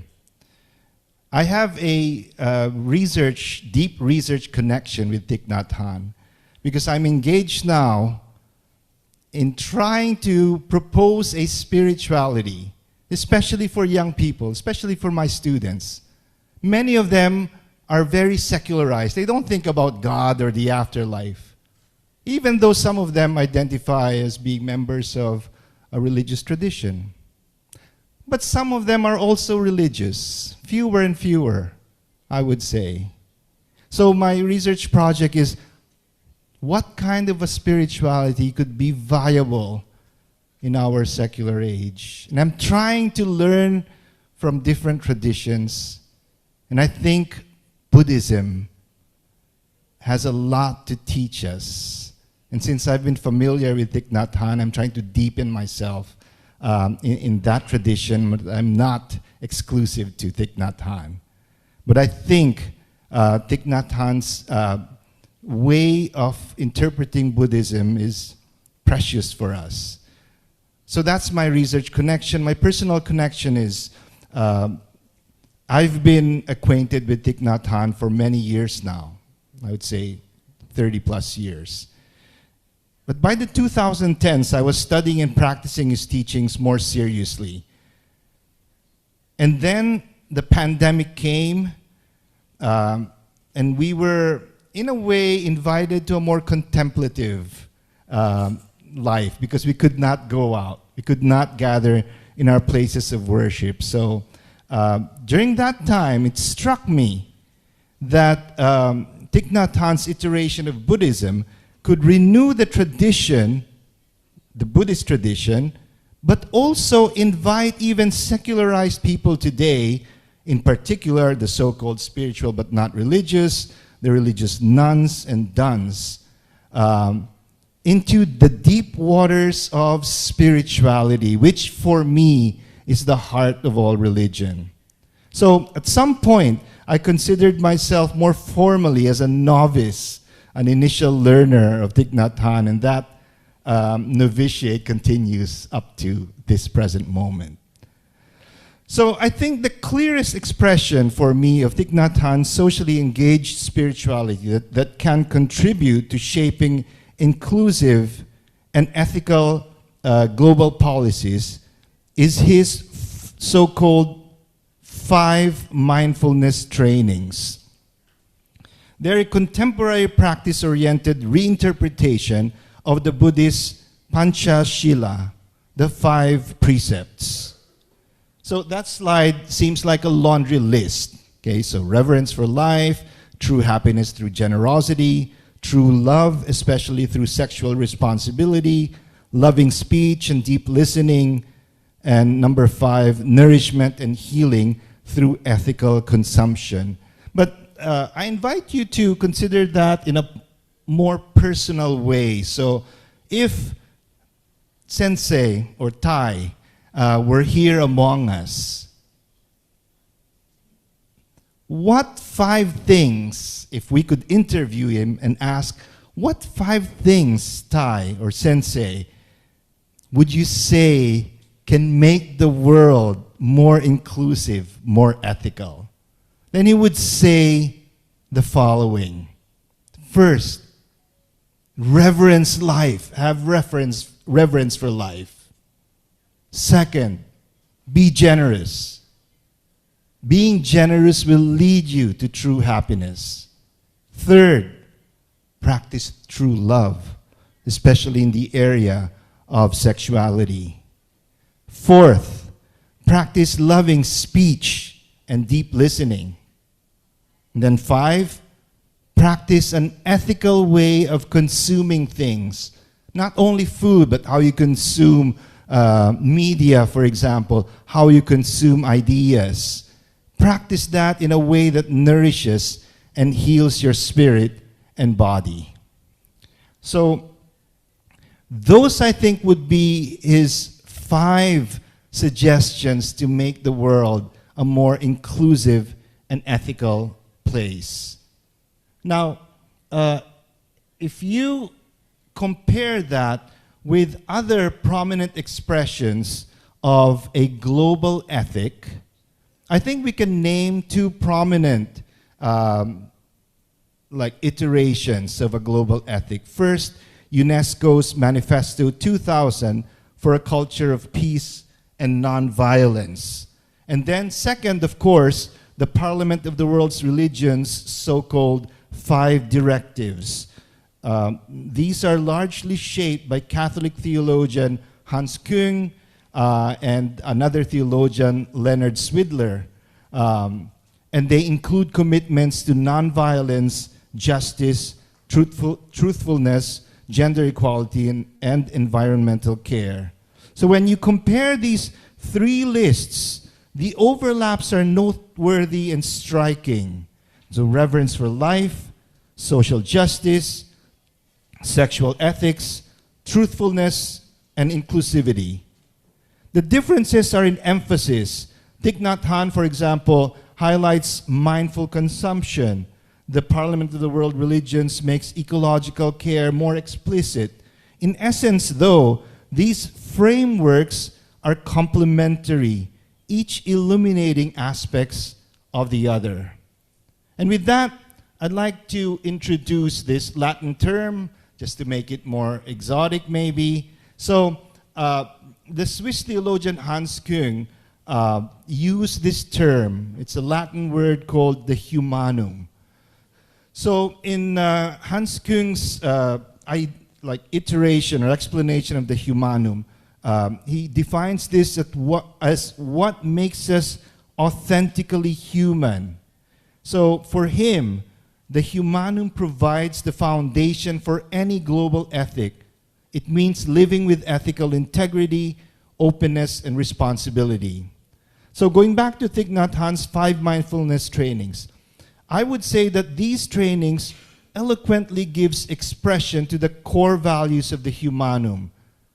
And more importantly, they're accessible to anyone and everyone, religious and non-religious alike. They unify rather than divide.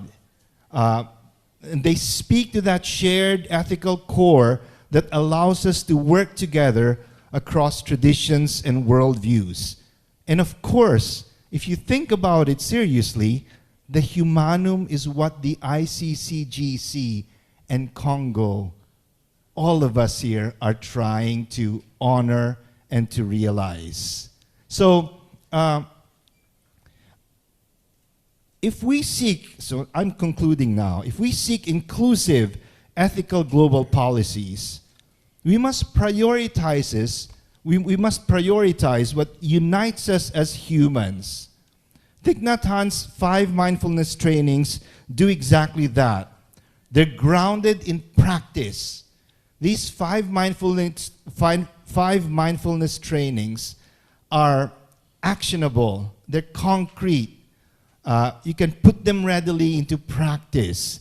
That's why he changed the terminology from the traditional 5 precepts to trainings. And that really attracts me, and I think it's really important for a secularized age, because people now are, okay, so what do we do? That's the concern, right? So these 5 mindfulness trainings do exactly that. And so I want to leave everyone with a simple invitation. Think of 1 or 2 areas of your life, just one, where you can begin applying these 5 mindfulness trainings today. It might be in how you speak to someone you disagree with, how you choose what to buy, what to listen. And I'll conclude with a spiritual writer, Michael Beckwith's words. And this emphasizes the importance of practice. He said, what transforms your life, is what you practice. Rudimentary spirituality is theory. Advanced spirituality is practice. And thank you for your kind attention.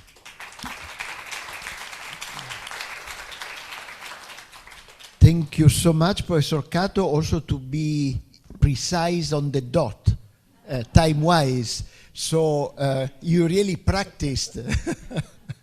Thank you so much. And also quite inspiring, your presentation on spirituality and practice, the 2 aspects which cannot be one against the other, but they must be absolutely complementary. Thank you, and now we give the floor to Professor Kang. Thank you so much, previous speakers and moderators. Hello, everyone. Are you okay? So far, so good. It's time for sleeping in Cambodia and Thailand, right? After lunch. Well, you have been faithfully, compassionately listening to the people. So I hope our session cannot be torturing for you. So one 교무님 suggested me to sing a song, so wake them up. If I sing a song, I cannot stop.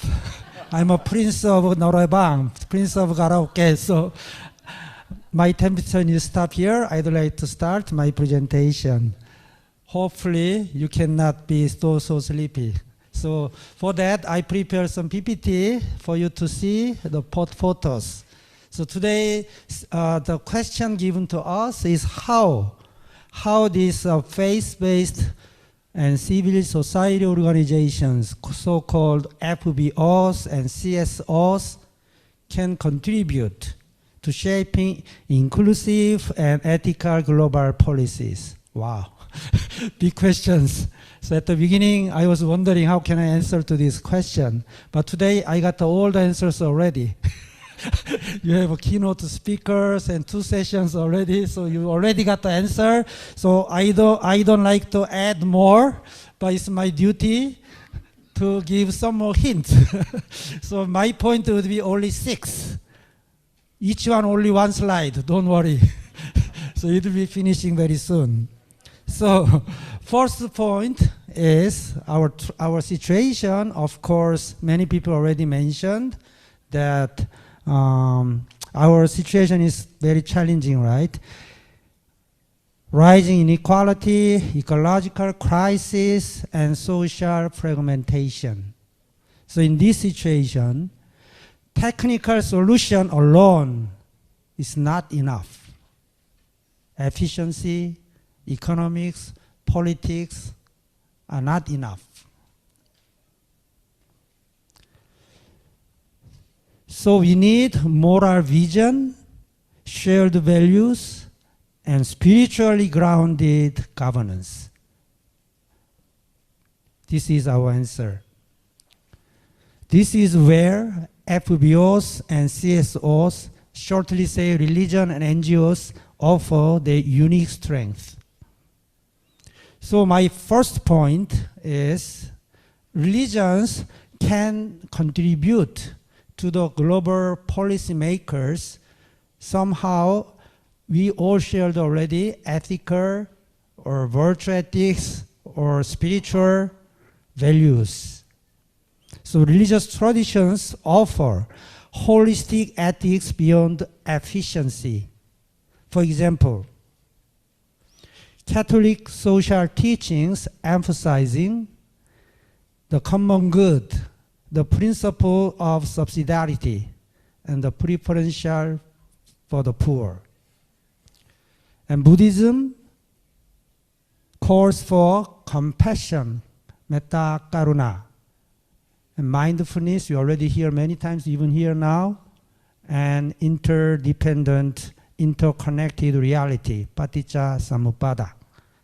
And here, one Buddhism promotes the unity and equality of all beings and one truth through the image of Il One Sang, one circle image, and reciprocal responsibility through Sa-un, fourfold grace.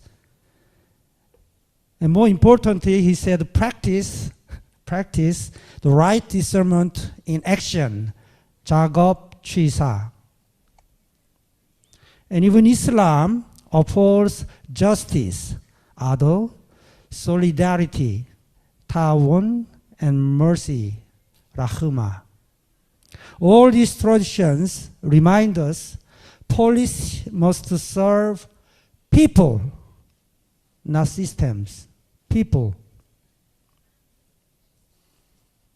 My second point, how can we contribute? I think this is the most important contribution that we, religions and NGOs, can do. I believe we are very close to the marginalized people, grassroots people, refugees, the suffering people, and minorities. I'll give you one example. I'm from Cambodia, so Cambodian example. The Mr. Tun Janaret. Have you ever heard about him?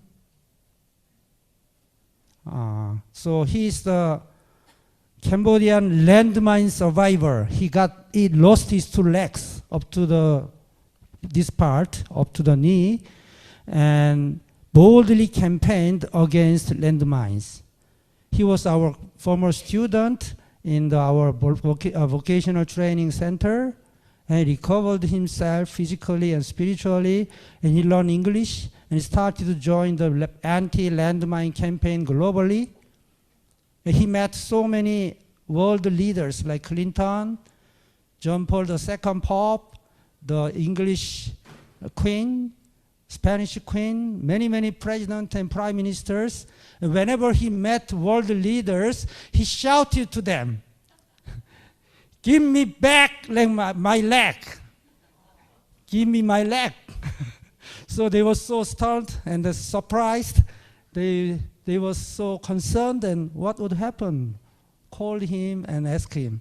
So he boldly said that, "I lost my leg because of the landmines you made. Stop it now." He was given only 3 minutes of meeting with these world leaders, but he used that time very persuasively, creatively, and insightfully. So his courageous helped secure the 1997 Ottawa Treaty. More than 100 countries signed up, and eventually, with that achievement, he received the Nobel Peace Prize. So that Nobel Peace Prize is in our office now in Siem Reap, the Reflection Center in Jesuit Service, Cambodia. And what he's doing now, he continues. He never stops. He visited his fellow landmine survivors and distributing our wheelchair, well-made wheelchair called Mekong wheelchair. And he inspired many as our staff. So Mr. Jun Jannare, we call Saret, our beloved Saret, showed marginalized or victims or the poor, the suffering, are not just recipients of humanitarian aid. They can lead transformation globally.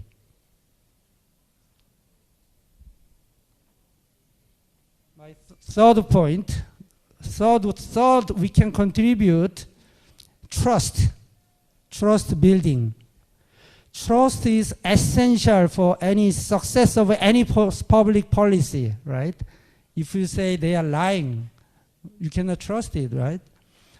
And the fragile societies and also post-conflict societies, usually the religions and spiritually based organizations are trusted. I attended this conference, ICCS 2025 in Singapore. In that conference, I was very interested in this organization, Humanity Matters. This organization showed how swift humanitarian action can build resilience across faiths in Gaza and Myanmar. They immediately called all world religious partners and collective compassion in motion. Such collaboration fosters deep social cohesion. Fourth, we are engaging, many of us already shared ethically, and presence in global platforms like ourselves, ICCGC last year, right? In UN, you gave great contribution to the global policymakers. And also, the Pope's documents, many documents, especially Laudato Si and Human Fraternity, call for sustainability rooted in moral and spiritual values. Not just technocratic efficiencies, but moral and spiritual values. So my fifth point, what we need is not a technocracy, I don't say technology. We need technology, of course, but not technocracy, but a spiritually grounded global governance. This requires overcoming challenges. There are many challenges. For example, politicization of religions and secular skepticism. As somebody said, politicians doubt about religions. It's a more problem than solution, something like that kind of skepticism we should overcome. And some people say the purpose of spiritual secularity. For me, maybe better word will be spiritual friendship. Spiritual friendship we are doing now. So pluralistic and humble and ethically grounded conversation without imposing any one faith in the public sphere. That's exactly what we are doing now. So, such a governance, the spiritually grounded governance, can strengthen democracy, not weaken it. So my final point, you already shared, many people already shared, we need conversion, a call to spiritual conversion. Conversion before construction. Conversion first. Real transformation begins within. Pope Francis says ecological conversion. Buddhadasa, which is my doctoral thesis on the Theravada Buddhism, the Thai Buddhist monk, Buddhata. Buddhadasa teaches Chitwang, the void mind, as the path to Dhammic socialism, a society free from greed and selfish ego. And my mentor, Aloysius Pirius, Sri Lankan Jesuit, famous, world well-known theologian, says radical orthopraxis, a selfless commitment to the poor in deep faith and profound transformation. Also conversion. So finally, Cambodian monk. Already our Monsignor mentioned this morning, Mahasananda is the Gandhi of Cambodia who worked Tonland step by step, turning pain into peace through the Dhamma Yatra, the peace walk. So all these people remind us true change begins within, with spiritual conversion. So my final conclusion is what we need is compassionate commitment of faith-based and civil society organizations must not only act, but also cultivate our mind and heart, be compassionate. A future global governance begins with hearts rooted in compassion and justice and sacred dignity of everyday life. So let us this be not only our vision, but also shared vows.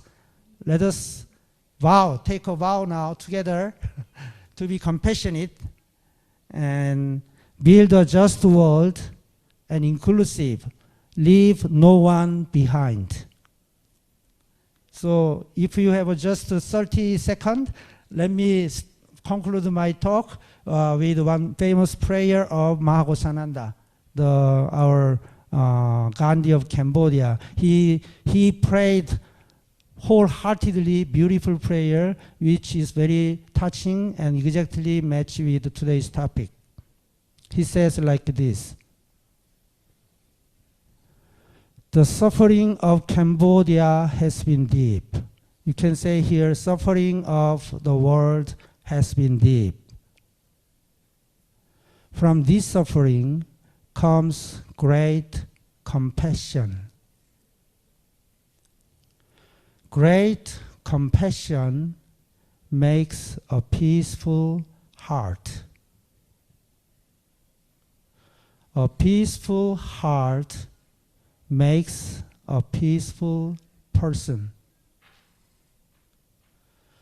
A peaceful person makes a peaceful family.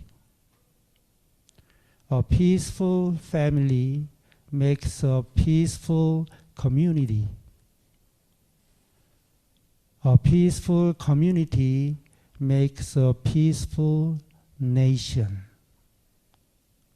A peaceful nation makes a peaceful world.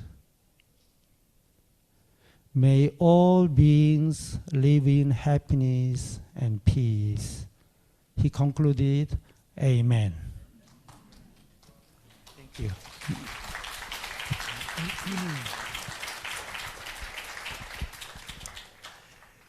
Thank you very much for your presentation and also for the, let's say, the level of spirituality that you managed to bring in the hall with this final prayer.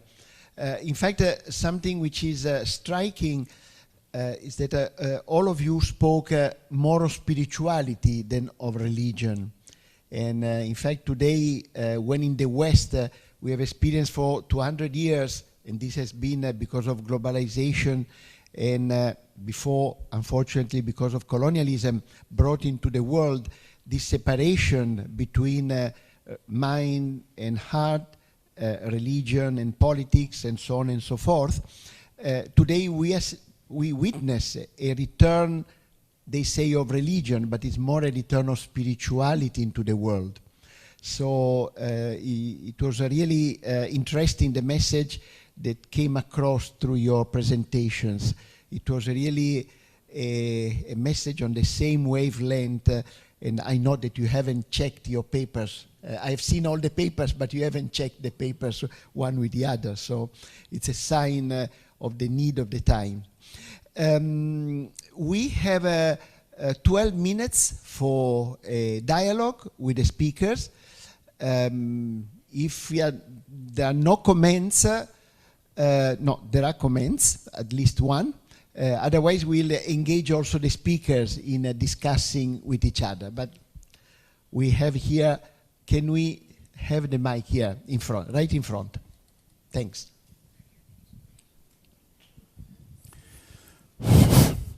Normally at this time I'm very sleepy, but due to very excellent speech, all of you, I was awakened. Yeah. Well, I was working for the global interface network for a long time.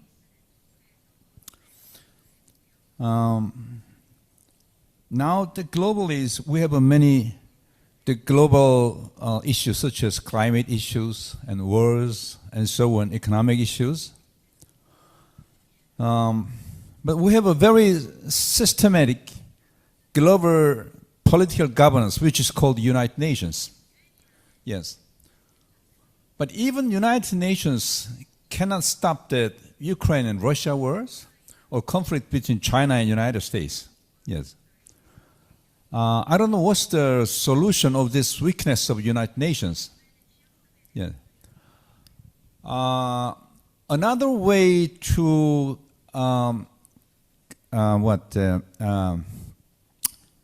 to solve these global issues from religious aspect is that to build this global systematic corporations of religious communities. Yes. No one religion cannot solve all these global issues. So we need corporations. It's global corporations. But it looks also impossible, or it looks very difficult to make global systematic corporations among religious communities. We have many international interfaith religious communities, such as the Religion for Peace, or IALF, the Congress of Faith, something like that. But nothing's succeeds so far. So what is your solutions? That's what I'm asking. Well,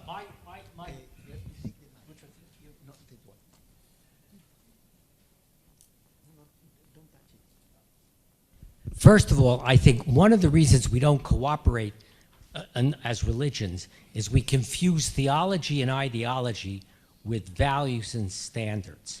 And we've heard over and over again what I think are shared core values in all the great religious teachings. That's what we should be focusing on, not the theologies and ideologies, which are blueprints that people have trouble modifying. What I say is we need to have, out of those values, standards that we apply to the institutions we create to express our values. And right now, the UN has no standards. The UN recognized the Khmer Rouge for 20 years while they were committing genocide on their own population as the sovereigns of Cambodia. There are no standards. It's the interest of the individual nations now that in turn happen. But if we had standards and we said to violating countries, we will not recognize your sovereignty unless you follow the standards, we would begin to have some basis for calling them, to cease and change. I'd just like to follow up on that and tag on to what John said now.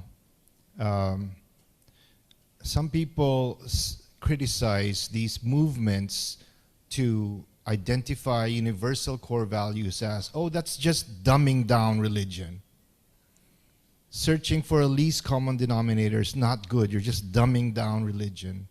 I think it's a very important thing to search for a least common denominator upon which everyone, all religious traditions, or even those without any religious tradition, can agree upon.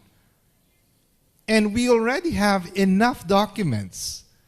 So what is left is for something like the UN with some clout to really take these core values, universal values, and apply them, pressure countries to practice them, is what I think about what you mentioned now. Yeah, I agree with them, but I think your question is more about how can we unite or collaborate between religions in the level of like UN in politics, right? To solve the world problems together as a religious collaboration. I think we need a step-by-step, as Mahakosananda said, step-by-step journey. And now we are kind advanced in this journey because just decades ago, we have this kind of idea of religious leaders get together and talk about the peace and environmental crisis. Those things were very ideal, but now it's happening. Actually, Buddhadasa that I researched on, he was the person in 1930, 40, and 50s already. He has that vision of all the religions come together, solve the problem of world spiritually together. But that vision, dynamic socialism, is still growing. I think we are the witness. And One Buddhism, I know that Sute-san and also all the Jongbo-san-nim들, they promote the unity of the all religions and work together for the peace and justice in the world. I think that all religion has the shared vision already. But how to concretize it, how to make more embodying, I think we don't have to rush. We need time for consuming, because the real enemy is not other religions. It's within. Somebody mentioned about inter-religion dialogue, intra-religious dialogue, right? Myself always challenging is not Buddhism or Islam, it's Christian itself. In Catholicism itself and other denomination or Protestant groups, they are doubting and suspecting what they are doing in the name of dialogue. They are destroying our faith, our identity. That is what always make us cooling down the process. So we need a time for step-by-step dialogue, continuous dialogue within and without, so that when time comes mature, I believe there will be more movement of the union, like UN, maybe United Religions of the World, something like that. That will happen, I believe. We have a dream and we have a hope. I don't know Monsignor how to say, but he's more realistic in Vatican, so I hope so. So we pray and we continue our dialogue. You're very optimistic. You know what is the meaning of NATO? No action, talk only. What I feel sorry is this kind of interface meetings, we talk very beautifully, but no actions. So I really hope ICCGC will be one of the good alternative to make actions to build the international global network. Okay? Thank you. We have another question. Again, the mic in front here.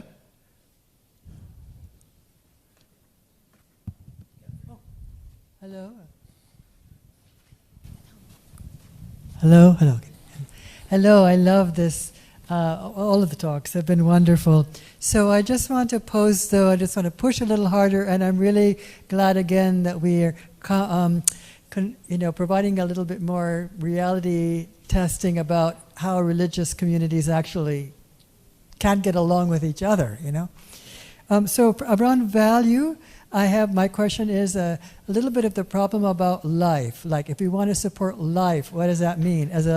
As a woman, in terms of the U.S., that has to do with abortion and contraceptive controls, and that's a religious argument. So I get nervous about value and life, and that comes back to which religions. We know usually we have been talking about dominant world religions and not new religious movements and all sorts of other religions that don't get included in these conversations. So who gets to decide what's a religion and who gets involved?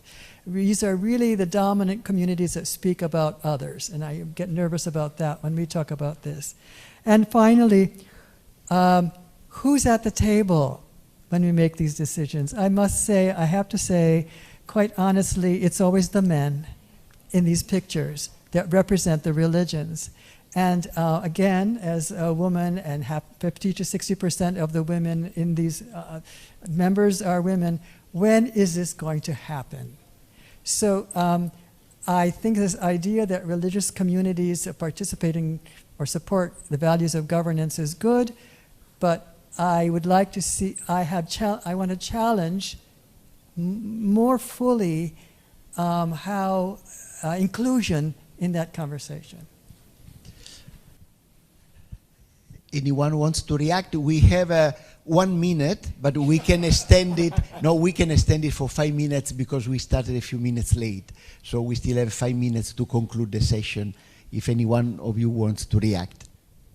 So Catherine, your question I think needs another conference to answer. But I'd just like to share some conversations we've had with our past president, Mark Uno there, and our friends in the Won Buddhist community. So the Won Buddhist community is like a major sponsor of this thing. And we've collaborated with them. Our society has collaborated with them these past few years now. And what strikes me, Mark, some of our other members, is that in the Won Buddhist community, women are given a lot of prominence. That's really what strikes us, one thing that strikes us. And I think, well, I identify as a Catholic theologian, and I would like to learn a lot from Won Buddhism about this, because as everyone knows, in the Catholic Church, maybe women, there has been some improvement, but still very little power or empowerment given to women in a way that I see, for example, in Won Buddhism. And I would like more leaders, women leaders, for example, in our Catholic tradition and structures. So, again, it's like a little thing, but these little things add up, and one day they become big things, hopefully. That's my reaction.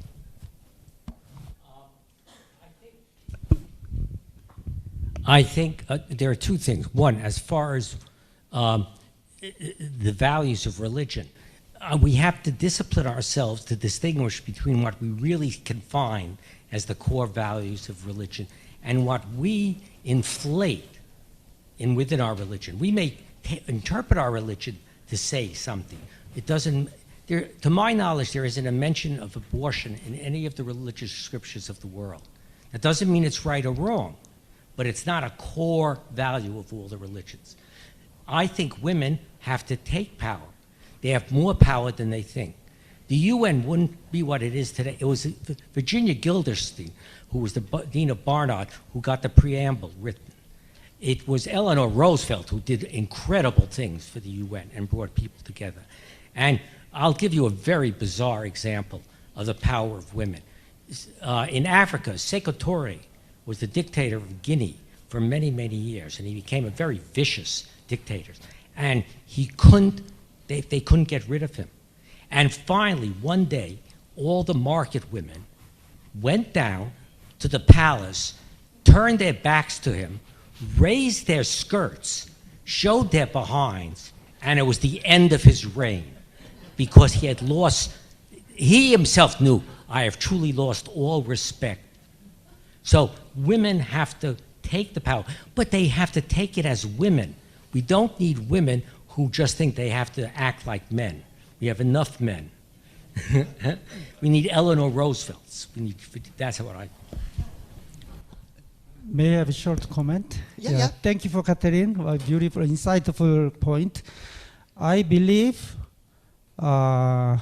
if you want mention or talk or solve the problem of refugees, we have to listen to the refugees themselves first before we asking the professionals or experts on refugees.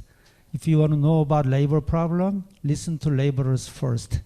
If you want to know about handicap, the physically disabled people like Mr. Saret, listen to them. So I'm very happy now we have a new president in Korea. This new president's style is like that. He wants to listen directly to the people who are really victimized or the problem in the ground. So if policymakers have that kind of attitude, including our religion itself, will be different. The world will be different. So inclusive approach is meaning for me to go down to the grassroots. Thank you. Thank you so much to all the speakers, also to all of you, because I was amazed by the attention at this time of the afternoon. As we heard, someone who usually sleeps was absolutely awake. So this we have to thank the speakers. We give them a final applause. Thank you. Thank you, Dr. Catalano and all the esteemed speakers. So that concludes session number 3. We'll take a short break, and our next session will begin at 4:30-ish. Okay?